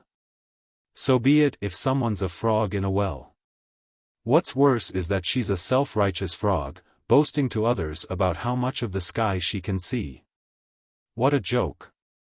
All right. Shenmengqi harumphed coldly. Let me show you the methods of a frog in the well. As soon as she finished speaking, Shenmengqi used her left hand to conjure a seal and slapped her storage bag with her right, causing a flying sword to land in her palm.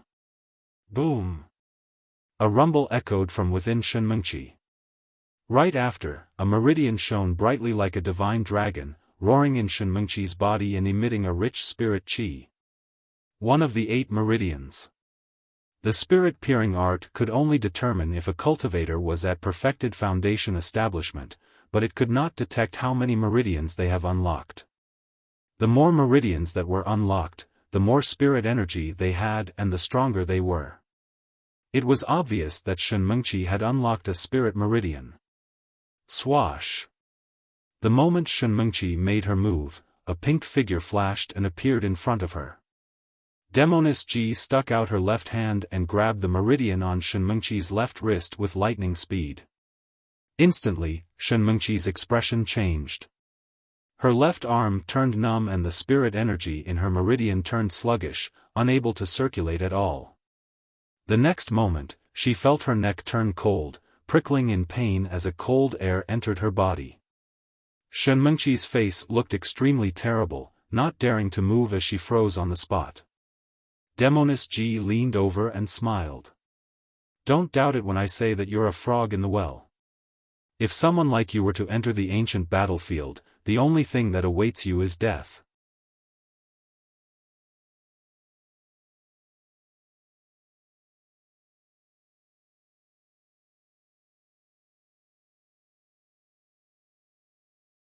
Chapter 195, Ancient Battlefield.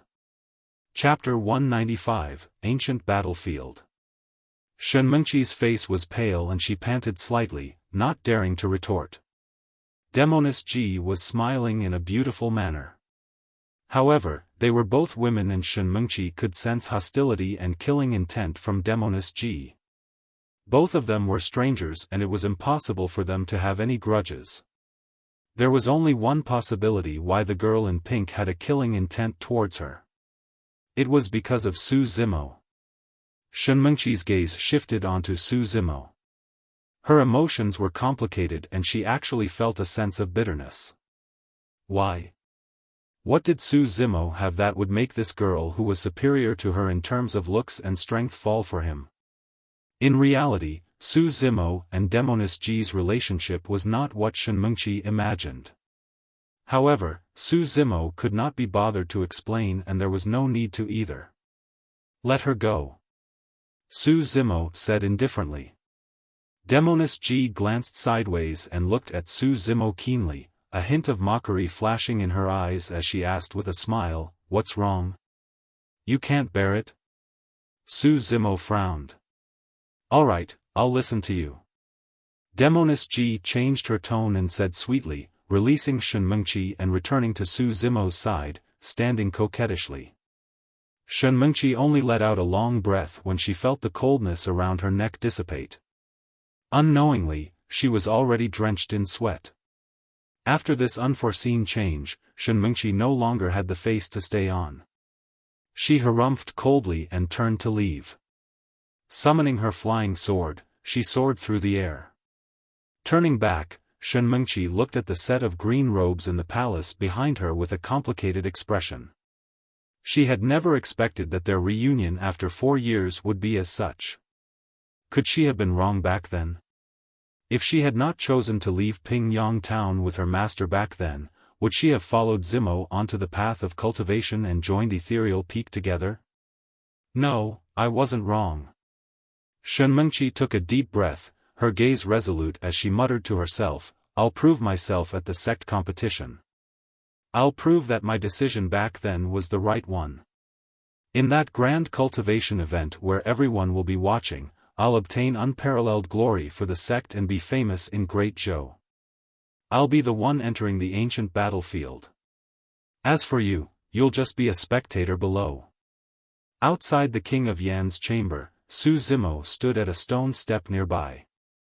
Hands behind his back, he stood against the wind as it lifted his black hair gently.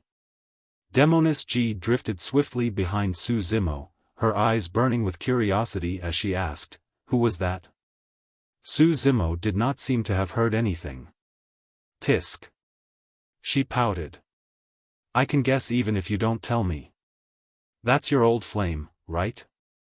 Su Zimo's expression changed and he glanced sideways at Demoness G. "What I'm most curious about now is why she chose to leave you back then." Demoness G was puzzled. She held her chin with her hand and frowned. "At least among the younger generation, you're already very powerful. I don't think Iridescent Cloud's palace has anyone that can surpass you. Why did that woman choose to leave you? Isn't that a stupid decision?" "I was quite ordinary back then," Su Zimo replied. "I don't believe you." Demoness G shook her head. "She must have bad taste." Pausing for a moment, Demoness G smiled smugly. "However, that makes me look even more formidable. I picked you right away with my sharp wisdom, hee. Su Zimo did not laugh. Instead, he asked, "You've followed me for so long. What exactly do you want? Perhaps you haven't realized it yourself, but your personality is closer to that of a fiend's."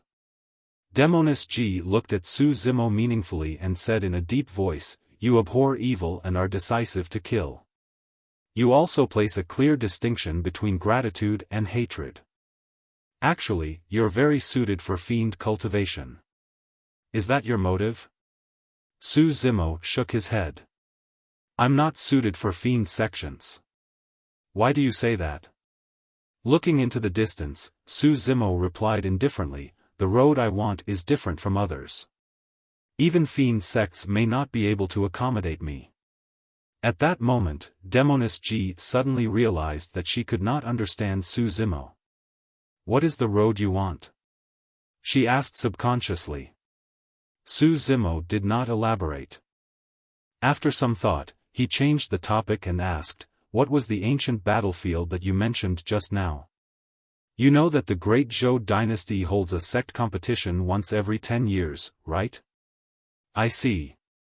Su Zimo nodded. Ji Yaoshue had mentioned this 2 years earlier. It was a grand event for the Great Zhou dynasty where all major and minor sects will gather and spar. Their realms were limited to those below Golden Core. This was a battle between Foundation establishment cultivators. There would be 4 ranking lists for spirit, talismans, elixirs and weapon with only the top 10 of each. The competition was intense. However, it also meant that this was the best opportunity for one to make a name for themselves. Furthermore, the Great Zhou dynasty would reward the cultivators on the ranking lists handsomely. It was also said that there would be additional mystery rewards. Demoness G continued, "Actually, the mysterious reward is for one to enter the ancient battlefield and cultivate for a year within." "Cultivate for a year?" Su Zimo frowned slightly. Demoness G laughed. "Don't underestimate that 1 year.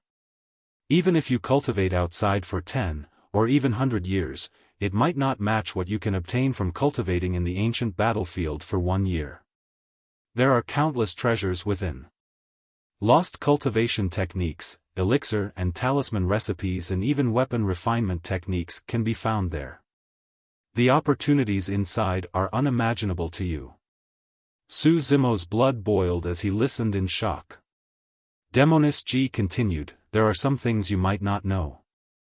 Back then, the founder master of True Fire sect obtained a long-lost flame's secret skill in the ancient battlefield. He then established True Fire sect which turned into one of the 5 major sects in the Great Zhou dynasty. Of Ethereal Peak's 3 secret skills, one of them was obtained from the ancient battlefield as well. It's not an overstatement to say that all geniuses of Tianhuang mainland would have to venture to that place. However, only paragons will be able to return alive. If you die within." Su Zimo's heart skipped a beat as he recalled that terrifying expert of Ethereal Peak. That person mentioned at the Void Thunder Manual was obtained from an ancient ruin. A question suddenly flashed through Su Zimo's mind and he asked, since the ancient battlefield is so great, why aren't golden cores or even nascent souls sent there? Wouldn't that mean a greater chance of obtaining treasures and inheritance opportunities? Demoness G explained, actually, every ancient battlefield was left behind by the ancient era and it forms its own dimension. In the most elementary ancient battlefield, only Foundation establishment cultivators can be sent inside. Furthermore, it would even require many void reversion Dao beings to combine forces in breaking through the dimensional barriers. Given the strength of the Great Zhou dynasty, only dozens of Foundation establishment cultivators can be teleported at best. That's the reason why we have the sect competition. Su Zimo pondered deeply. Does that mean that only golden cores are allowed in the intermediate ancient battlefield? I see. Demoness G nodded. However, there's no one in the Great Zhou dynasty that has the power to send golden cores into the intermediate ancient battlefield. Think about it. If you require the combined forces of many void reversion Dao beings to break the dimensional barrier of the elementary ancient battlefield, what sort of cultivators do you need for the intermediate ancient battlefield?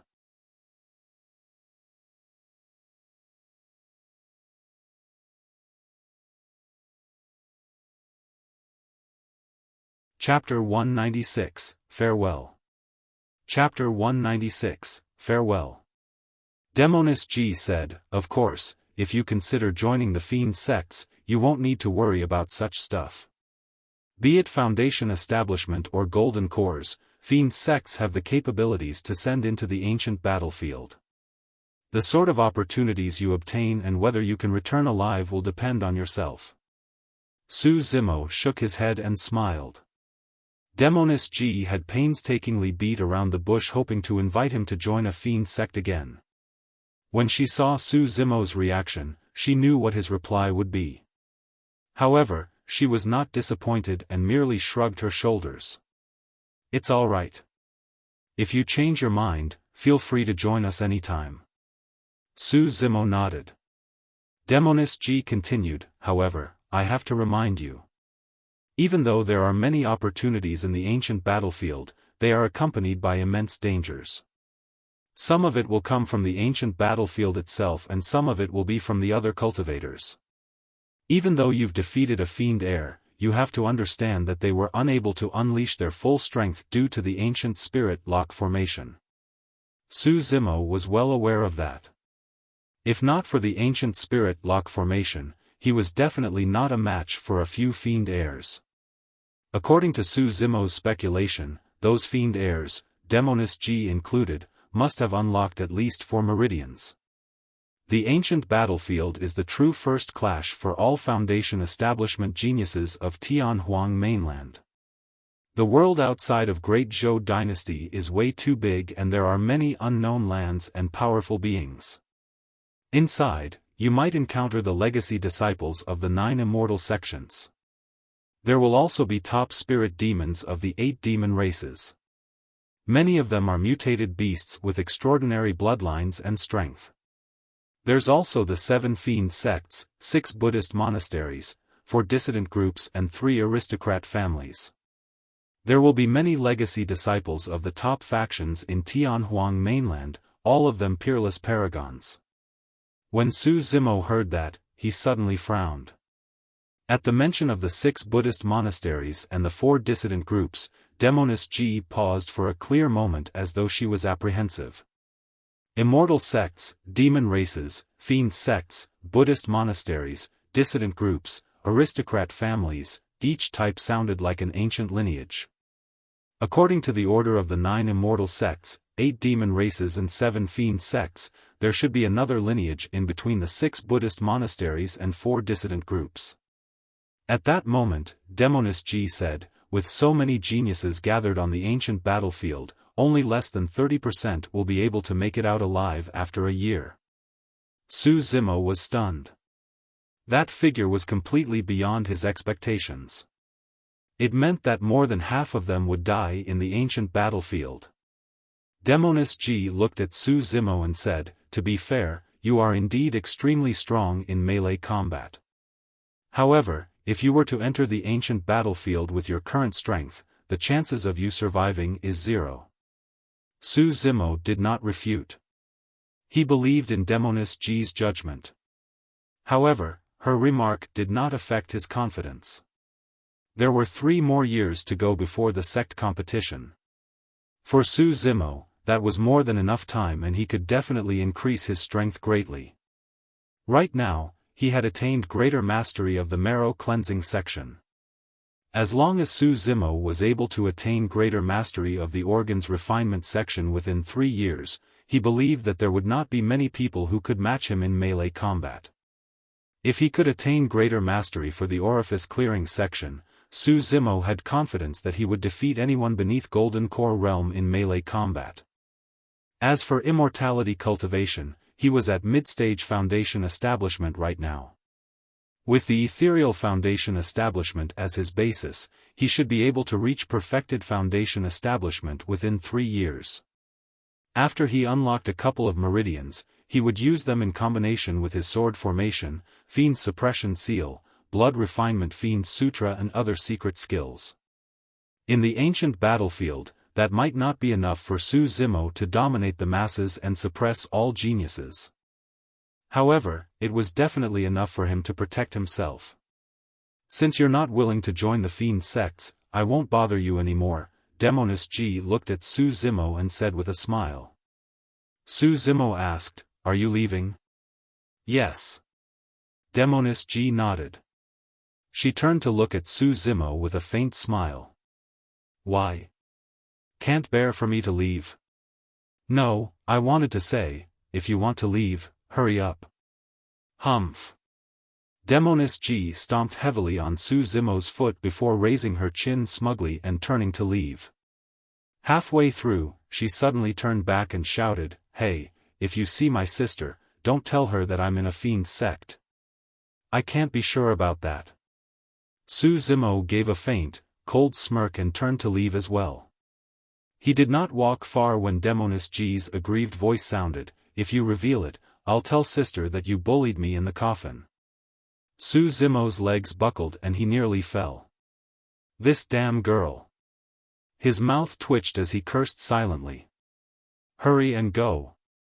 Su Zimo waved without turning back. Pursing her lips, Demoness Ji smiled. A faint fragrance drifted with the wind and dissipated in the air. For the next period of time, Su Zimo was in no hurry to leave and return to the sect. He remained in the palace, chatting and drinking with his elder brother, Su Hong. When he was free, it was a carefree life. A month later, Su Zimo was prepared to leave the capital. To be fair, there were very few cultivators like Su Zimo who would take time out to return home and accompany their families. Not to mention, he stayed on for an entire month. Most cultivators would choose to sever their mortal relationships at the first instance. It wasn't because they were heartless, but because they knew that day would arrive sooner or later. The sooner they severed those ties, the sooner they would be done with the many burdens of the mortal realm, and it would be nothing but beneficial for their cultivation path. Su Zimo understood that logic as well. However, he could not do it. When he was about to leave, Su Hong accompanied Su Zimo out of the city before he stopped and reminded the latter, "Zimo, you don't have to come back if you don't have much time. You don't have to worry about me." Even though he said that, there was a hint of reluctance in Su Hong's eyes. "I can't really help you much as an elder brother. Do take good care of yourself being all alone out there." Su Zimo looked at his brother's head of white hair and pursed his lips in silence, feeling miserable within. In the cultivation world, the most precious types of elixirs were those that could boost one's longevity. It was priceless. Decades later, they would have to be separated through life and death. Su Zimo dared not think about it. As though he recalled something, Su Hong hurriedly added, "Zimo, if you have the chance, visit Xiaoning and see if she's doing well. She has a soft personality. Even if she has been wronged, she might keep it to herself and not tell anyone." "All right. There's nothing else." Su Hong's gaze dimmed gradually as he muttered softly, "Big brother, take care. After a long silence, Su Zimo finally spoke, his voice was slightly hoarse. Go, go. Su Hong turned around and waved his hand. Second young master, take care too. Uncle Zheng stood on the spot, his voice quivering as tears streamed down his face. When the Su family was in trouble, Su Zimo and Su Xiaoning were still young, they were practically raised by Uncle Zheng. In Uncle Zheng's eyes, Su Zimo was akin to his own son. He was already old and did not know if he would be able to see Su Zimo again. This might be their final farewell. As though he felt something, Su Zimo suddenly stopped in his tracks and came before Uncle Zheng. Pursing his lips, he knelt on the ground and kowtowed 3 times solemnly. For years ago, the Immortal might have perfected being Tsang Lang failed to crush the youth's backbone and have him submit on his knees. 4 years later, Su Zimo kowtowed goodbye before an elderly man with a white beard on his own accord.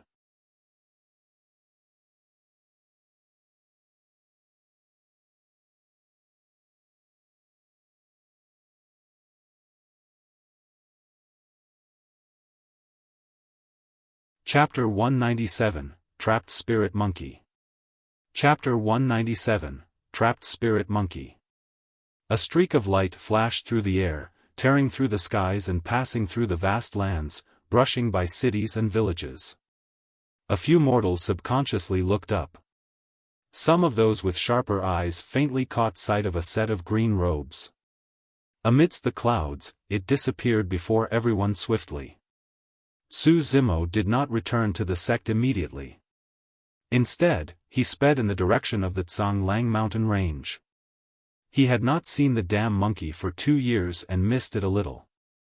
Additionally, Tsang Lang mountain range had a cold lake. Back then, Su Zimo was too weak and could not get to the bottom of the cold lake since he had just cultivated the Tendon's transformation section of the mystic classic of the 12 demon kings of the great wilderness. Now that Su Zimo was at greater mastery of the marrow cleansing section and had a rich bloodline, he could attempt to check out the cold lake once more. The moment he arrived at the skies of the Tsang Lang mountain range, Su Zimo heard a series of roars that shook the mountains with a murderous aura.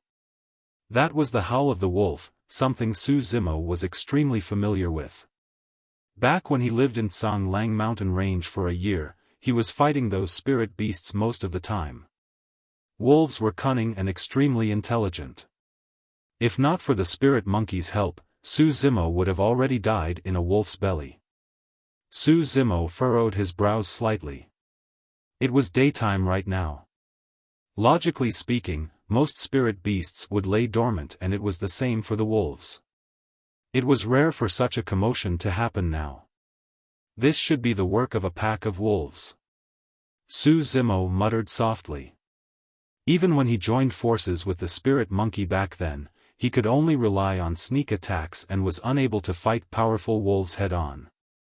Moreover, after killing a few wolves, it was inevitable that his body would contain the aura of a wolf's bloodline. If he did not conceal it with other auras, he would be tracked by the wolves before long. Su Zimo ignored the wolf pack and headed towards the cave he used to live in. If he wanted to look for the spirit monkey, this was his only clue. Otherwise, searching for a monkey in the vast Tsang Lang mountain range was akin to finding a needle in a haystack. Su Zimo had not gone far when his eyes flickered, sensing that something was amiss.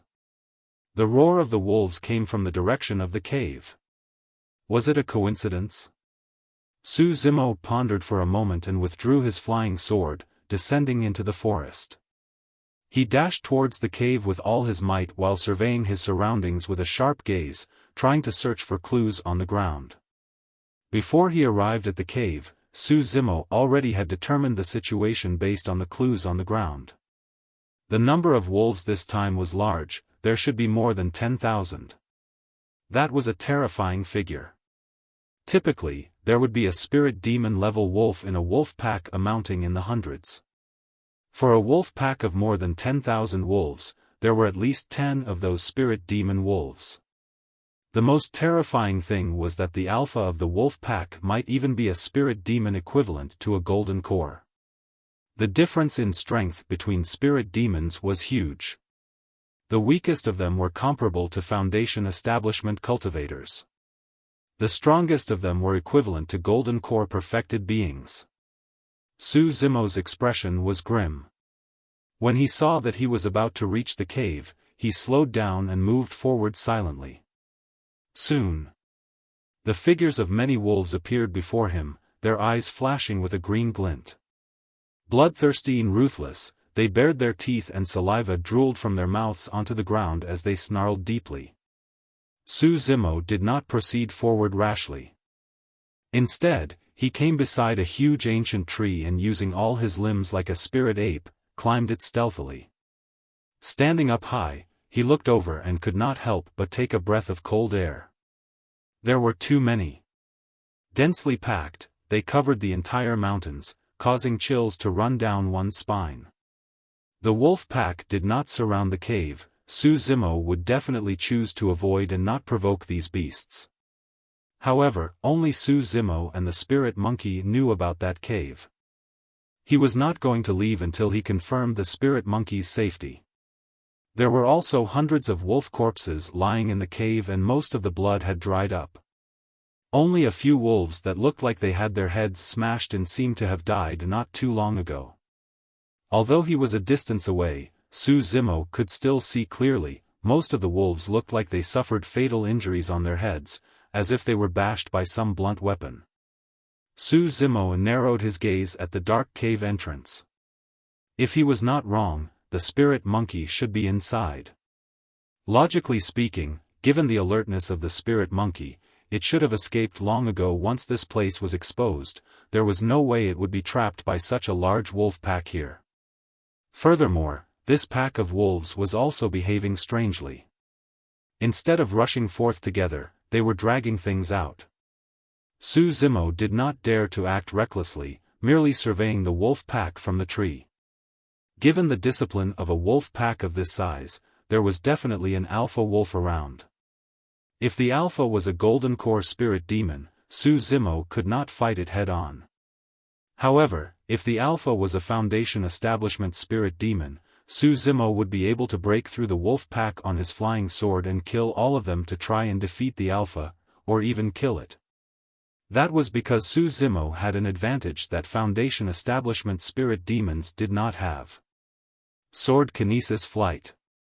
As long as Su Zimo were to ride on his flying sword, he would be invincible no matter how many wolves there were. However, if the alpha was a golden core spirit demon, Su Zimo would not dare to barge in. Be it humans or demons, core formation was an extremely important step. There is the saying that once one creates a golden core, one's lifespan will not be decided by nature. Once one forms a core, even spirit demons would be able to soar through the skies without the use of any external objects. This meant that even if the wolf did not have wings, it could fly as well and Su Zimo's advantage would be gone. Furthermore, Su Zimo was not a match for a golden core spirit demon as well. They were on completely different levels. If the opponent was a cultivator that did not cultivate any concealment techniques and the difference in realm between them was not too great, one could easily detect the other party's cultivation realm using spirit peering art. However, the spirit peering art was useless against spirit demons. That was because there was no spirit energy in the spirit demons' bodies.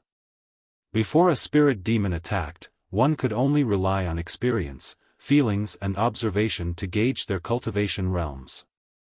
At the front of the wolf pack stood more than 10 tall and strong wolves that looked malicious. Pacing back and forth, none of the other wolves dared approach them. Su Zimo nodded silently. If he was not wrong, those 10 odd wolves were Foundation Establishment spirit demons. Their status in the wolf pack was very high, akin to a small leader. However, upon further observation, he discovered that none of them seemed like the true alpha wolf. Su Zimo continued searching. All of a sudden, his gaze paused at the top of a tall, green rock. Above it sprawled a wolf. It was not big and did not look extraordinary when compared to the many spirit beast level wolves below. However, Su Zimo determined after some consideration that it was the alpha wolf. Out of more than 10,000 wolves, that was the only one that dared to sprawl around. Its expression was languid and its eyes were half closed, as if it was taking a rest.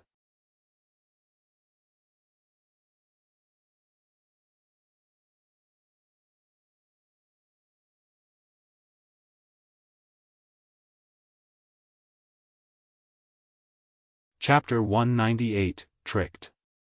Chapter 198, Tricked. Just as Su Zimo's gaze landed on the alpha, it suddenly moved as if it sensed something. Oh! Su Zimo's heart skipped a beat. His gaze was extremely obscure such that the 10-odd Foundation establishment wolves had not noticed it. If this alpha sensed it, there was an 80% chance that it was a golden core spirit demon. Su Zimo continued observing. The alpha merely moved a little and did not make any other motions. It did not even open its eyes, as though it was merely adjusting its position to make itself more comfortable. Su Zimo heaved out a sigh of relief. Roar! At that moment, 5 spirit demon wolves growled lowly and walked towards the cave slowly with feral expressions. The entrance of the cave was squeezy. The 5 wolves did not dare to barge in, merely loitering in front of the cave. Ow! Ow! Before long, a familiar cry came from within the cave, filled with provocation. Su Zimo's eyes lit up and he no longer had any doubts. That was the sound of the spirit monkey. The spirit monkey was very smart and defended the entrance of the cave with a terrain advantage, destroying the wolf pack one by one. However, that was only a temporary solution. The spirit monkey had to be constantly on guard against the wolves' sneak attacks and could not relax at all. If this continued, the spirit monkey would not be able to withstand it eventually. After all, there were more than 10,000 wolves and the spirit monkey was alone. The 5 wolves at the entrance did not fall for the spirit monkey's provocation. They continued loitering around the cave with a ruthless glint in their eyes. Su Zimo's gaze swept over the alpha on the green rock again. If it was a golden core spirit demon, the spirit monkey should have been dead long ago and would not have been able to last till now. At that thought, Su Zimo no longer hesitated. He wore the mystic gold silk armor and leapt down from the tree as a flying sword appeared beneath his feet in midair. Swash! A sword beam tore through the air and Su Zimo bypassed the dense wolf pack, disregarding their howls and speeding towards the cave. At the same time, the alpha on the green rock opened its eyes. Narrowing its gaze, a cunning and savage glint was revealed. Swash! Swash! Swash! Su Zimo's expression was calm and his eyes were clear in midair. Waving his sleeves, 6 sword beams flew out of his storage bag. Hexagonal sword formation. He shouted softly and controlled the 6 flying swords which cut through the air swiftly. The sword chi left behind scars in the air which formed a gigantic hexagonal formation. Buzz!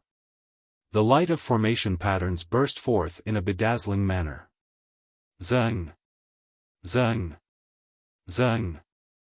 Su Zimo controlled the gigantic sword formation and directed it towards the 5 wolves loitering in front of the cave. Everywhere the formation passed, the sound of metal clashing would ring forth, carrying a murderous and intense sword chi. Roar! One wolf did not know how powerful it was and leapt forth with a ferocious expression. It reached out with its sharp claws and scratched at the hexagonal sword formation. Clang! Clang! Clang! A crisp sound was produced and the sword formation made contact with the wolf's claws.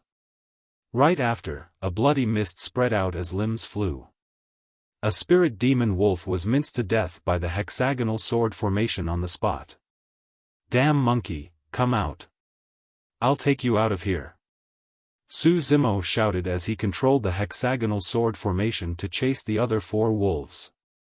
After a short pause, a tall figure dashed out from the pitch-black hole. It was holding a black rod and it had long arms that almost touched the ground. When the spirit monkey caught sight of Su Zimo, it widened its eyes in joy. Right after, as though it remembered something, its joy turned into panic. Ow! Ow! The spirit monkey's fur stood on end, gesturing behind Su Zimo and yelling loudly.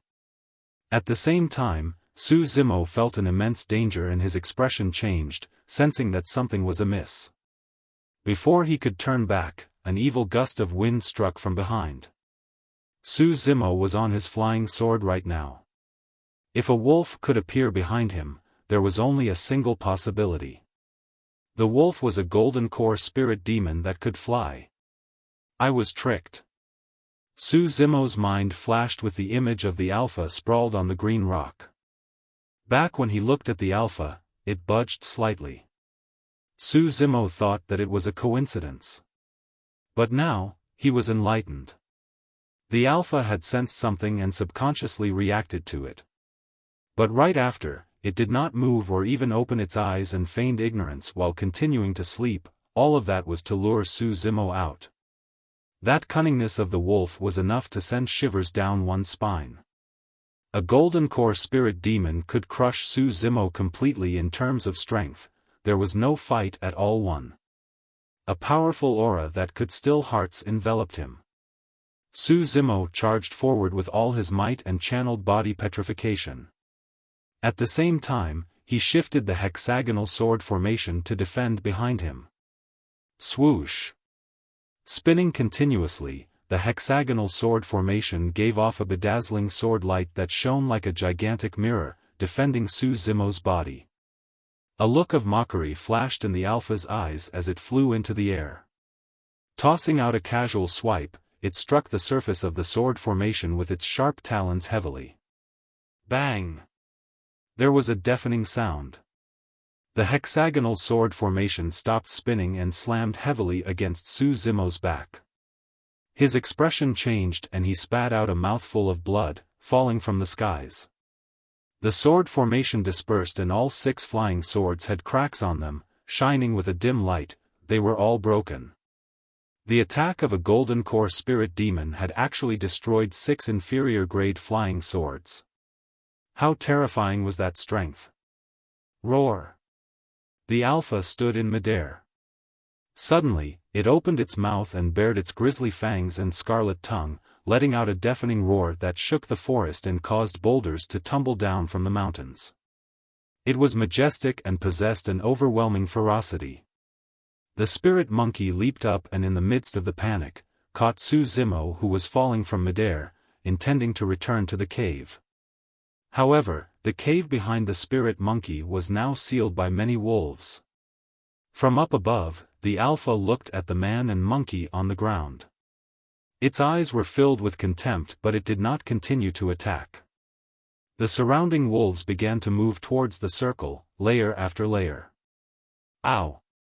The spirit monkey held Su Zimo with both hands and poked its head out, baring its teeth at the enemies. Its eyes shimmered with a bloody glow as it let out threatening snarls. Damn monkey, let me down. Right then, Su Zimo said with a weak voice. Ow! The spirit monkey was stunned for a moment and helped Su Zimo stand up. Wiping away the blood at the corner of his mouth with his sleeves, Su Zimo took a deep breath and swallowed an elixir. He regulated his breathing although his face seemed rather pale. A golden core spirit demon was way too strong. Even with the hexagonal sword formation and mystic gold silk armor, Su Zimo's organs still trembled from the impact and nearly shifted positions within. It was not hard to imagine that without the hexagonal sword formation and mystic gold silk armor, Su Zimo would have been smashed to pieces with that attack. The man and wolf exchanged looks. Raising its head proudly, the Alpha turned towards the green rock as though it could not be bothered to attack again.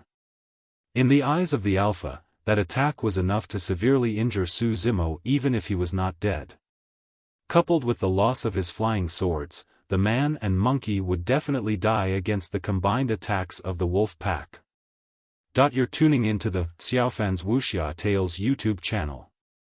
Don't forget to subscribe and join us on this journey to catch the most captivating stories.